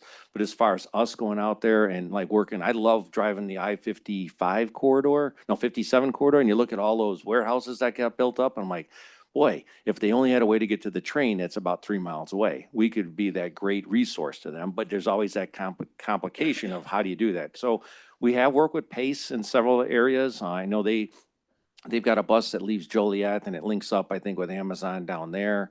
Some of the other places, it's really about that first mile, last mile. One of the, probably the unintended consequences, obviously, of a pandemic coming up and everybody went and go work from home. We used to have this thing called Shuttlebug. Pace ran the Shuttlebug up in Lake Cook, and they went to Abbey and Abbott. Well, people that work at Abbey and Abbott don't go in 5 days a week. And so that volume of people has totally changed. We actually were running a pilot program in 19 where we had just achieved our goals of having enough people on the train to pay for itself. In other words, it wasn't taking any more subsidy off the region. And that was kind of the goal of the pilot, because we actually got private funding for that pilot program. Again, now you go up there and you look, there's not a Shuttlebug left, and the businesses up there have all shifted. And so in a lot of ways, I can't fix those kind of problems. I certainly will absolutely go to anybody's door and tell them what Metro can do for them, but I don't think I'm really staffed up enough to really go out and kind of help them figure out where we are. Anything else just on bridges and safety? It's ironic that 2 days ago, the NTSB just had their first hearing on the Francis Scott Key, different situation, bridge collapse, but there can't be anything in terms of safety as a higher priority than bridges. Just ask Minneapolis. Yeah, I would add, Chairman, this year, the FRA, is sending hundreds of, its inspectors through bridge inspection. So there's a focus there, and by their own instruction, we are not allowed to talk about our bridge conditions. Correct. And I understand why. As Director Koterick said, the more you partner with IDOT, because every secretary of IDOT that I've ever known, their worst nightmare is a bridge collapse. It's what keeps them sweaty and awake at night. Anything else for Metra? Thank you so much. Really, really appreciate it. While the CTA comes up, we're gonna jump to, in case a couple of you have to leave, item 6A is our only action item of the day. That's the approval of travel expense reimbursements. Any questions on that? If not, how about a motion in a second? Motion by Director Carey, seconded by Director Rotondo, that Joey, we approve the item in 6A. And with that, will you take a roll call, please, Madam Secretary? Director Alvarez, Director Carey, Aye. Director Colson, Aye. Director Gorman. Aye. Director Groven, Aye. Director Jenkins. Aye. Director Tarik, Aye. Director Lewis. Aye. Director Madero, Yes. Director Rotondo, Yes. Director Ross, Yes. Director Ryan, Yes. Director Sagar, Yes. Director Walker, Yes. Director Yonan, Yes. and Chairman Dillard. Aye. 15 ayes. Thank you, and that is approved. Nora, thank you, and thank you for your patience. We were kidding Melinda Metzger earlier. She's usually the last one. Well, today the big kahuna CTA. Last but not least.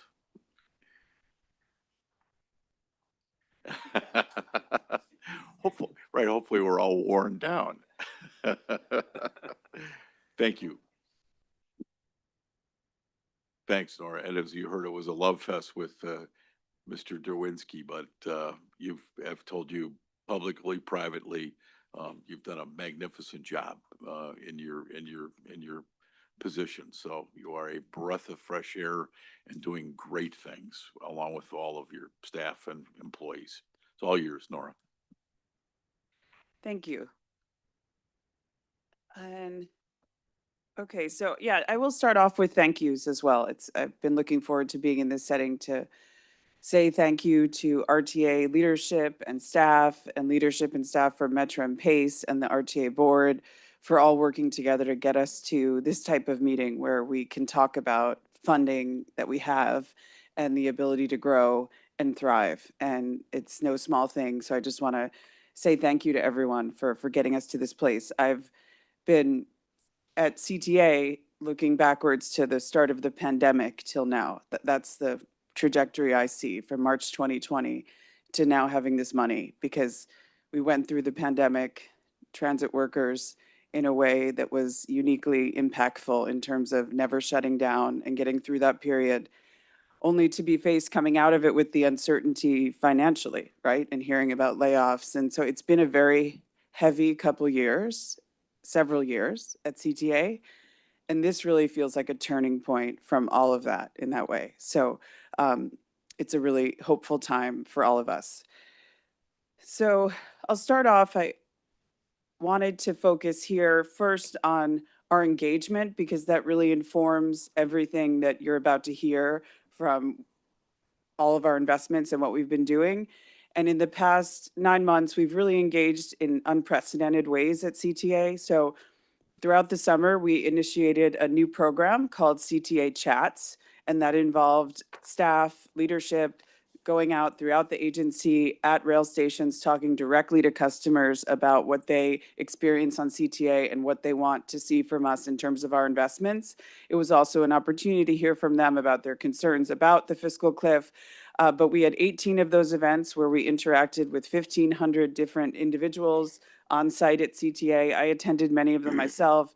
They were really fruitful conversations and also just great symbolic representations of our staff and our commitment to our riders. We also held 3 budget town halls. Traditionally, we just have the public hearing at CTA headquarters. We went out into the community and held 3 different town halls across the city. Over 400 people attended those town halls. We had an associated survey with over 6,000 responses.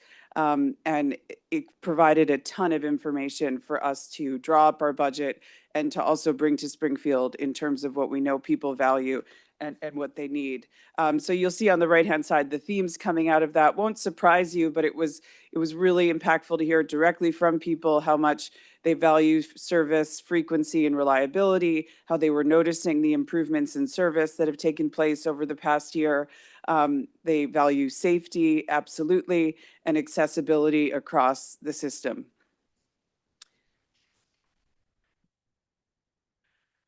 So my vision that I've laid out in this budget and that's been driving us at CTA is a belief that CTA should provide state-of-the-art transit service that is reliable, frequent, safe, and welcoming for all. And what we look at CTA is to break that down into a vision that CTA is people-driven, that we're performance-focused, centered in welcoming places, and rooted in dynamic partnerships to execute on those goals. So in terms of people, part of this information here is what we talked about at our town halls, and then we've added some for this purpose, but it's a reminder of how essential CTA and transit services overall. 44% of young adults don't even have a driver's license. 62% of seniors don't have a driver's license. Our riders, which are over 1 million every weekday now, on average, they come from every income bracket. It's a diverse set of ridership. 30% make less than $25,000 a year.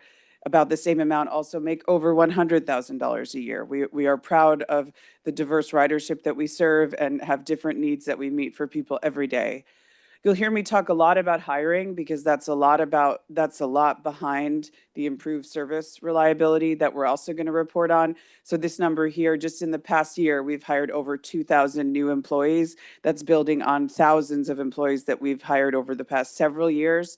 And that's really proving out to be providing strong service for our riders. We also are pointing out here, we're delivering over 1 million transit trips every month in over 30 suburbs, right? We are a regional agency by definition ourselves. And I think this is an exciting time to start to continue to build that muscle and talk about the way we all connect as a region as well. And CTA certainly serves over 30 suburbs in high capacity every day. I'd also say, just before I leave people, one moment, just about ridership. I want to highlight that our ridership is the strongest it's been in 6 years. So October 2025 was our highest ridership month since the start of the pandemic. October 7th was our highest ridership day since the start of the pandemic, with 1.17 million riders in one day. So our ridership is growing and strong, and we're very excited about that as well. That's driven in large part by the investments that we've put in place. So our bus frequent network throughout 2025, we've put in place 20 routes across the system that are receiving 10-minute or better bus service from 6 a.m. to 9 p.m. every day. And we have seen ridership grow from those investments. So on routes like the J14, we're close to upwards of 20% ridership increase year over year from the added service on the J14. And that was something I was saying in Springfield, my Field of Dreams reference of if you build it, they will come. When you add service, people come to it. And also when you improve facilities, people come to it. Our new red purple modernization stations are seeing huge ridership increases from before they were built and over the years. So, people are attracted to investment in a way that really comes out in ridership. So being rooted in welcoming places, this comes, from major capital investments like the Red Line extension. It also comes from smaller scale investments like our Refresh and Renew program, and as well as investments in our vehicle fleet. So here you see highlighted the Red Line extension footprint. As a reminder, will be a catalyst for $1.7 billion in real estate investment in that area. Our red purple modernization stations, those 4 new ADA accessible stations opened up, and as well as the Red Line extension will also be an additional 4 new ADA accessible stations. It's been an active year on the accessibility front, and we recently opened the Racine Blue Line station as newly accessible. Austin Green Line is set to be open at the start of 2026. So exciting news in terms of advancing our all stations accessibility plan, as well as investing further in our bus fleet. And Director Qatar did mention it, but it was just announced today that CTA received a grant of $121 million from the Low and No Emissions Program from the federal government. And as I was confirming, as I was sitting back there, it appears to be the largest ever award in that program's history, one award, so to CTA. So that's a really exciting announcement to be able to make. So performance, this is obviously, our bread and butter is delivering service, and what you see is our hiring impacting our service delivery. So this chart shows you the percent of scheduled bus hours delivered from 2022 to the present, and this is coming from the massive amount of hiring we've been doing. So again, just to give a sense of the scale, we actually have over 1,000 more bus operators than we had in the depths of the pandemic in 2022. So we have more than we had pre-pandemic and a massive amount more from when we were at our lowest. And you're seeing that play out in over 99% of bus service delivered across the system, and almost a quarter more bus service delivered compared to that year in 2022. And one of the things, I'm going to talk about as well is now that our workforce is back and we are fully staffed, we're able to look at the impacts on service delivery in a more kind of nuanced strategic way. And something I've done internally is to pivot from the way we've been reviewing service for the past several years, which was a lot about workforce and where we were and delivering service, but to getting more granular in terms of the impact on service delivery. Because now that the workforce is back, it means that if service is impacted, it's for different reasons. It can be for disturbances, it can be for crime. On the bus side, it may be having to do with traffic and bus street infrastructure that should be invested in.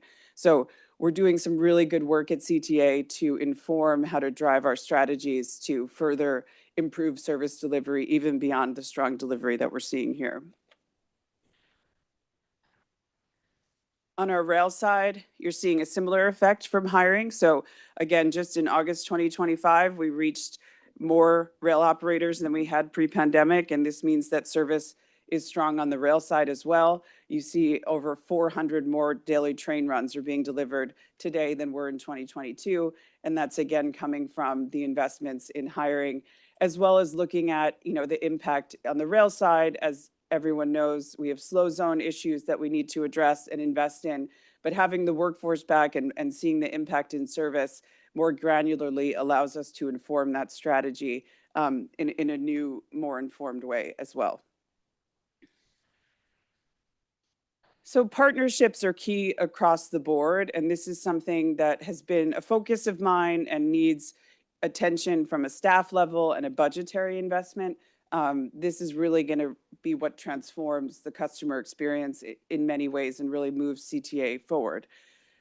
You see on the left-hand side a reference to the Strategic Decision Support Center that's at CPD and focused on CTA. Thank you to the board directors that came to visit and learn more about that. We're really happy to facilitate that visit for you. That's a big announcement from over the summer that has really paid dividends in terms of arrests and deployment from the Chicago Police Department, and is really indicative of the strong partnership with Superintendent Snelling, with the Public Transportation Unit, to deploy strategically and in a targeted way on CTA.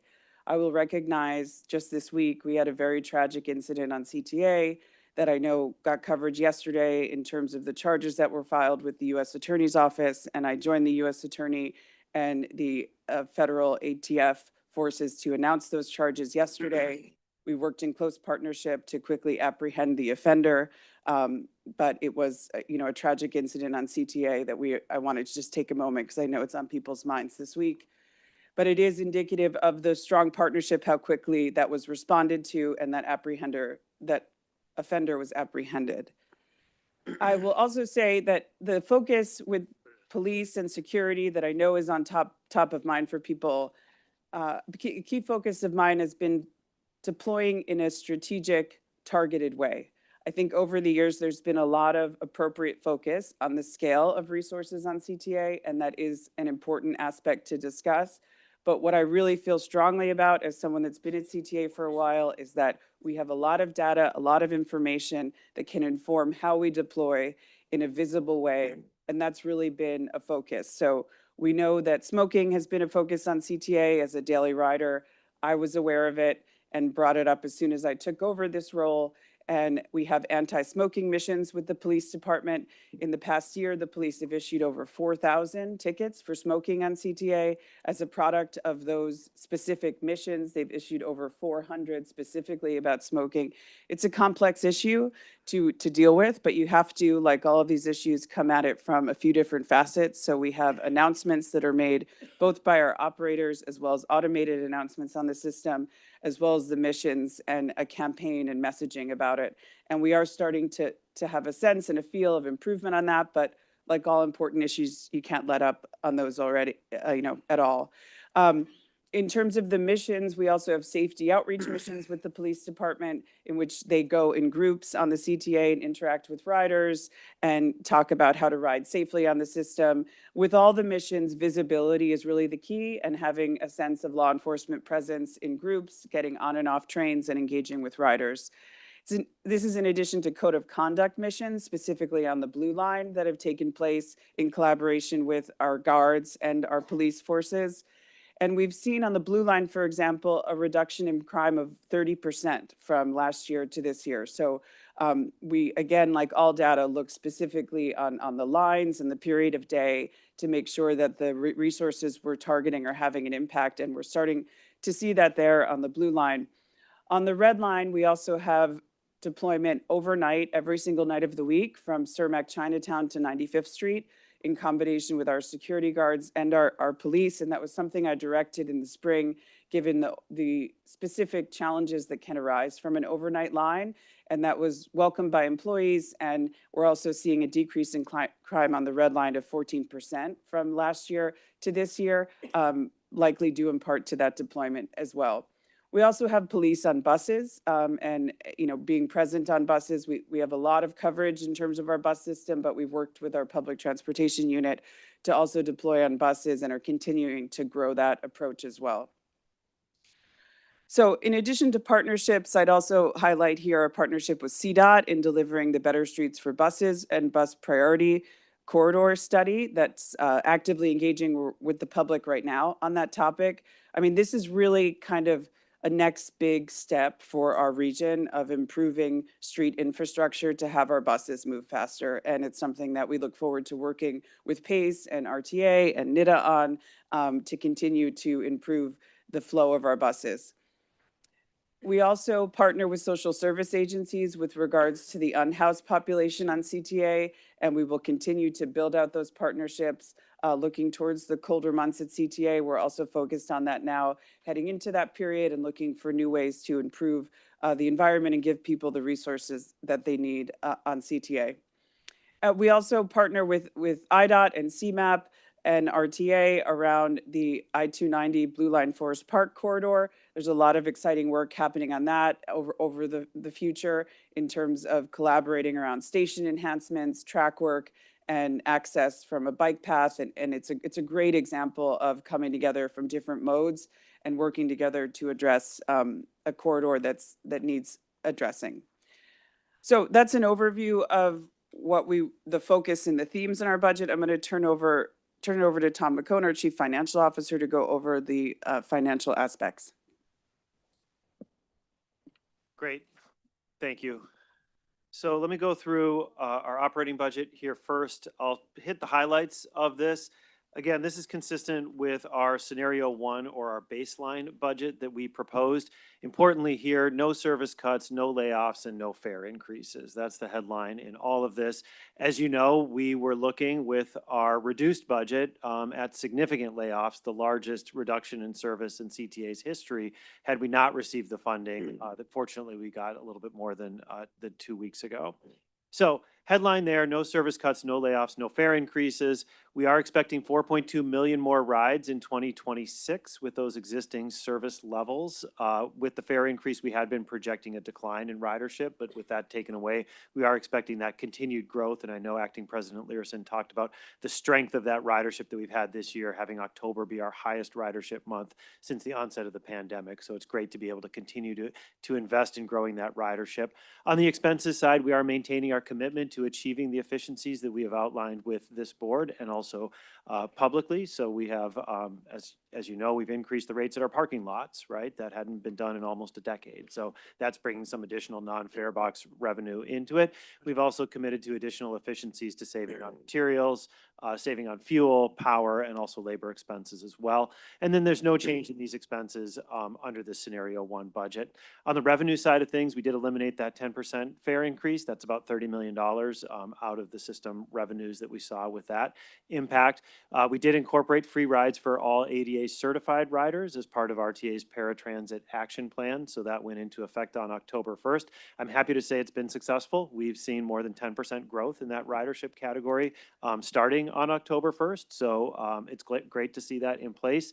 If those are indeed reducing some of those other rides that you talked about, those ADA trips, it's a significant savings in terms of getting folks on that mainline service. So happy to see that the impact of that program having a positive impact on that particular ridership group. It makes permanent the regional day pass that had been a pilot program with Metra. Obviously, we're fully integrated with PACE. This was a fully integrated day pass with Metra that had been in a pilot phase. Our board did approve creating a permanent regional day pass with Metra. So that's another regional pass product that we have to go with the monthly regional product as well. We did recognize the additional public funding that goes in there, and that's in the amount of $142 million to eliminate that gap between revenues and expenses. So on the revenue side of things, we'll break it down a little bit further. You can see here traditional public funding. That's the sales tax revenue. That's the PTF match on that sales tax revenue. It's the real estate transfer tax, and it does include the one-time allocation that the RTA approved when they put out the marks earlier this year to provide a little bit of additional funding with that discretionary portion that the RTA has. In addition, we have our remaining operating reserve.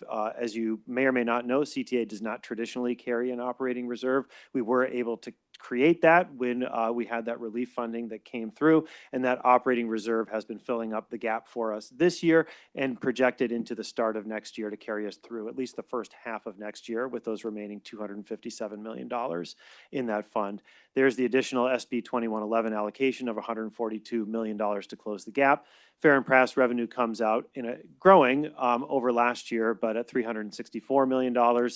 State fare reimbursement, that's the reimbursement that we get for all of the free and reduced fare programs that we operate and support. That obviously is far insufficient of the foregone revenue that comes from those programs.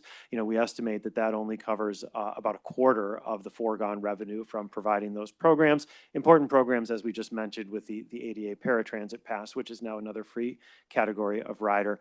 Advertising concessions coming in strong at about $34 million, and then other revenue at $23 million. On the expenses side of things here, you can see by far our largest category is labor and labor expenses. That makes up a little bit more than 2/3 of our budget. We have 11,594 employees. Of those, 10,413 of them are members of one of 17 collective bargaining units. What that means is almost every dollar that's going in is going directly into operating service or cleaning or maintaining the facilities and vehicles that operate that service. As we've mentioned before, we are a highly efficient organization in terms of our operations, and this is another point that shows that how that funding goes directly to labor and that most of our labor is directly related to delivering service. Materials at $151 million. We are seeing the benefits of having newer vehicles in service. Those new buses and new trains they cost about 20% versus the oldest ones that we have in the fleet in terms of a per mile cost. So as more of those new rail cars and those new buses come into service, that's more savings we get, especially off that materials line. Fuel and power, we locked that in at $91 million. We have a hedging program for fuel, and we locked in our power purchase. So those are pretty stable numbers.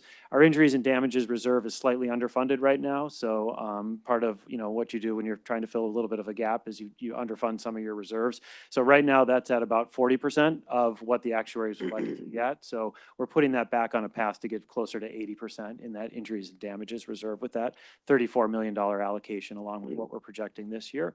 Security services coming in at $82 million. That's flat to budget. That includes what we pay for police services. So with CPD and with some of our suburban partners, along with some of our unarmed guard and private security contracts as well.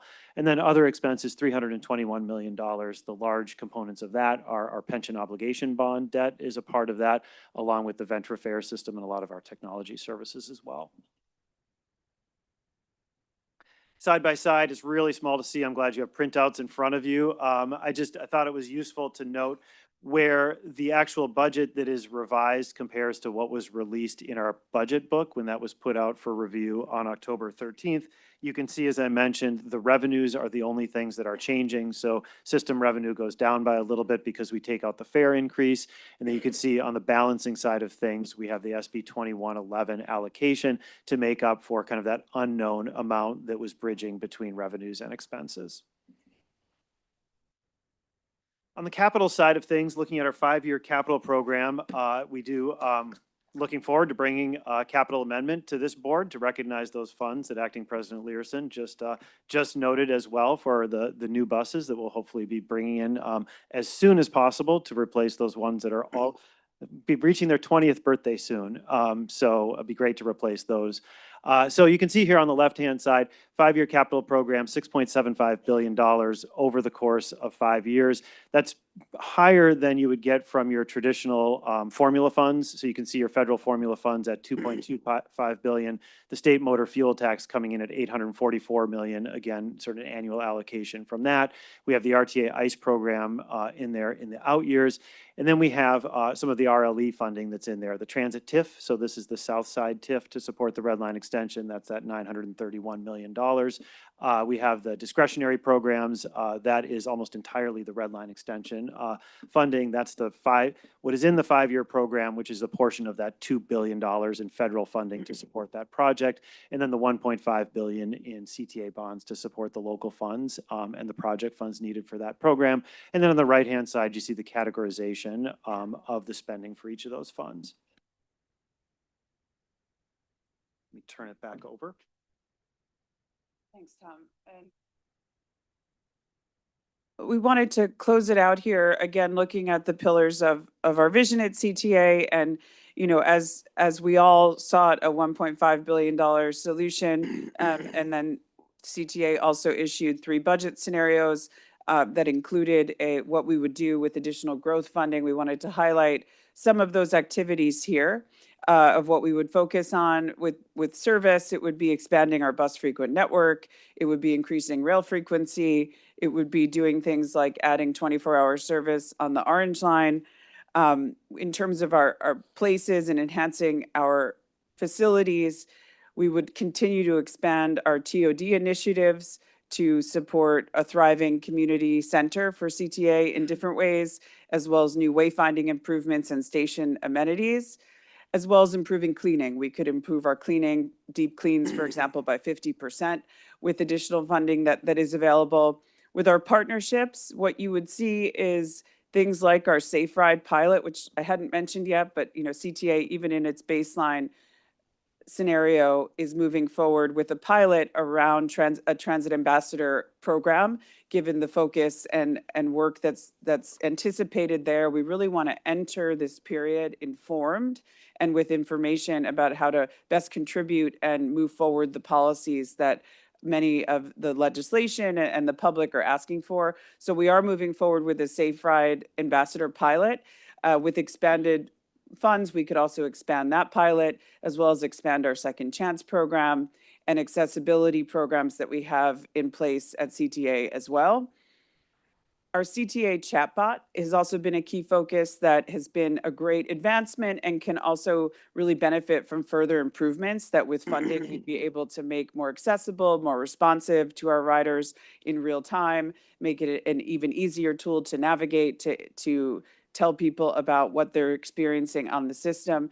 The chatbot has been key in our initiative around smoking as well. I did encourage riders to report smoking on the chatbot, and that data is actually driving where we're sending those resources. So just an example of the many ways of that data really moving us forward in terms of understanding our riders and what they need.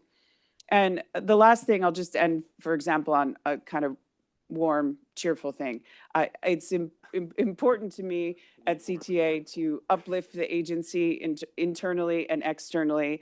I take the agency very personally and have a deep affection for it and have looked for partnerships to elevate the CTA. And we were excited last month to announce a new partnership with Chance the Rapper a true Chicago icon, that kicked off where he rode a Red Line train to 95th Street, and we had a bunch of his fans there. Last week, we also had him on our bus system, meeting with bus operators. And I kind of think there is no better partnership when there's someone like Chance, right, who speaks so passionately about Chicago and about his life riding CTA. So I feel really strongly about moving initiatives like that forward to uplift the CTA and transit in the region as well. So thanks. Question. Thank you, Director Colson. Metro used to complain that they were running rolling stock from the Eisenhower administration in the 1950s. And I would just point out that you are running over infrastructure from the McKinley administration. 1895 rivets are still holding. So I think you do a remarkable job.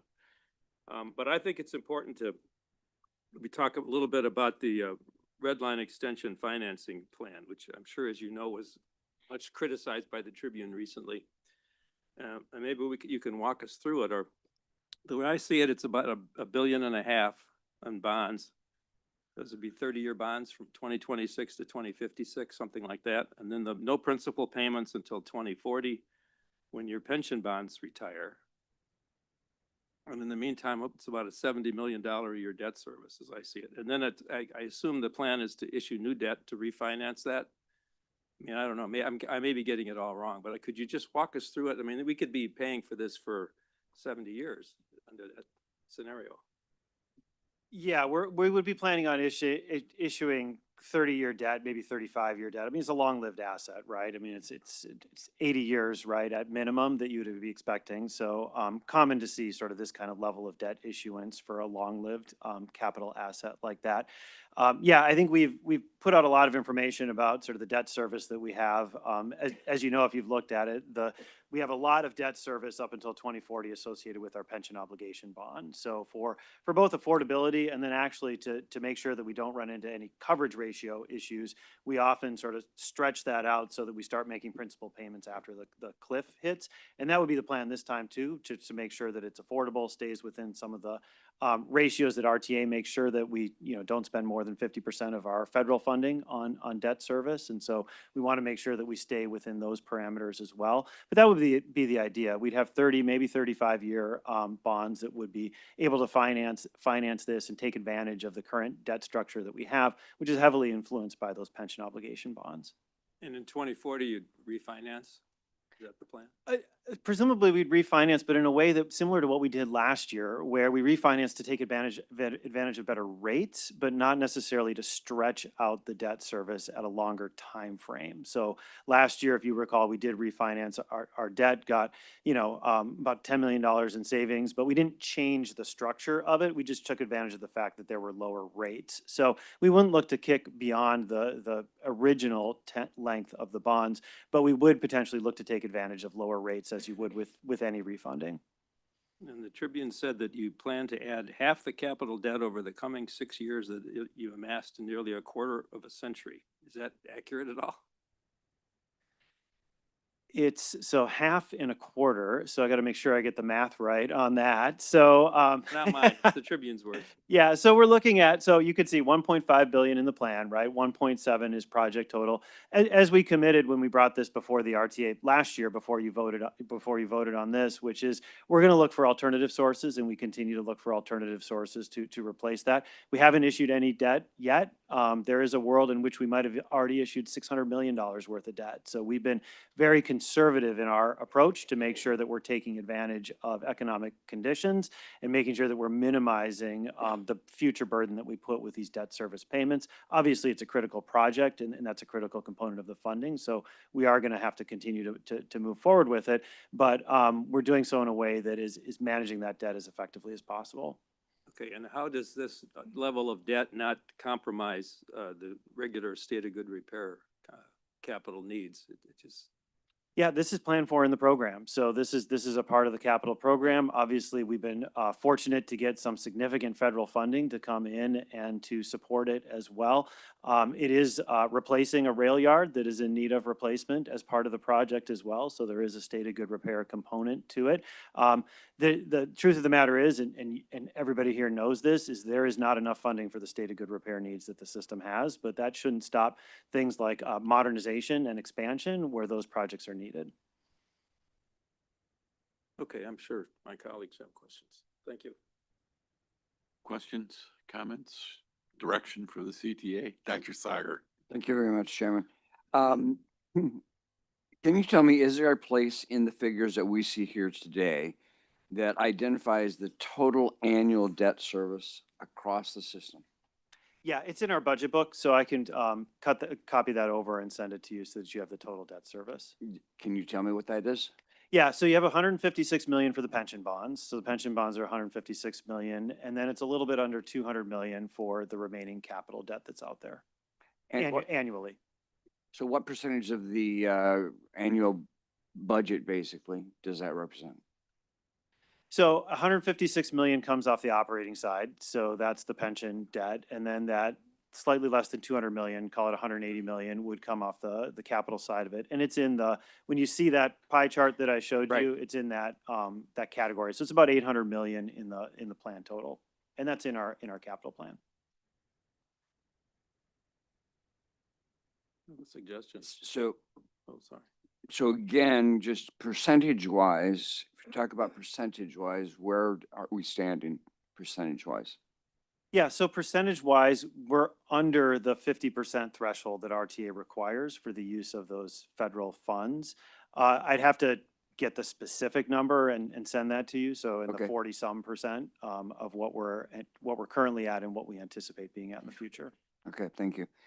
In the operating budget revenues page, it indicates that there's a designated operating reserve of 256.9 million. I believe that's roughly 11.5%, something like that. Do you expect, or do you see that that is going to decline or increase over the next several years relative to the amount of money that has been injected into the system?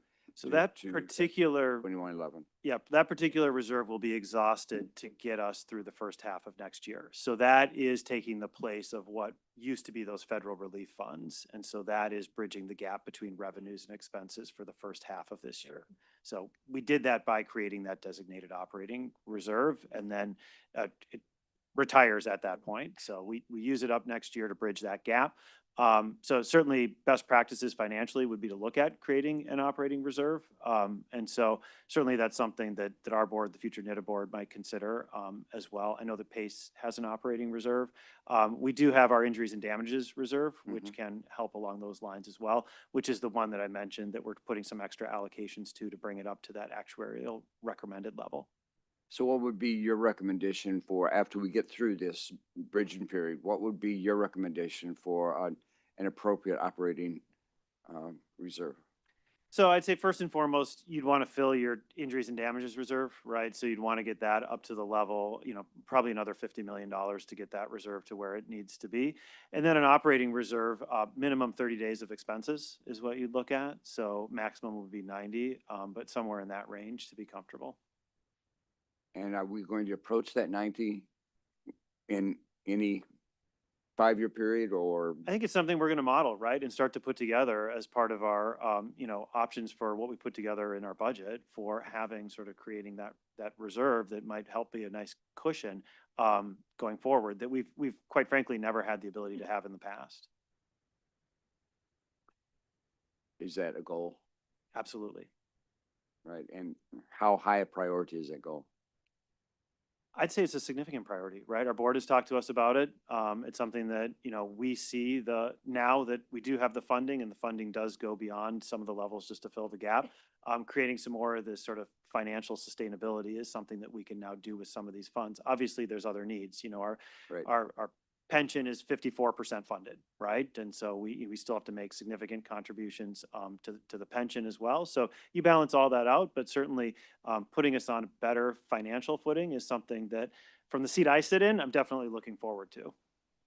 I appreciate your comments and thank you for that. I understand that it's a complex issue because there are a tremendous number of costs out there that need to be brought back into what we might consider to be a stable range or sustainable range. But I think it's important that we build up that reserve to the maximum level as soon as possible. And that's my encouragement. Thank you. Thank you. Thank you, Chair.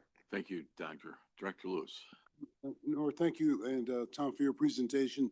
One of the things we've talked about in the past is the safety and security issue for the CTA. Thank you for raising the issue about what happened yesterday.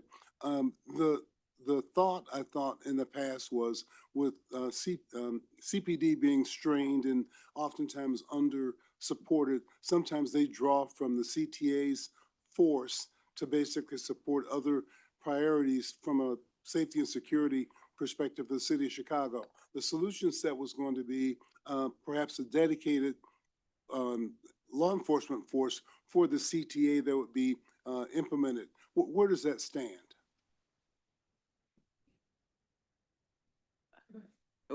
Thank you for your question.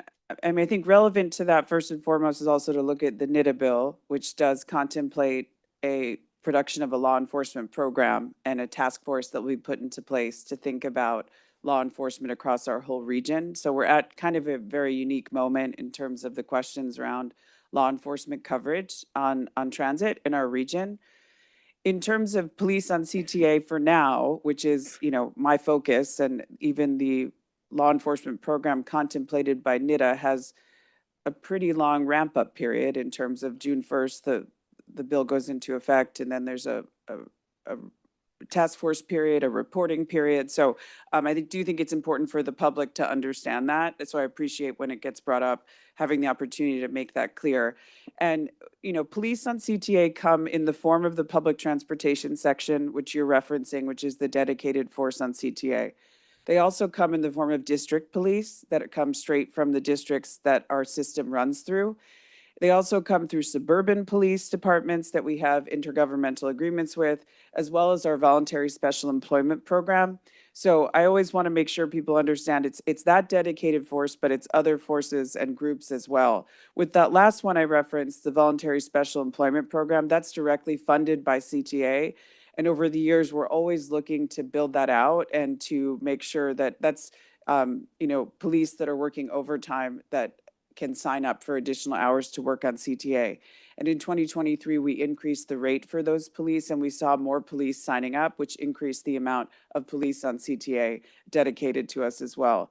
But as I mentioned, the scale is part of the discussion, but really it's about that close partnership to make sure that they are deployed in a visible, targeted way. And we've really seen a vast expansion of that kind of approach in the last 9 months with our partnership with CPD and with the deployment of the Strategic Decision Support Center, which is entirely dedicated to using all of CTA's 39,000 cameras. It's staffed 24 hours by the police department. They have detectives in the room and respond in real time when they see something on the system. So as we look forward to what the NITA bill will bring in terms of regional law enforcement approaches, we're really building out the partnership with the dedicated force that we have and the other resources to enhance security on CTA. Director Kotarek. Hi, Nora. Hi, Tom. Hi. How's it going? Kudos again, Nora. I know how much you love the system and have been out there, and it's totally great to see. Fan of the podcast. I know that you're really putting your all into it, and it's wonderful to see. I wanted to have a question on debt and then a couple other issues. This could be for either of you, and this is about Metro's debt. We're all one big NITA family. I don't even know. It's kind of funny. We don't even know how to say it. NITA way to say it. NITA ride. All sorts of NITA. I'm a NITA. That's what the side I fell on. But again, as I sort of said, I think the really difficult part of all of us as lame duck members is this balance, the eagerness you have, right? I mean, you've got 75 years of existing, these are your decisions, we're gonna put the buses out there, give us the money, let's go, go, go, go, go. And you can see that from Metra on the debt side. It's sort of like, we're really close, there's a term sheet. Just what's your professional opinion about that? You know, and your interaction with Metra, are you aware of the size of the TIFIA or RIF loan that they're looking at?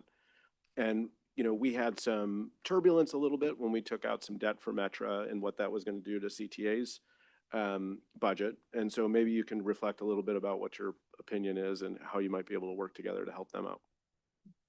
You could start. Yeah, I'll just start with a little refresher too. Some of you may remember, but not everybody does. We do have 3 existing TIFIA loans. So CTA has 3 existing TIFIA loans, and so those are for the 95th Street station, for Your New Blue, and then also for the new rail cars. So we are in the process of pursuing another TIFIA loan. This is actually paid back with the TIF on RPM to pay for RPM, so it's actually not using local money. It's using local money, but it's using city local money through that, which is similar in what we'd envision for red line extension. So we do have 3 existing TIFIA loans. We're in the process of getting a 4th TIFIA loan for RPM secured off of, or using that TIF money to pay it back. It offers huge advantages. You get the advantage of a lower interest rate because you're using the federal government's rate with a minimum level of investment credit, which is why we used our fare box as a security against that. It functions like a line of credit, so you're not accruing interest. You don't have a large project fund where you're sitting there, you know, burning interest as you're waiting to use those project funds, and then you can repay it at any time, right? It's a little bit like, you know, some of those loans you get where it's like no repayment penalty. And I think Jim did a good job of laying out a lot of those advantages. Less familiar with the RIF program. I know that you can get more funding, or traditionally you've been able to get more funding out of it. I think it is a very effective way. Both of the programs are a very effective way of funding capital investments, which is why we have pursued them. I'd have to understand a little bit more about the security and sort of all the advantages that they'd be getting. But I've talked to John and to his team about the loan that they're pursuing, shared with them some of the models that we use with the Build America Bureau.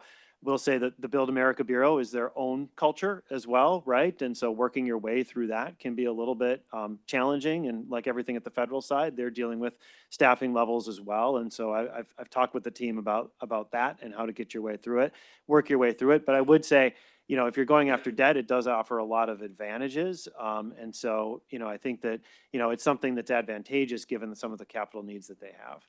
Do you know how big of a loan they're pursuing and what the payback, the revenue stream is? You'd have to get the specifics from them about the payback and the revenue stream. I think it was around 400 or so. So, but they still have to submit their application, Totally. right? You have to get invited to apply. So they still Just have to submit their clarify some of my sort of comments, I think it's good. You know, I mean, that's good debt. Can't get any better. It's a worthwhile purpose. We all think the bridge program is really, really important. But literally on June 1st, that responsibility becomes ours outside of the 2 exceptions that you have in the NETA bill for your full funding grant agreements. And so I think it's really important for all of us to know exactly what that service board is going to commit the region to for debt before literally we're going to change who's in charge of it. So just as if you were to go out and issue $1.5 billion in debt, I'm sure, you know, we'd want to understand very clearly what it is, especially if sales tax is the revenue stream when we have yet to actually increase the sales tax, which won't be due until June 1st. So there's a lot of dynamics, and I think the more clarity and the more transparency that we have in this, the better. Second question is a little bit in Director Colson's sort of vein on funding for red line extension and red purple modernization. In the budget book on page 70, they had unfunded needs, speaking to the 30.9 billion that you have in unfunded needs. Red line extension is at 400 million and RPM is 4.3. So I get the RPM is probably your second phase, is maybe the purple line, the places we didn't get for red line north. What's the 400 million for the red line extension? I can get you the specifics on that. That may be some additional parts of the project that we would like to do, but didn't make it into that original 5.75 budget. Is that a critical component of the project? No. Okay. Yeah. I think that's important to clarify because that number is high, as we all know, and if it's going higher, that's also a NETA responsibility because you're sort of, your debt issuances and everything is capped at where you're at, and then everything else kind of gets punted up. How are we doing on the the north side red line TIF. The Tribune had covered that were pretty good. Could you just talk through like, that seemed to be above expectations and what happens to those funds? Yeah, so the red line TIF is performing well. So this is the north side, right? So there are two TIFs in existence to fund the two sort of major capital projects, right? RPM Phase 1 and then the red line extension. The RPM TIF went into place in 2016, and so it went into place in 2016, covering a large portion of the red line from North Avenue north up to Howard. Obviously, exceptions for existing TIFs that are in that district. It's been performing better than expectations. So we've been actually able to reduce the amount of funds that we were anticipating borrowing because we've been able to do more pay-as-you-go funding. As that TIF has produced more revenues, we've been able to use that directly to fund project costs rather than actually having to take out debt and use it for debt service. So hopefully that's a good sign for what we would experience with red line extension, where we would see similarly, right, a TIF that may outperform some of those expectations. All right, last thing I'm gonna ask for is, if you were here when Melinda was here, talked about her revision plan and the consultant who's working with both of you, would really hope that you can commit to doing that vision together and really produce that. She's gonna put out a draft soon. I know that you've been doing a lot of work. The more we can harmonize that, the better, and really encourage you to collectively present that to the region as much as you can together. And last note on Director Ryan's point, if you're looking for places to show customers really good benefits right now, the biggest bang for the buck, in my opinion, are three places. First and foremost, it's safety. You can't overdo it for all of the obvious reasons. The second is cleanliness and comfort, and we've got to get a better way to measure cleanliness. I know that we're trying to track it when we deep clean, but we're not really sort of getting to the quality of this. So really also figuring out, in addition to your investments, how are we actually, proving that we're doing that? And then the third is reliability. This is just personal take on it. Orange Line doesn't run between 1 and 3 a.m. I know you want to close that gap. I think there's more of a need for 2 p.m. to have more Orange Line trains than running them at 2:30 a.m. We've got a 62 bus, runs parallel. There's ways to get the current system to be more reliable, more frequent. And I think that's something that you can get on the street easier. And then as you're thinking about that expansion, the more we can make that the regional conversation and harness all of the assets we have and all of the new resources and all the new responsibilities, I think is really in the vein of, for us as the lame duck who wants to make NETA be successful, I think that's where it should be. Yeah, and we would agree with all of that. I mean, I think I also just want to clarify, you don't have to pick either making the Orange Line 24 hours or adding rail frequency, right? I mean, they're all available with this funding to supplement. The Orange Line 24-hour was something announced also because the public is hungry to kind of understand and picture what this investment will look like. And it's important when you're communicating about transit service to be able to give people something that they can picture as really enhancing the economy regionally. Something like 24-hour service to one of our airports is something that is really clearly something that will do that. And then more broadly, we also absolutely talk about bus and rail frequency purposefully without a regional and geographic designation just yet, so that all of those conversations take place and are informed by good regional input across the board. And I'm really looking forward to all of those conversations, including our vision projects. We already have staff working with consultants on both teams for that same sentiment. That's been the structure, and excited to move forward with collaborating on that in new ways as well. Thank you, Director Young. Yeah. Thank you, Madam President. And again, just you're out and about, demonstrating the leadership. Every time you turn on the news, you're in the background, from all those school assembly hall meetings to all the budget hearings, just soaking it up, and you really do have a talent of listening. And obviously, again, just the staff that you surround yourself with that have been part of so many different initiatives and involvements. You captured just obviously a couple of them on this here, and want to continue to just encourage whatever the future is going to be.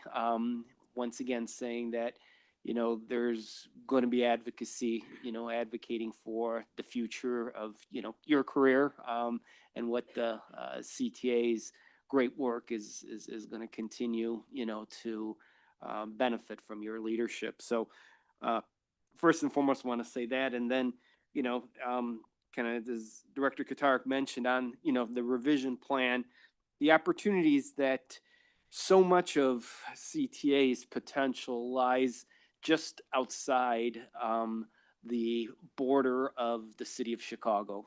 Some cases right on the border. You mentioned Forest Park with that CMAP plan.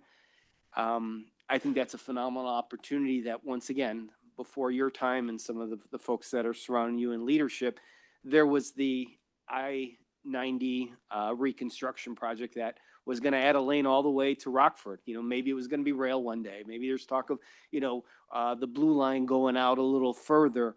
All of those conversations tend to kind of end over the years when folks did not really understand what the CTA's interests were. And unfortunately, we're biased at times. It said, what benefits to the city does it have if CTA was looking at that regional side? And I think this I-290 opportunity, this Forest Park, with your leadership could be done so differently. The potential is there because obviously Rosemont didn't benefit from going all the way with an extra lane and a transit lane to Rockford with a new station. Something as simple as, I know the mayor of Rosemont wanted some renovations that even they were willing to pay for. So those are the kind of things when we talk about a revision plan and my earlier comment of wanting to go bigger, just you at the table, your leadership at the table will make that difference. And I think Forest Park could be that perfect example with what's going to be happening with that blue line. So just want to, again, thank you for that and continue to have you, you know, your leadership and your ability to keep the staff, you know, that you have very focused on these great projects. So thank you again for that. Thank you, Chairman. Thanks, John. And it's not lost on me that Forest Park and that blue line, you have, it's ironic, the mayor, the Senate president, and the Speaker of the Illinois House. It's all in their backyard. So use it to our advantage, I guess. Director Mondero. Thank you.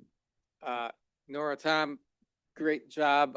Nora, you have stepped into unenviable task, you know, like big shoes to fill to be the interim president of one of the largest transit systems in the country, in the world. As Director Yonan pointed out, you are everywhere in the community. I saw you, I saw the press conference with the U.S. Attorney on TV. You were right there. You were involved and engaged, and I think you're doing a fantastic job. So thank you for your leadership. Tom, you for all the years we've known each other, you know every number, which is amazing. So thank you. My question, among my questions, I'll ask the same one that I had asked Melinda and Jim regarding Ventra 3.0. Melinda's PACE budget has a 6.4 million one-time cost. I'm wondering what CTA's cost is of that, and what is the enhancement to the rider of what Ventra 3.0 means? And then again, that second part to that question, what do you want to see like that can be customer facing in an ideal setting, especially with NITA coming on board? Yeah, I can jump in on the part about the rider and customer experience. I think what we all want is a smoother, faster, more modernized experience for the user of the Ventra system through the website and the app, that it can be improved in terms of the response time and the accessibility and the user-friendly aspects of all of those things are really what we're looking for to make sure that it's the best experience possible. I think that so much of the experience of buying fare via the app or is really a symbol of kind of the health of the technology of the system overall. I think that's part of the reason it's gotten a lot of focus. It kind of is the first interface that a rider has before they even get on, and it tells you how much the system cares about you from that moment and your experience on the system. So continuing to improve really that experience from start to finish and its effectiveness and modernizing it is the focus. Will the 3.0 will achieve everything that we're desirous of? I know that the deployment of Ventra has been a bit longer than what people anticipated. It's a big step. I mean, I think, I don't want to say it'll solve every single issue, but it's a huge advancement in terms of the, digital banking in the background and the accessibility of the riders. And that's certainly the goal, to take a massive step in terms of the customer experience for the people using it. I noticed in your answers to questions posed by RTA staff that in regard to like an increase in operating expenses, there was something attributable to a delay in the rollout of the 7,000 series rail cars, which I believe are the Blue Line cars, right? And so that as a result of that, the ongoing maintenance of the older rail cars is increased. Can you go into the delay? What was attributable for the delay? How much of a delay is there? Yeah, I mean, the delay, I think, just kind of originally stemmed from COVID, right? Like a lot of things, COVID hit, and then we got sort of delays in the production of the vehicles, so they just haven't been arriving as sort of soon and as quickly as we had anticipated. But they're arriving, right? You still see them on the Blue Line. There's more and more coming on the Blue Line. Right, when you budget, right, you expect a certain level of delivery at a certain time frame, and obviously, like I mentioned, those new cars cost us about 20% of what the oldest cars do in terms of maintenance, and so that becomes significant, right? If they're not meeting the levels that you expected in the budget, and so that was the course of our expectation. But initially, this is stemming from the effects of the pandemic and slowing down the production there, and so that's where we see that show up. Got it. Thanks for that. My final question is regarding security. I listened into part of the last CTA board meeting. I know that the CTA board is anxious and wondering, like, hey, when can we start spending money in terms of things like security? I know that, as Director Ryan pointed out, the governor hasn't even signed the bill yet, let alone the mechanism to like collect the monies aren't there. But I understand that there's negotiation now with CTA and Chicago Police Department for enhanced security. So is that something that you can discuss or elaborate on? And like, is there something that you might be submitting as a budget amendment to the CTA board for us to then eventually approve in order one, which is, I believe, what Malik mentioned at our last board meeting, so that way security can be addressed sooner rather than later? Yeah, in the baseline budget, and you may recall last year, we had a discussion with our board about security and where those security investments were going. And we did do a reallocation for some sort of non-police interventions. And we've maintained that. So we've maintained that level of investment even in the baseline going forward. And then within the security budget, what we've done is sort of reallocate between sort of the various components of it. I mentioned this when I was going through the budget with the 82 million. Some is for the agreements we have with the local police departments, including CPD. Others of it is for, our contracted third parties. Within that, we've made a little bit more room to allow for additional contracting with some of the police departments. And so that would be the idea here, is to give a little bit of space to provide some budgetary room to do that.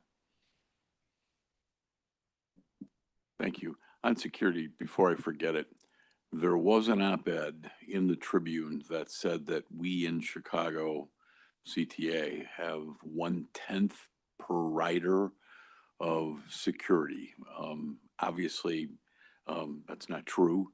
But with upcoming elections and other things, I would try to figure out internally how we compare to New York per rider, just in terms of security. And we, as Nora pointed out, we have so many different places we get our security from.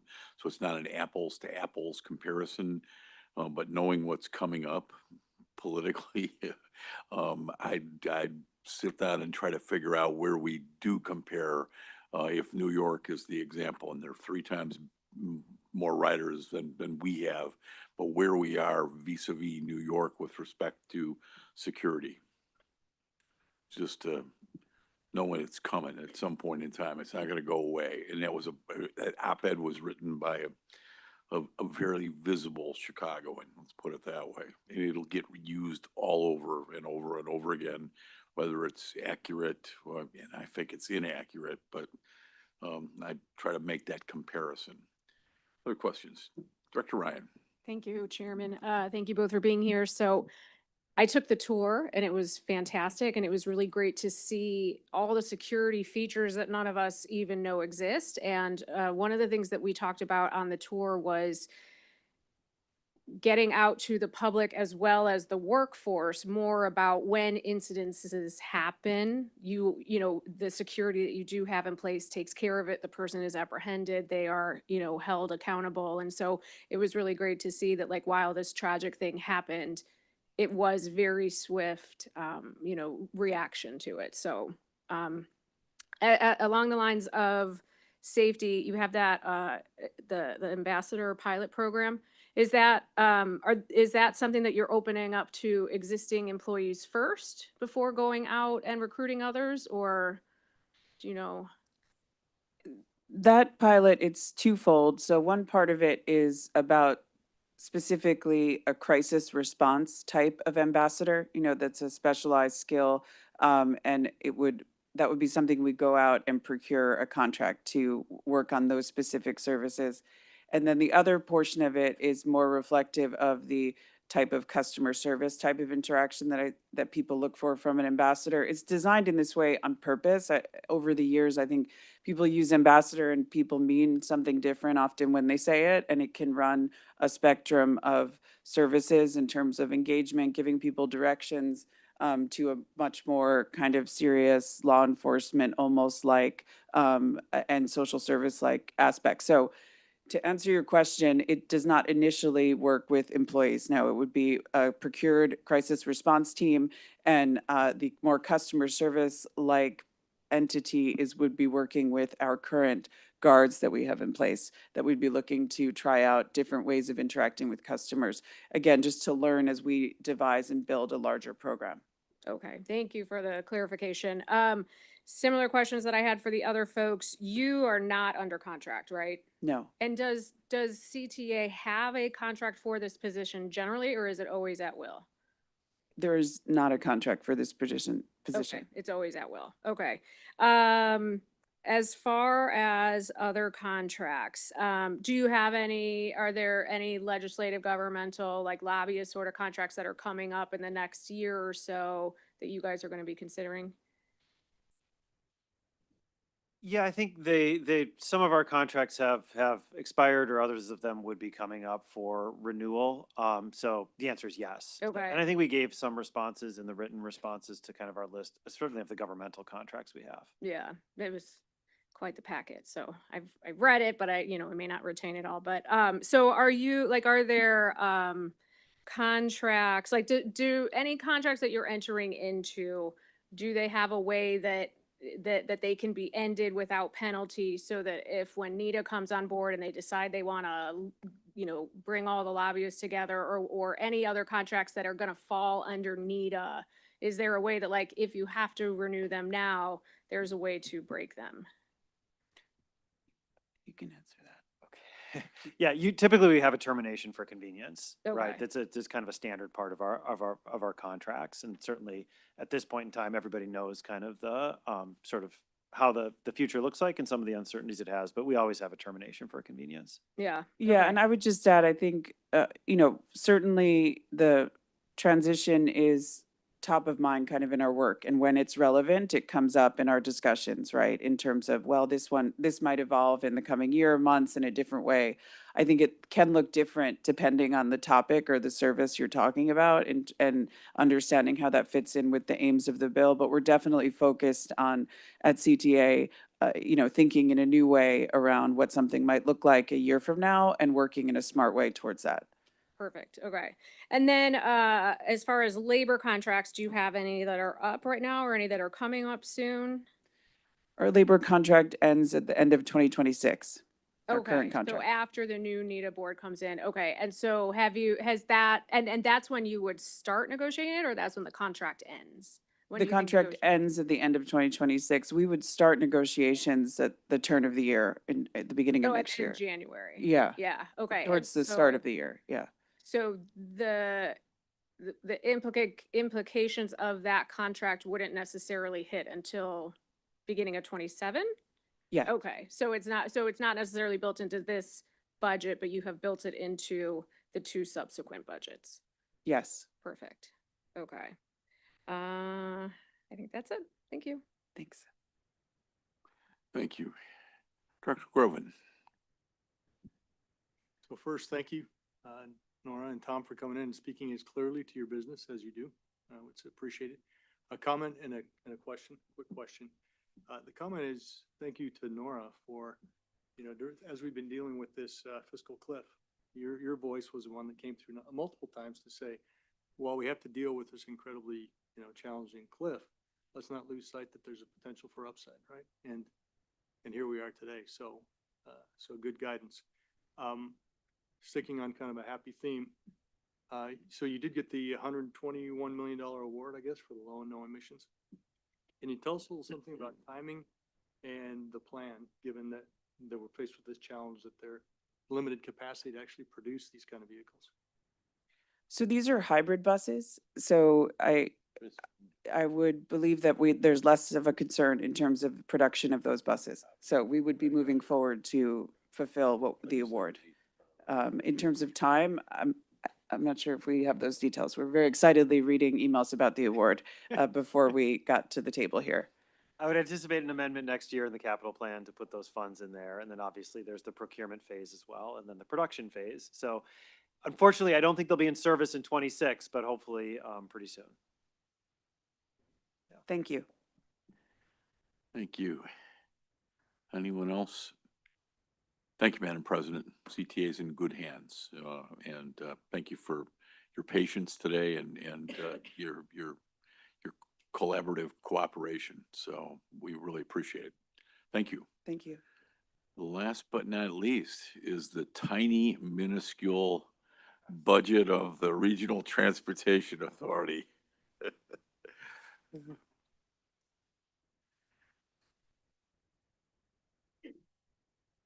Kevin and Jill, I hope you're ready for about 2 hours of questioning. Thanks, Tom.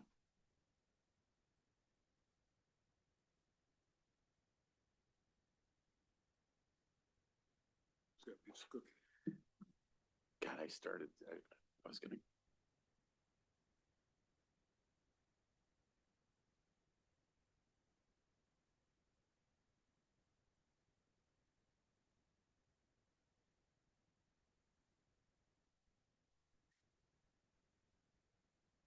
Kevin, Jill, We're ready? it's all yours. All right. Good afternoon, Chairman Diller, members of the board. Thank you so much for having us here.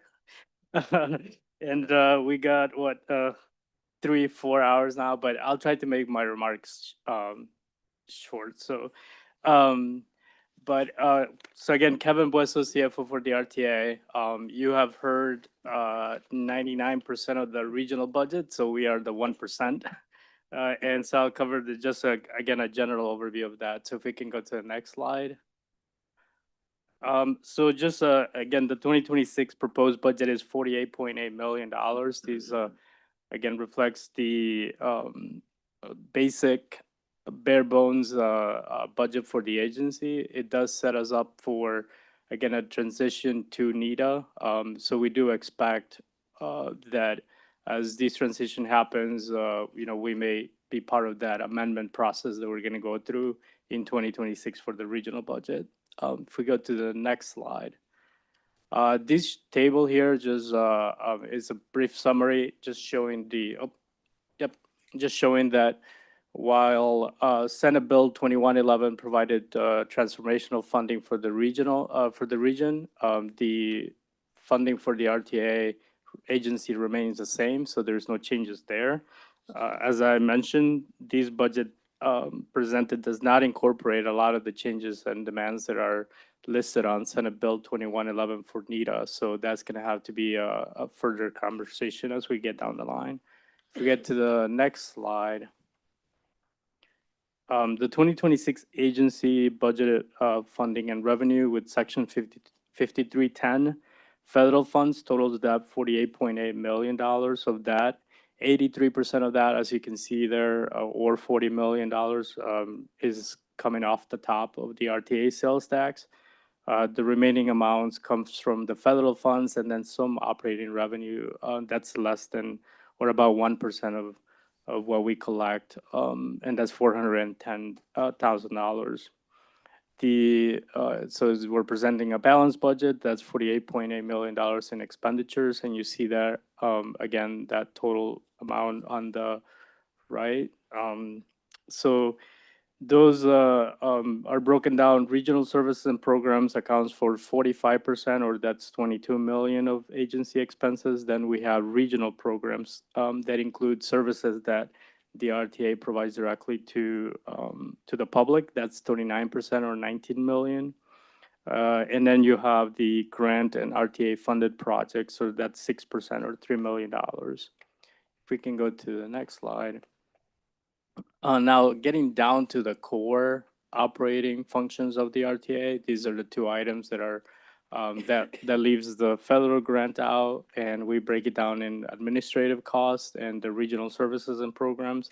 So you see that we were able to balance that out by reducing some expenses. So earlier in the year, there was a hiring freeze. Then we also stop all the business travel as well, or most of the business travel expenses. And so we were able to reduce a lot of that in 2025.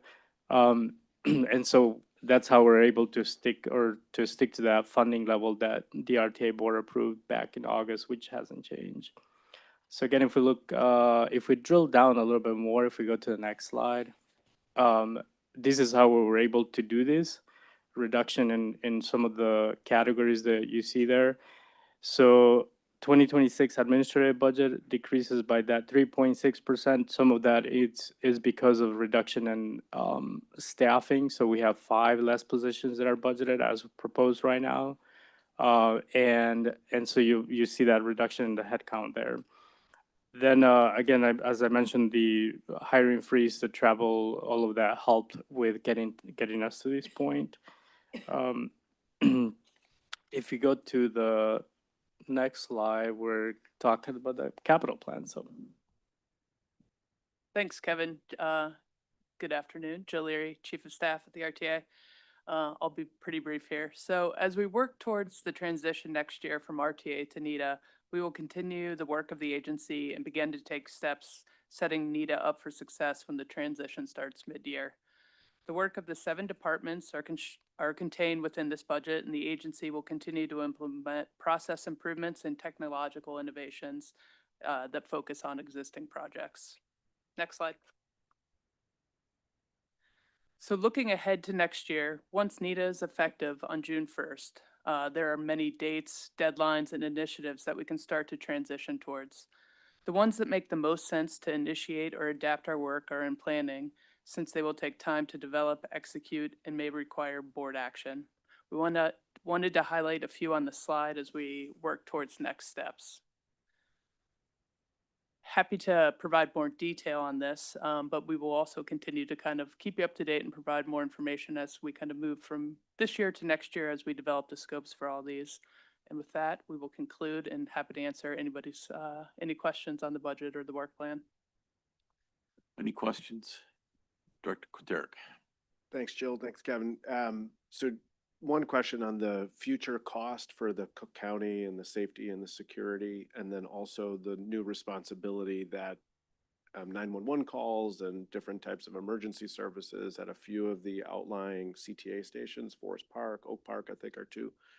Where do we contemplate that funding coming from in the new NEDA world? I could start that. I don't think it's currently budgeted. I think the funding, right, that the board set aside, the $300+ million, issues such as that could be contemplated there, but it's not currently budgeted. Gotcha. That's something that I think, in my mind, I'm thinking like what's NEDA and what's now. This is part of that planning and forecasting. I think those are 2 really critical areas so that, again, it doesn't seem like we have $319 million just sitting around and waiting. Things that are safety for sure are ones that we really want to broadcast, get input on. How much do we need? When do we need it? But I think that that's just something to stress. And then the other piece was the efficiencies that you put on here. I really appreciated that. And I think as this is also part of the key delivering on this new future is the efficiencies are delineated in law and how much has to come out. But I think we should be tracking for each service board. What are the efficiencies that they've promised? How are they delivering on them? Very similar to the way that we've done it for our own budget. So thank you very much.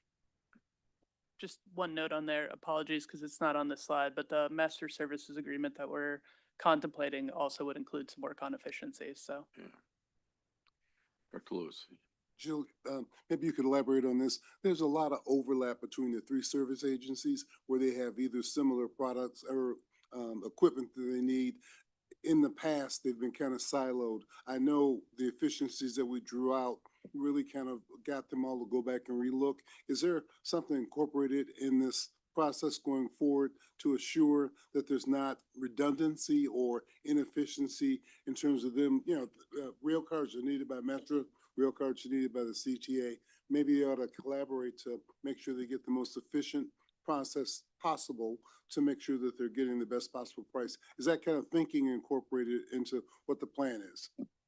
I guess I would say I think the spirit of it is, but I think it's going to be a very long-term effort that will kind of start with NETA and continue to transition kind of with big procurements. The things that we're focusing on probably in the near term are service planning, fare modeling, and capital prioritization, but there's also procurements, joint purchases, things like that. So I think it will all kind of be continued. So consistent with what Director Katerick said, we probably between now, while we're in lame duck status, need to make sure we emphasize that as a point of efficiency going forward, because the new NETA board should have that as part of its toolbox or toolkit to be sure we don't get back into siloed behavior where it's just my agency or this is my little fiefdom versus looking at the broader transportation system for Northeast Illinois. So just a point. Yeah. Point taken. Dr. Mondero.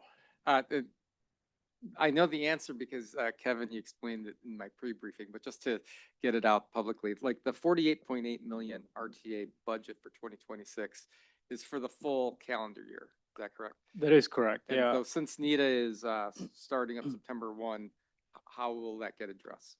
Yeah. So as I mentioned earlier, that would be part of a budget amendment process that we're going to have to come back to include a lot of the items that Director Katerick mentioned as well. That would be part of that process. So as it is right now, it is our fiscal year is calendar year, so it is for 2026. But of course, a lot of that cost is not incorporated in here. So. And it's really important to note, I mean, just in our minuscule budget, no increase in headcount. And we promised the legislature constantly that with the new monies, and we'll have to watch the service boards, but it's not going to bureaucrats, it's going to improve service. Let's put it that way. Any other questions? Thank you all for hanging in there with your great input and questioning of the service boards. And with that, our next meeting is our next formal meeting of the full board is December 18th at 9 a.m. Joey, I assume we have no public commenters left. We called them up when Pace was here, and if there were any, we ground them down. That was just Any new business that we need to take up today? And you'll be hearing more on we have our budget hearing, but also our real board meeting is December 18th at 9 a.m. How about a motion? I bet you're eager to motion to adjourn by Director Katerick, seconded by Director Ryan, and his leave granted. We are adjourned. Thank you all very much.